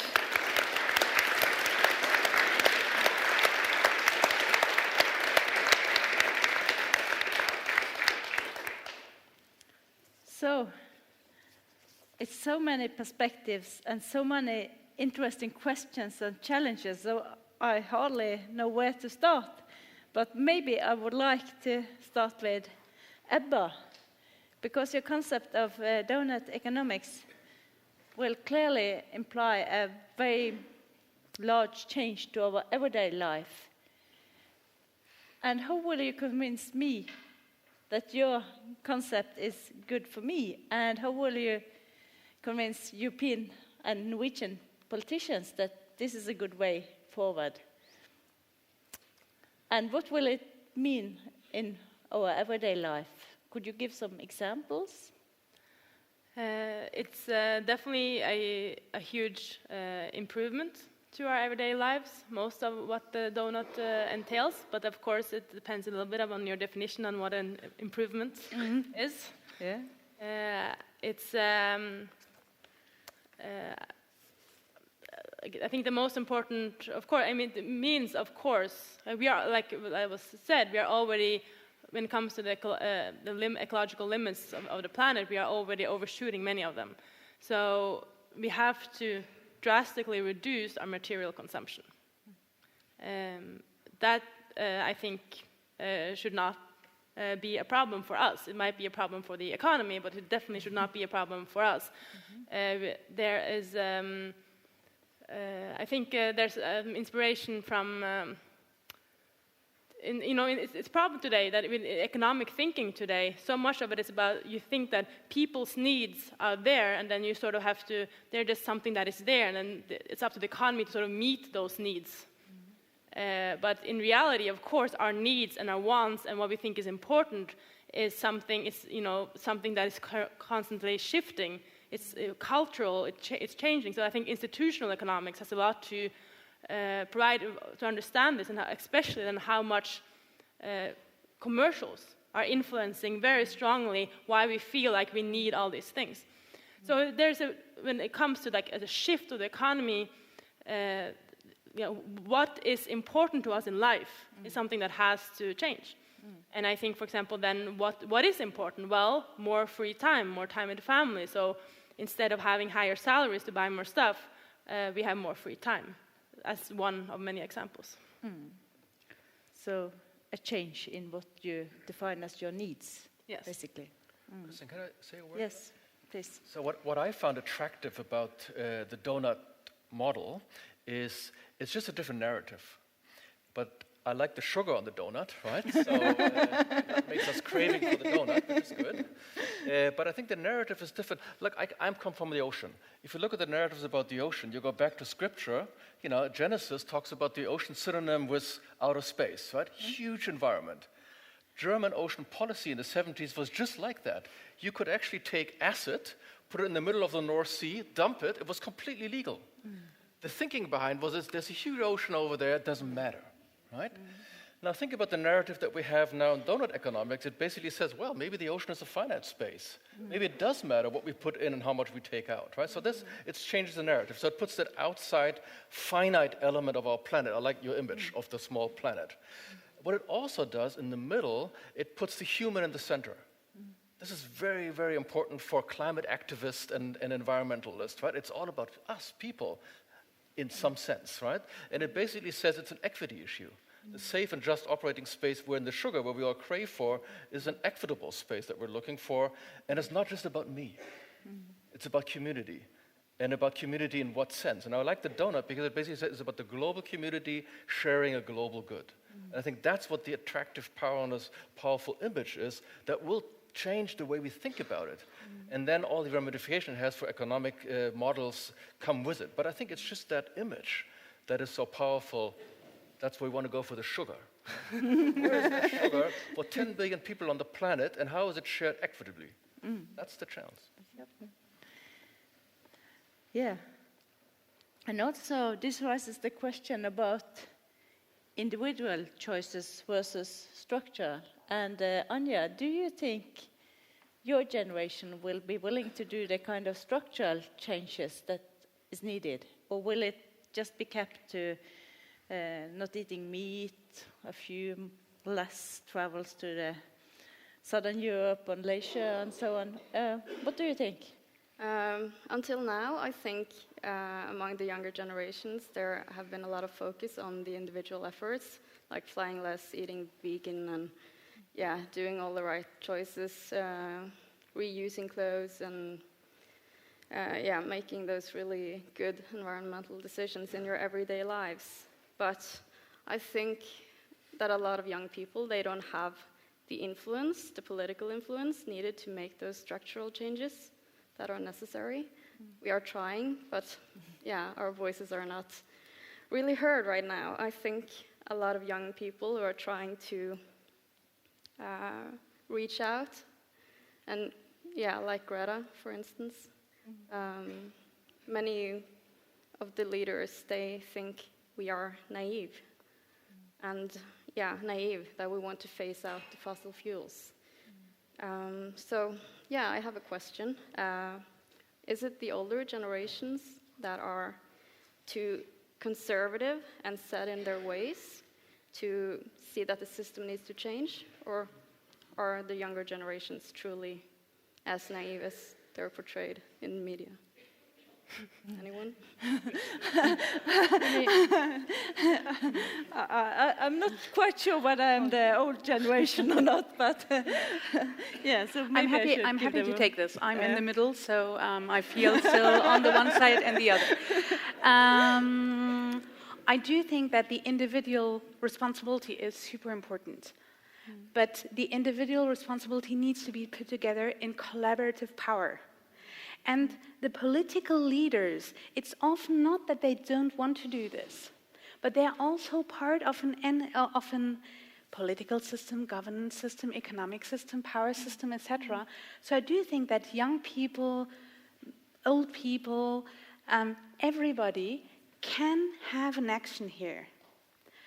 And I think there are really interesting things when you're looking into political, calm, pacifistic revolutions. There can be a strategic analysis on what the pillars are, the power pillars.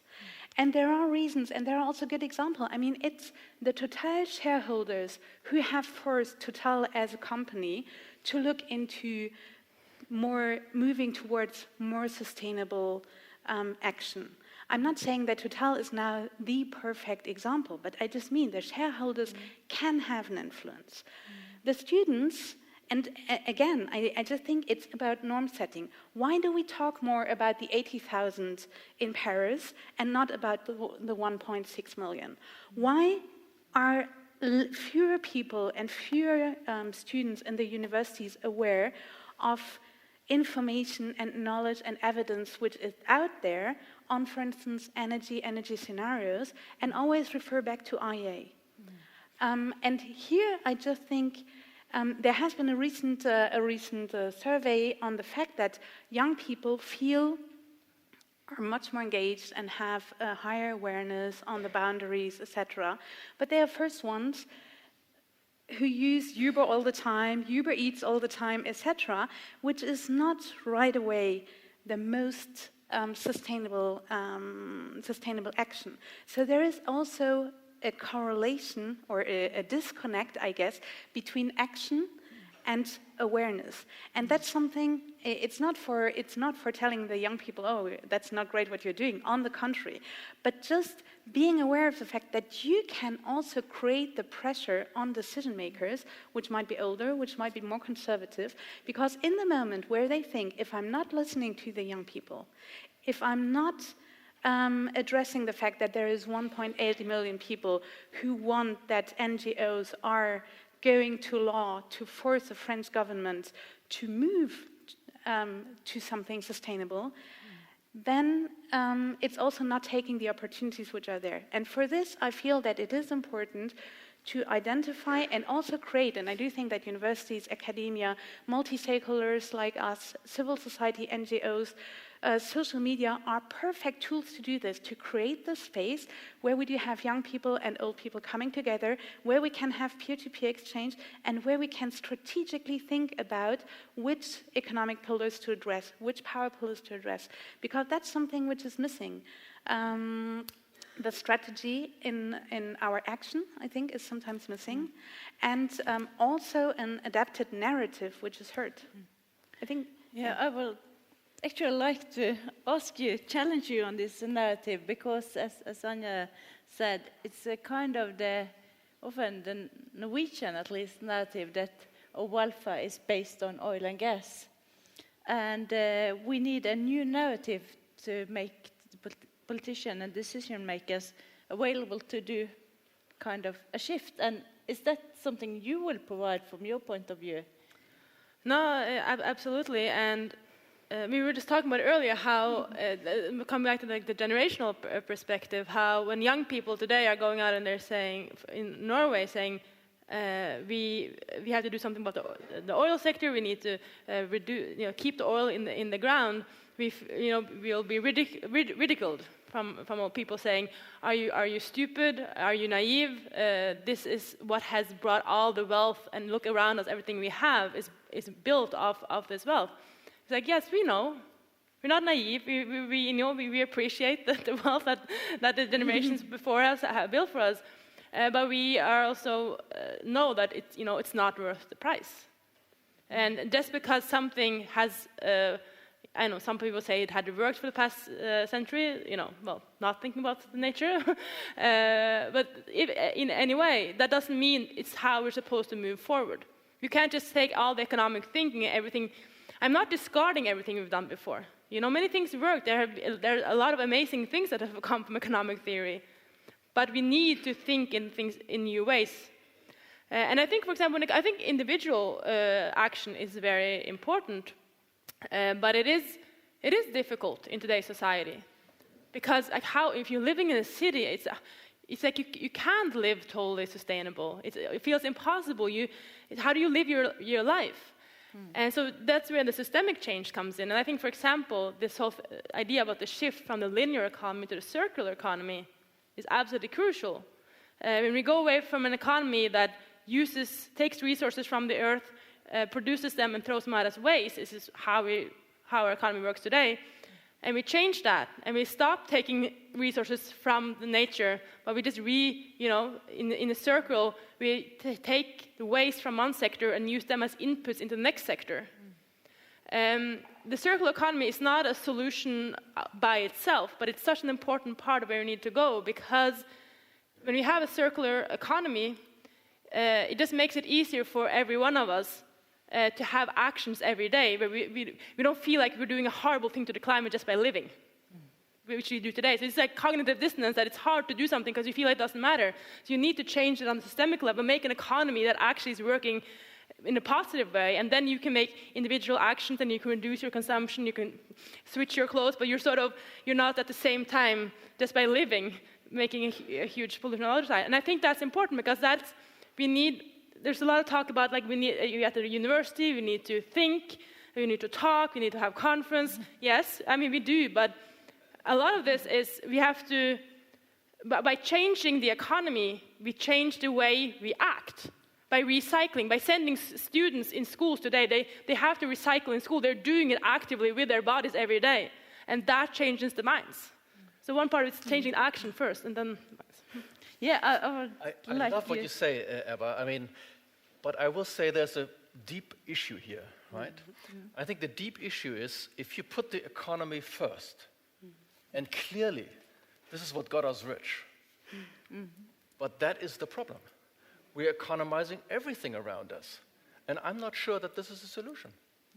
I think policy processes, moral values should be on the top, and the economy should be the way in which we get there efficiently. But you cannot define the goals by an economic perspective, and it's happening more and more. And I know you didn't quite want to say that, but it sort of comes across like that, right? So sort of that the economy and the economic model is the center. It's not. It's our political will, which somebody said before, is at the center, and we should regain access to where we want to go as people. And we should put economy where it should be, that is giving us the way to where we want to go in a most efficient way. And we should put science where it should be, helping us to figure out, how can we do this in a fact-based fashion? And we should give civil society its role by calling out things are not right. And we should think about the power structure, and I really like the next generation here. I love Ban Ki-moon. When we negotiated 2030 agenda in New York, Ban Ki-moon said, you know what? 50% of the people on the planet are below the age of 24. So if you go by democratic rules, I mean, you guys have the majority, right? But somehow the power structure in our society is not set up that way. Right? So it's that kind of reform that I'm all for economic rethinking, but it's just a question, who runs the show here? And I think the power should be in our political systems, with moral values, is things like that, sharing, community building, many of these elements. And if we put the economy on the top, it's already there where things start to go sour, and then the particular economic model seems to be decisive.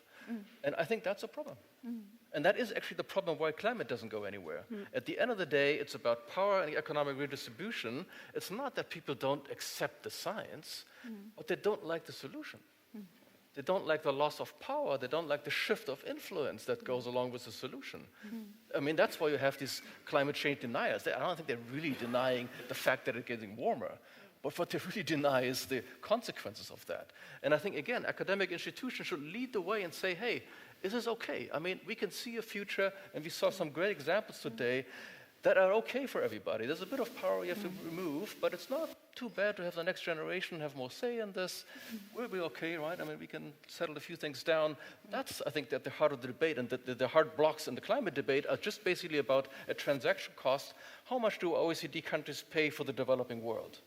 And how much is Norway and Germany willing to actually do this? That is the crux of the problem, right? And what you're saying is exactly true. I mean, there's options, cheap options, but the power structure is who's going to earn with renewables? Not those who are earning by burning gas and coal, so it's a power loss for them, and that's what they don't like. Would you like to comment on that? Yes.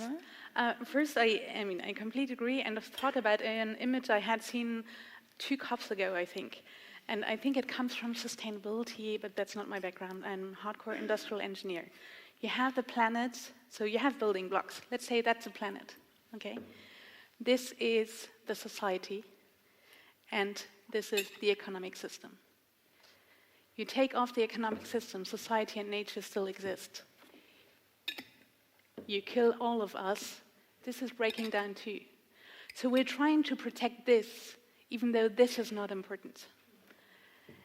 So just for the visual people here in the room, because for me, this really helped understand things, and I think it is important that we have a focus on what is key. Now, building on this, I would like to pick up on the young generation, the role of university, the role of evidence. We are producing evidence at Rentin One, all the time evidence. We have hardcore facts, etc. Fine. Evidence on climate change is out there since a long time. This does not mean that human beings decide according to this. And I do think, and I would like to bring this as a message to academia too, human beings are not only an intellectual brain. So for me, what is key is to train young people to feel empowered to take action. It's about governance structures too. It's about a kid in and I found this super interesting, in Uganda there was a teacher, it was a civil society who told the kids to just write down when the teacher came late or did not come to school. The only thing they have done is saying it once a week on the radio. This has changed the absence number. And these kids were between 6 and 10 years old. And I think this is fundamental to avoid actually that young people have the impression that they cannot influence the debate. They can influence the debate. To have young people who find and create the spaces where they are being heard.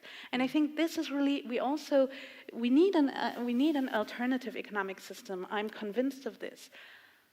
But we also need to rethink our political spaces and occupy them, because ultimately, why don't we dump waste in the ocean anymore? This is because regulations have changed, regardless of the fact that industry was not interested to change it. And there are so many vested interests out there. They are out there.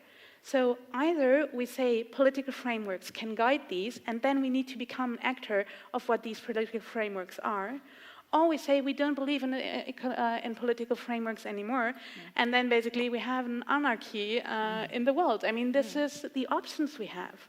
And I really invite the universities to accompany the students in having the trust in themselves that they play a role. They do play a role. Thank you. I think we should now invite our keynote speakers, and also we start to have some of the questions from the audience, which we have got here.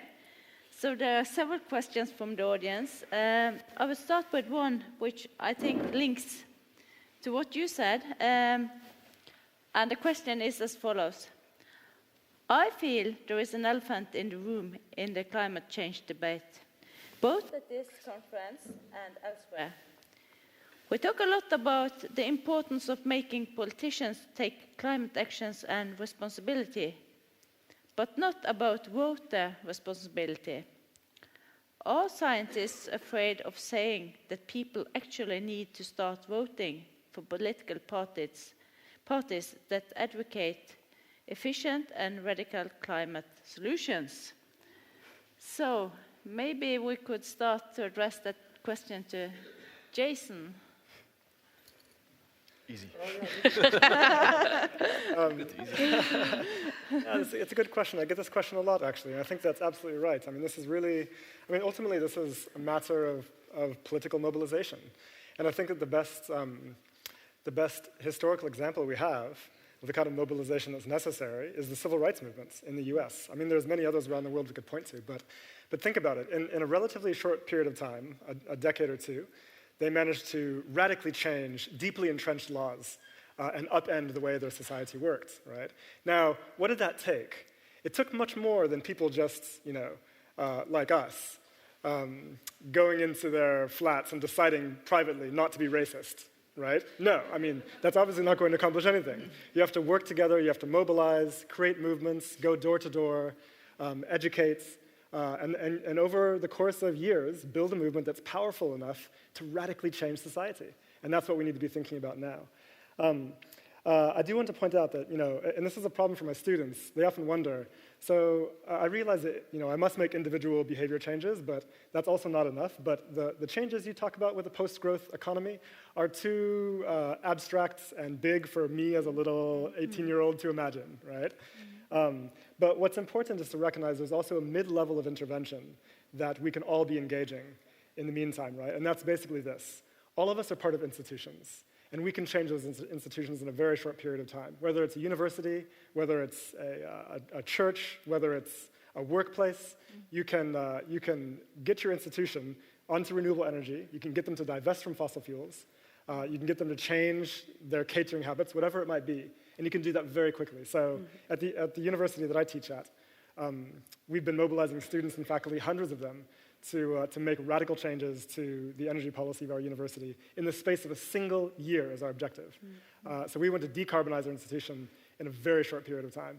And this brings me to a point that I want to make. It's interesting.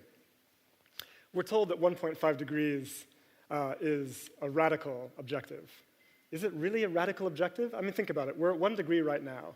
Already, we're facing climate catastrophe. I mean, it may not seem so to those of us who live in the rich world, but the catastrophe is real for our fellow species and also our fellow humans. And yet, the most radical horizon of our imagination is to keep warming for an additional 1 degree. I mean, think about that. It's absolutely ludicrous. And so I think that people in the Extinction Rebellion movement and the student strikers are absolutely right. We should demand even more aggressive emissions reductions than even 1.5 degrees is suggesting. So what does that mean for institutions? That means 0 carbon in 2, 3, 5 years at most. We can do that. Anja, do you think it's possible to have the students and young people a stronger voice? And how do you think they can be more involved in politicians and make structural changes? That's a really tough question, but I think that the older generations, they need to be more open to ideas from the younger generations. They need to really listen to what we have to say, because we are actually the ones who are going to live on this planet longest. So, I'm not really sure how to do this, but it really needs to happen, because it's so important that we get to decide our own futures. Tore, you also wanted to comment on this. Yes, of course, I get this question all the time. What can I do, or what can we do? And of course, you can look into your personal consumption of, are you eating meat? Are you driving a car? Are you biking to work? Are you flying to Asia for vacation, etc., etc.? But I think most people should do and can do is to engage. Do what you can, tell your family, tell your friends about it, and social media is of course perfect way to really show the other ones what you are doing. And then finally, it has to do with engaging in society and to vote in the end. And I think we have to trust democracy. And one very good example is the Brexit, because the majority of the old people, they wanted to leave Europe. The majority of the young people, they wanted to remain. The old people, they voted, and the young people, they didn't vote. It was some 20% or something. So of course, that's just one example showing how important it actually is to use democracy, because it is working if people are using it. So that's just my comment. Yes, Anja? Yeah, just one thing. I think it's really important that we implement this into the school system, so that, students get this message from early on. They need to know about climate change, and they need to know about renewable energy. And like, for instance, the company I work for, we recently installed solar panels on a children's school. And this will also help, direct the focus towards the green transition and raise the awareness of the younger generations. So I think that will be really important as well. Yeah, quick comment. At one dimension, which I think came out, Tor, you mentioned it, I heard a little bit from you, and I think your point was quite there. I think a key word is here community. I think we're getting ourselves in a lot of trouble by this individualism. It's about me and how I look on Instagram and, that kind of stuff, right? But it's really, the solution comes better if you think about community. Because if you think about community, you're balancing a bit more needs from different people around you. And you gave great examples in your near life circles what community means. Because in your community, you have people who are well off, not so well off, maybe older, younger generation. And it's about thinking about solutions that work in community. And if you start doing it there in Bergen, as a starting point, and then you can think about Norway or Europe, then it's not so hard to also think about community which goes global. But I think if you think it's just about me, again, I think that's what's got us there in the problem in the first place, right? So I think it's this community aspect of the solution space, and community is about voting, engaging together, making the change, seeing what it's done, majorities, democratic processes. They're all community-based. And I think we're losing it a little bit by somehow our isolation. And I go with social media both ways, right? I mean, you could say they build global communities, yes, in the most positive way, but I see a lot of isolation coming from that. And I don't know how to manage that, but I'm just observing that. But I think community is a much better way to solve tough problems. So you want to kind of get rid of this extremely strong focus on me as a person and make me act as part of a community. And I can take that me thing to the next level. It's about me being great again, right? And make the planet great again, I suppose, as well. We have another question from the audience, which is maybe start with Ebba. What does the panel think about shared economic, delingsekonomi in Norwegian, car sharing, etc.? Could this cause structural changes in society? Absolutely. Depends on what parts of the sharing economy you're talking about. I think car sharing is a good example. Of course, everybody does not need their own cars if you're living in a city. It's obvious, and that exactly it's the technology that is helping us make the apps that make it possible to administer something like this. So that's a central point. But that is because it's there's something actually shared about it. Sometimes people talk about the shared economy and they include, for example, just any new app that's come out, or like Uber, for example, or and there's nothing about that. There's nothing about sharing in those apps. So we keep the actual sharing and how we can make sure that instead of the idea that it's about shifting. The whole idea in the circular economy is a lot about shifting the idea that everybody has to own any material good into an idea where we think that, how can I get what I need when I need it without necessarily owning it. So making systems of leasing, of renting, of swapping, and yes, the apps are crucial, I think, in getting people to communicate in that way. But then, of course, these are the kind of things that will probably reduce the economic growth because people will then buy less stuff.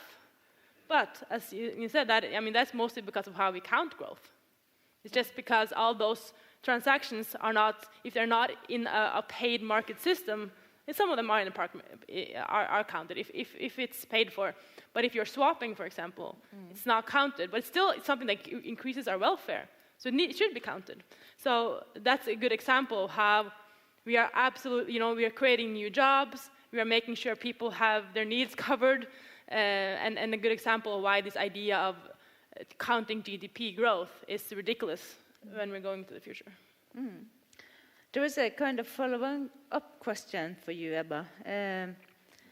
The donut is a very holistic model, but the big question is, from an economic point of view, where should we start and where can we actually start making the changes needed? Well, I think first of all, the donut is not a model. It's an image, and it says something about the goal. And then all the models, and that will help us create the right models of where we need to go.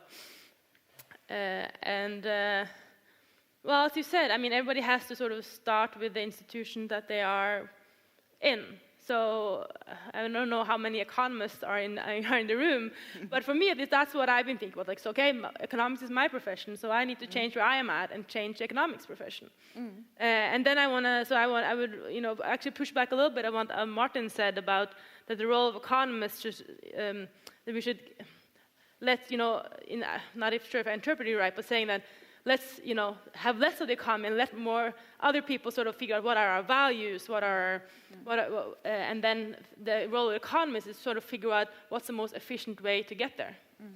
And I would strongly disagree with that, because I think that's exactly what is happening right now. You have economists as being this like objective judges saying like any people are throwing out good solutions to how to solve the climate crisis, and the economists are sitting there like, nope, this is not efficient enough, this is not efficient enough, I think there's another solution that's more efficient according to my model, according to my assumption. And what's always coming out at the most efficient in an economic model is always going to be CO2 taxes and the quota market, CO2 quotas, which is also the most unpopular things. And so it makes it very hard to make a shift. And I really think economists need to take part of the blame for why there hasn't been done more.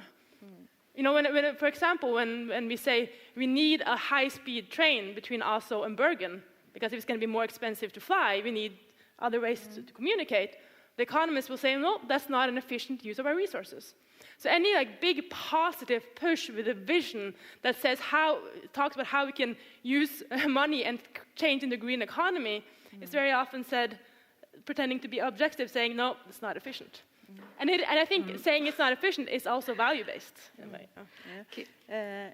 Rune and Martin. Very quickly, only one sentence actually. I do think that even though CO2 pricing might not be attractive, the question is also how do you then design this? Because you can very well design CO2 pricing in a way that it's redistributed to the people who have the impression that they will pay a lot. There are models and examples. And I just think this is one of the examples where it's not black and white. We can set the norms. We can design the norms who want to live. And we need to make people dream about that. I just think it's... so we should also be more positive in telling these good stories. So, Martin. So I think we agree. We're using different language. So I think what I was basically saying, there's a different type of economic arguments, not the one that you brought forward, which I actually subscribe to, but is, look at my country in Germany, you basically say, we can't limit speeds on the motorways because it'll be bad for our car industry. Right? So it's an economic imperative that sets policies, which have nothing to do with the economy as such, but it's something, so the question is, who sets values? That's what I was trying to say. Now, I totally agree with you. If you then say, okay, you can't get there because there's a cheaper way to get somewhere else, well, that's not what I was saying, right? I was saying you should agree to where we want to go as a society and stick to that and then figure out, by a combination of private sectors, the governance. But you need the guidelines, the guardrails come from policy to say what's okay and what's not okay. There are, cheap solutions which are not okay, right? Because they are violating other externalities that maybe are not in the economic model. So I think I'm agreeing with you, but it's a bit about the frame. But speaking about frames, Kristin, if I may, I've learned a lot from spending a little bit of time in Asia. And I ran a conference a few years back on ocean sustainability. And I know some friends of us who run a very exciting program called DOSI, the Deep Ocean Stewardship Initiatives. Okay, so it's about protecting the marine biodiversity at depths. And then I thought about the name, stewardship. Okay? Now, for us in Norway and in Germany, that's okay, right? Why is that okay? Because it very much speaks to our cultural heritage. God has given us the earth, and we're supposed to take care of it. That's what stewardship is all about, right? So this is a narrative that's very much entrenched in our culture, even if you don't go to church. It's part of our linguistics. We had a discussion this morning. If you go to China, I was at a conference, same topic. It was called Living in Harmony with the Ocean.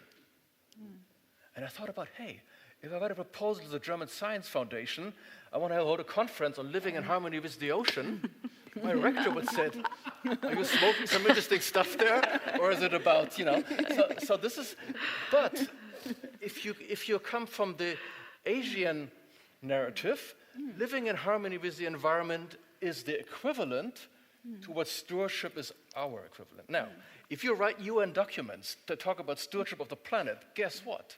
Asians don't know what you're talking about or they won't engage. So it's the frame in which you discuss things sometimes really matters. And I think this harmony business has some interesting things, right? So it's not about your parents should be taking care of you young kids. It's about living in harmony and community with old and young and together finding out what the solutions is. Interesting frames from other cultures. Jason. Is it okay if I just jump on the stewardship question, actually? Because it's something I think about a lot. And I think, actually, that the frame of stewardship is part of the problem. Because what it does is it presupposes that we are somehow above nature and can control it and manage it, right? And I think that's exactly the kind of thinking that's led us into this crisis in the first place, which is this presupposition of a fundamental distinction between us and other species and their ecosystems, right?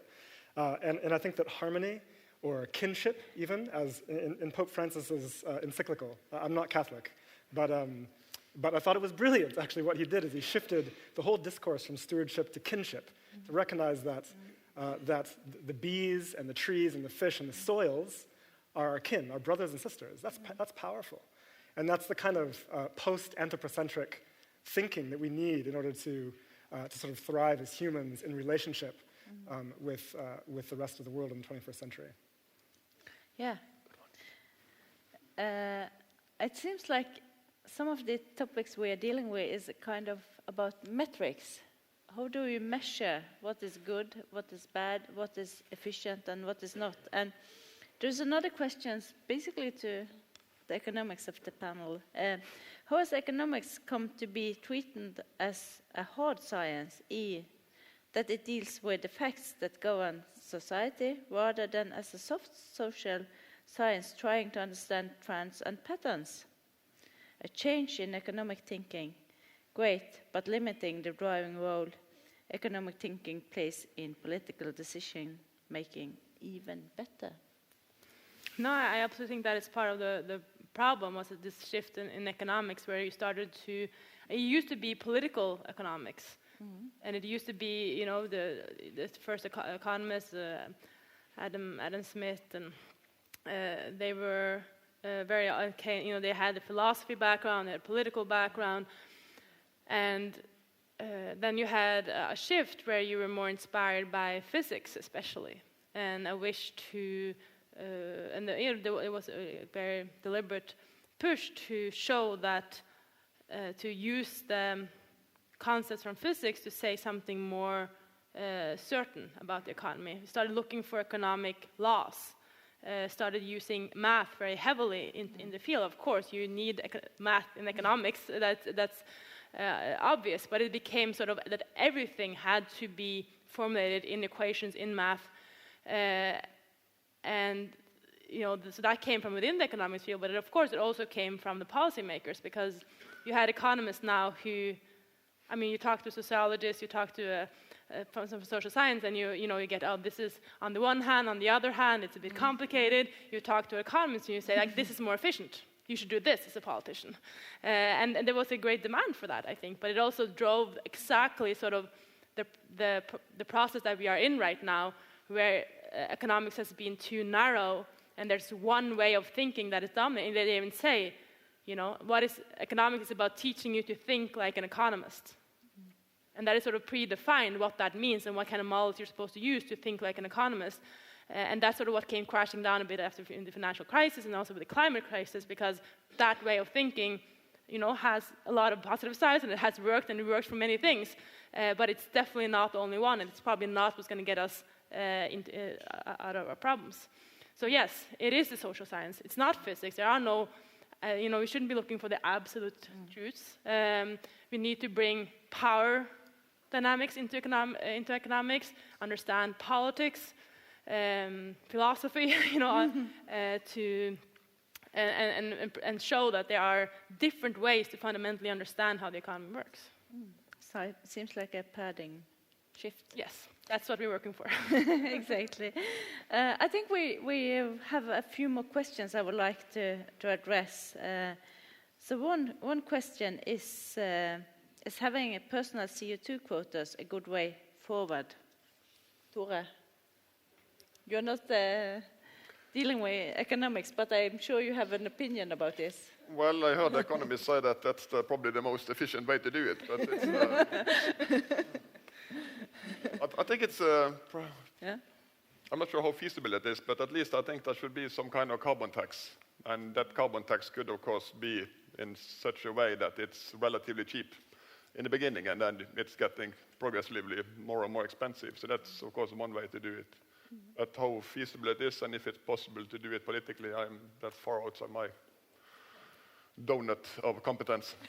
Okay, Martin, Anja, and a quick, short question, answers. It's a good topic that we all have an opinion on.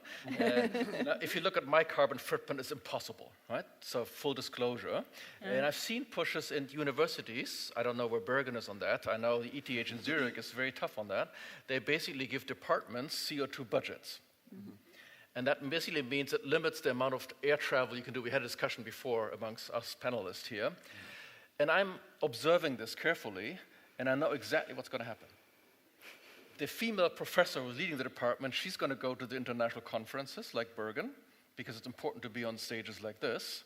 And the student who wants to go to a conference, unfortunately, get hit by the carbon tax. So I like the price a little bit better because it's not so limiting, because you can offset it with something else. Price is something you can think about, what you want to pay for publication, blah, blah, blah. But it is something, if you go very hard on it and basically put quotas to certain things, my profession, Tor's profession, we go to sea, do experiments. If you know how much CO2 a research vessel blows out, I'm dead in the water before it even starts, right? So I think this is something which I like in general. I like this more trade space thinking, but if you go hard about it, it'll be also very disruptive for my own business. Unfortunately, it's those people who are lower in the power chain, better or worse, going to be hit the hardest, and you have to think that through a bit. Anja, you wanted to comment on this? Yeah, actually, I have a subscription myself where I buy carbon credits each month. And I think it's a good way, a good start to offset your carbon footprint. And I actually had to buy some extra carbon credits to get here by airplane, so yeah. But I think this also reflects some of the mentality of the younger generations towards offsetting their carbon footprint. And I think more people should consider doing the same. Yeah. I think yes. Jason, yeah, I mean, I agree with what you say, although the problem with the carbon offsetting situation is that the prices are so incredibly low. You know, I mean, it just has no bearing on reality whatsoever, right? So, I mean, if we want to stay within 1.5, again, our carbon tax needs to be in the region of, like, in the thousands of dollars per ton. It has to be high enough to ground airplanes, okay? So, I mean, that's what we have to aim for. So, I mean, of course, you know, the big question is equality. So, and the problem with the carbon tax is that it leads to things like the gilets jaunes. And the response is, you know, we can have a carbon tax and then a dividend, where you take a share of the revenues and give it back to working class households to offset their costs, to make sure it's equitable. Or you can use it to make something else free, make, housing more affordable as a way of, again, offsetting costs for working class people. There's lots of ways you can do it. I think that the appeal of the personal carbon budget is that it has a kind of equality built into it. But as you pointed out, I mean, there are problems with it. But each, zone of high emission can also have a different approach. Like, take the airline industry. Here's an idea. Everybody gets one tax-free flight every 5 years, let's say. If you want to take more than that, you are welcome to do so. But for each flight you take, we will tax you until you squeak. Right? and so eventually it's just not going to be worth it. And if you really want to go to that conference, and if it's your third flight in the year, you'll be taking the train, right? Or appearing by video conference, because it's otherwise just not worth it for you. And that's the kind of, I mean, that would apply to you, I think. So that's the kind of approach we need to air travel, for sure. There is another question from the audience. Tourism and traveling in general is part of well-being. It is as well an aspect which play an important role in the economics of many countries. In my opinion, it could also be alternative to shift from oil sector in Norway. How can tourism and traveling be combined with renewable energy and decreasing of air-ocean pollution? Rana, do you have traveling and discovering your neighborhood during your vacation? This is very nice. I mean, I'm living fortunately now since 16 years in Paris, and discover that France really has great regions which are all reachable by train.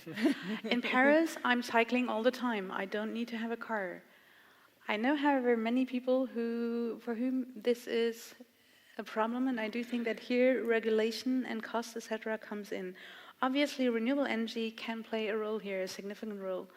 But especially when we're talking about travel and transport, the first thing is really reducing transport, and sharing options are here, moving to public transportation, increasing public investment to develop the infrastructures, and obviously, once we are doing this, this needs to be linked to renewable energy. I mean, this is a no-brainer, which is unfortunately very difficult to integrate because of the high dependence of transport on fossil fuel, of the fact that it is an economic space which is where you have tax exemptions. When we're speaking about aviation and shipping, and there is no regulated framework actually, and that is something which is, I think, the first thing to address. And once you address this, I think that there is obviously sustainable sustainable tourism options which do exist. There are programs where you have everything 100% renewable energy. I mean, these business models exist, and I do think one thing which is really interesting about renewable energy is we are talking about a decentralized energy production, which means there is empowerment of each and everybody. And this brings me back, I really think this empowerment is fundamental. And so I'm confident that when we're setting these frameworks, we are very creative in developing also sustainable tourism models where this can take place. But it doesn't mean that we are not traveling maybe very far away. I would like to connect this to one thing which was brought up this morning on how to empower also centers in the southern hemisphere. I really think it is also about local and regional empowerment. That's fundamental. And we do have today the IT technology, social media, MOOCs, etc., which make it possible. And I'm pretty sure that, I mean, for me, I'm thinking loud here, but I had a thought on young and old people. You see, bringing together people who are not working anymore with the young people, this is something which happened in the Serbian Revolution. And this is really powerful because there is an interest coming together. Now, if I continue this and think about tourism and my vacation, maybe actually it might be really interesting that with my kids and myself, I'm going to travel with some people I don't know at all and who are 70 or 80, and I'm not really used to this, and I will discover as many crazy, interesting, funny stories and live different perspectives as if I'm traveling to Thailand and meeting people who don't speak my language. So I think it's again a shift of perspective, it's again a shift of norm, and also being ready to leave our comfort zones, because it's also very much about this. I was talking about, sorry. Kristin, can I challenge your rector? Yeah, actually, I have a question here where we are to challenge the rector. So I think all of you are allowed now to give some good advices, because the next question is, what should Rector Rune Olsen do to achieve a carbon-neutral university by 2030, and is the time frame realistic? And he is not to answer it himself, but you are to answer it. So maybe we could start with Tore and then... Sounds good. So please give the eyes. Well, university, just to start with the positive thing, because university has done a lot. So in terms of heating and in terms of electricity use, it's more or less renewable already. Got away all the oil fuels and so on. But of course, it's the number one is the traveling of all university employees, and I guess the rector, I read that he is among the worst ones. And so of course we can buy this CO2 quota, and I think that's what we have to do in the short term to offset the carbon emissions. But of course, in the long run, we should all try to reduce our traveling, and then there are video equipment and there are other ways to do it. So it's but I absolutely think that it's feasible for the university to be carbon neutral in 2030 and even before. Okay, good. Yeah, I actually agree with everything Tore just said. You just said everything I was thinking, so thank you, Tore. Yeah, so carbon credits and less traveling, I think that's a good place to start. Yeah, I'm trying to think how university fits into the circular economy. It's all about like, so how, what kind of waste products from maybe other local industries in Bergen locally could you use as inputs somehow? Here, I'm not sure what the answer is. I don't know the infrastructure, but that's definitely what we need to be thinking. Like, is something that is being bought that could, in a way, or in inputs in any way that could be coming from waste, and how, of course, you deal with your own waste. But of course, as university, the most important thing is there's a financial commentator, the commentator in Financial Times, Rana Faruhar, written a book called Makers, Not Takers. And what she says, that the world's business schools are educating their students to be takers and not makers. You're educating students too much to think that how you can extract value from the economy instead of how you can create value. So I think that, of course, is the main thing to enter. Mind shift at University of Bergen. Okay, and by the Rector. Okay, Rune. Building on this, I think travel means also flexible work times. This brings us to urban and land space planning. How do we decentralize, I think, universities in the future? And again, I'm sorry, it's again two French companies. Danone and L'Oréal, for instance, have engaged in sustainability. What they have done very clearly is to bring this down to also individual targets. And there is one individual target which is linked to the company space, and there is one individual target which is linked to the private space. Now, this is obviously a debate, but I do think that translating basically an overall target into what does this mean for senior professors, for I don't know the different roles, but the different roles, and what does this mean for the students too, and developing a charter that when you start here, this is also something you engage in, because we are aware of the fact that the norms we are setting are key to our action and taking care of ourselves, of the planet, and our future. Okay, there's personal goals. Yeah, personal, but also collective goals. I think it's really, there is a need for a systemic approach here. And the individual is part of the system, and the individual needs to be empowered, and as such you can also ask the individual to respect or to engage in participating. So sounds like you're doing good in Bergen. That's wonderful. So here's the challenge. So on the one hand, we could compete between Kiel University and Bergen University and see who's doing better on carbon. I know who's winning, unfortunately. But on some ways, we come from similar systems, and we might end up comparing notes about good practice, and it's all fine. But actually, I think what University of Bergen, what I also like to see is, where's your godchild in the developing world? Where's the one university that you're picking somewhere, let's say in Africa, that you're lifting up to the same level as Bergen is in Norway? No, yeah, you can answer the question. Just give you the motivation for answering it. But you see, because it is also something where I want to come back to this community aspect. So it's on the one hand doing better where we are, but if you actually go into a long-term relationship with some of those areas, you learn a lot about their problems. The things that you would do in your environment probably doesn't work there. What they can do is maybe interesting for us, but in particular, you're generating global equity. And global equity is not just about us reducing, it's one part of it, but it's also lifting up the others to get more equity. And I think universities can really do this godchild type relationship, and it means you're not doing a project for 3 years to study something exciting in some Pacific islands, but you're actually committing yourself to a 20-year partnership. And I think that, and I know Bergen has good answers for this, but it is something I really love to see that universities compete for.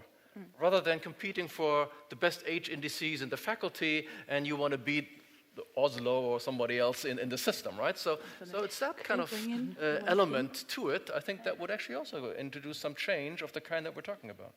Good. And Jason, and then Rune has asked for a short comment as well. Okay. So gladly.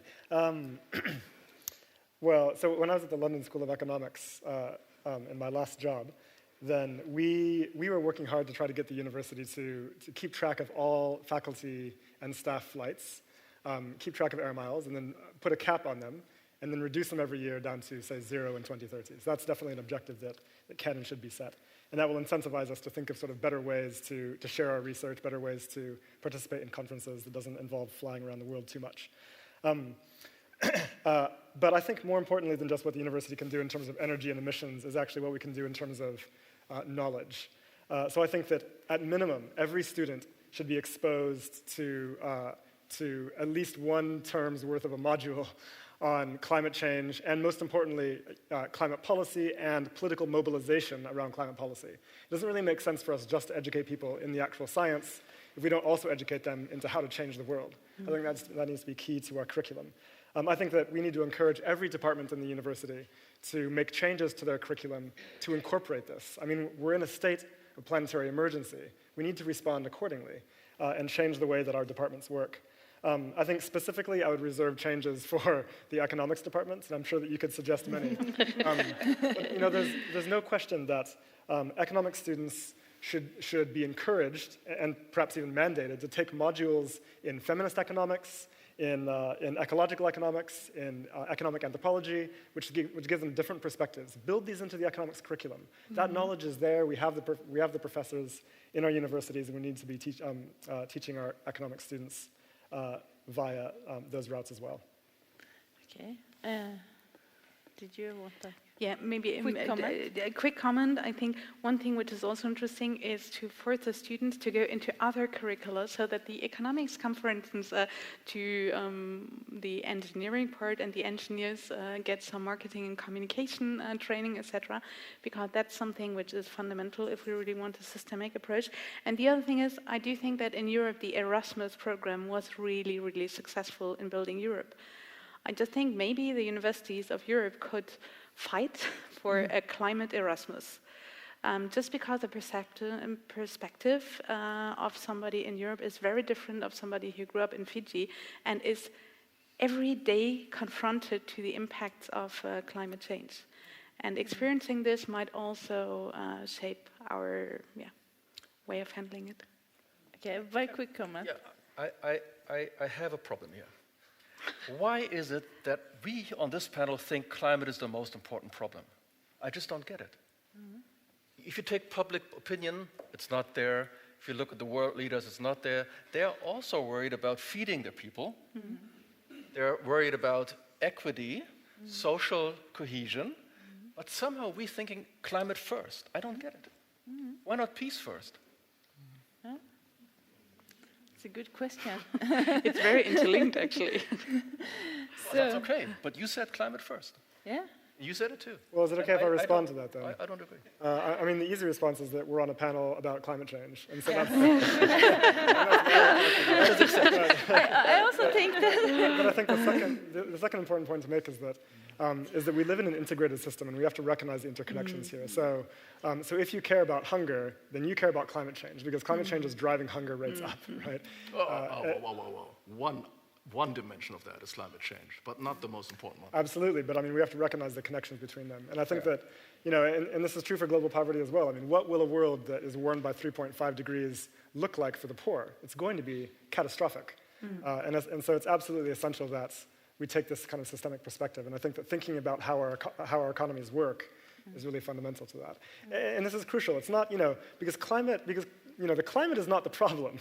Climate change is not causing the problem. Climate change is the symptom of a deeper problem, which is our economic model. And that's fundamentally what we need to address. And that has to do with everything from poverty to hunger to equality to gender imbalances to pollution, etc. I'm okay then. Okay. You're convinced. I also just mentioned that the topic about is climate the most urgent issue was addressed yesterday. at the half-day seminar, where you can find a movie on YouTube, actually, where you can have the discussion and see it. I would wrap up with the last question, also from the audience, but I think it summarizes very much what we have talked about. What are the main showstoppers for reaching the 1.5 or 2 degree targets, and what can we do with them? It should have been stated at the beginning, but I think we should use it to wrap up. And again, I would like to challenge the climate expert. What's the showstopper? Showstoppers, yeah. What are the main showstoppers for reaching the 1.5 or 2 degree targets? And what can we do with them? There should be a short answer to a very complex, but unless you will lose it in as I said yesterday, and also that was said earlier today, the technology is there. So then well, we have all learned today it's about economy and it's about political systems. So I think it's possible, but we have to act very fast. And again, technology is there. We have the possibility of making all the energy system renewable. So that's about economy and it's about political will. Yeah, so politics. Yeah, I think we have all the answers that we need.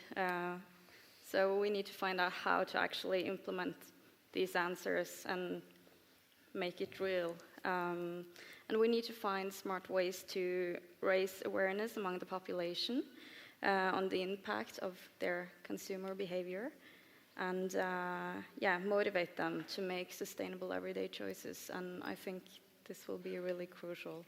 And also, our leaders need to set a good example for the population in order to promote sustainability.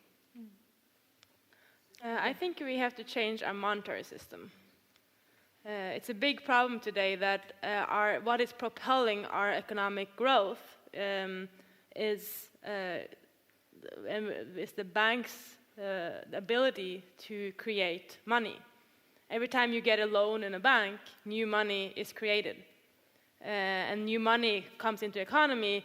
Right now, of course, what is happening is that where is that money going? Well, it's mostly going into our housing market, at least in Norway.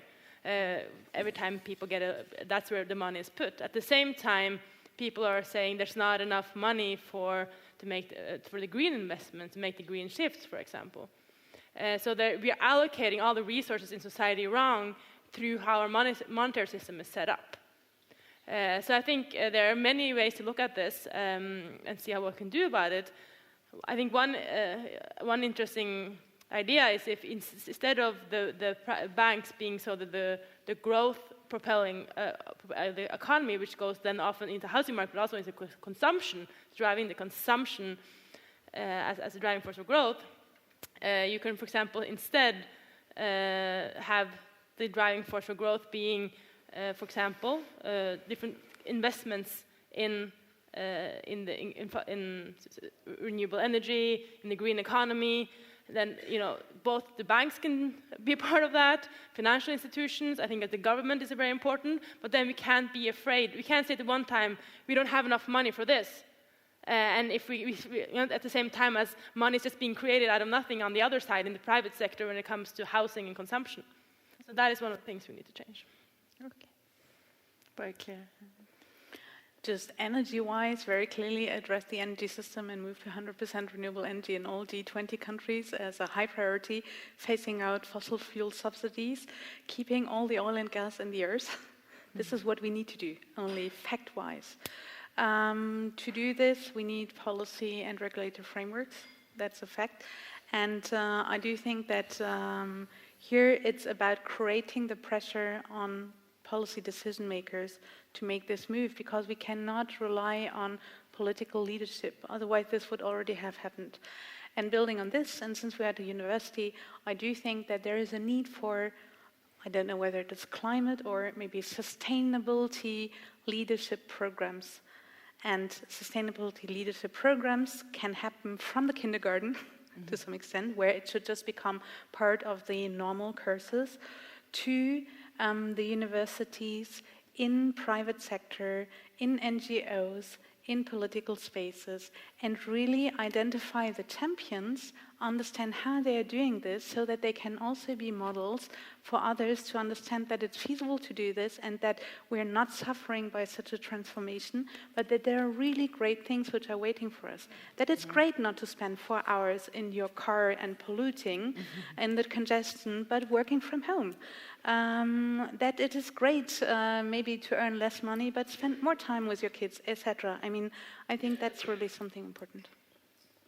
I love that. So my suggestion was just like yours. Make climate solution thinking and acting sexy. So it should be addressing climate change, sustainability should be fun. Let's empower and reward those sheroes and heroes such as Anja and Ebba.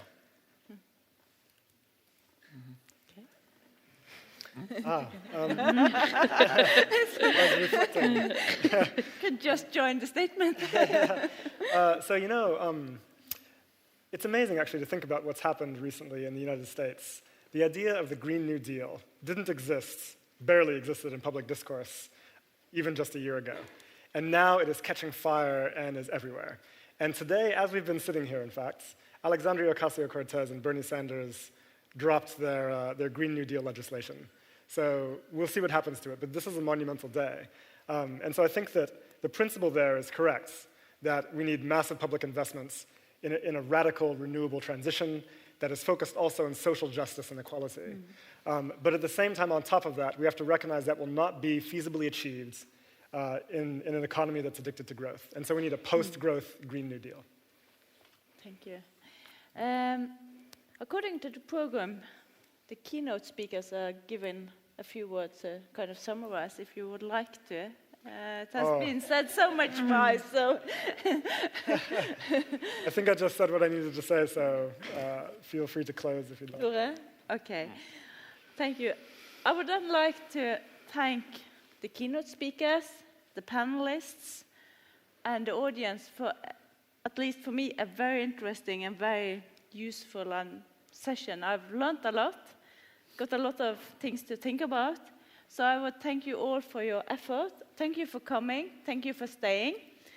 And by that, I close the session for today. I would just like to mention that those of you who have signed up for a conference dinner, that will be at 7 p.m. at Grand in the city center, very close to the hotel where many of you stay. And then we reconvene tomorrow at 9 a.m. So thank you very much.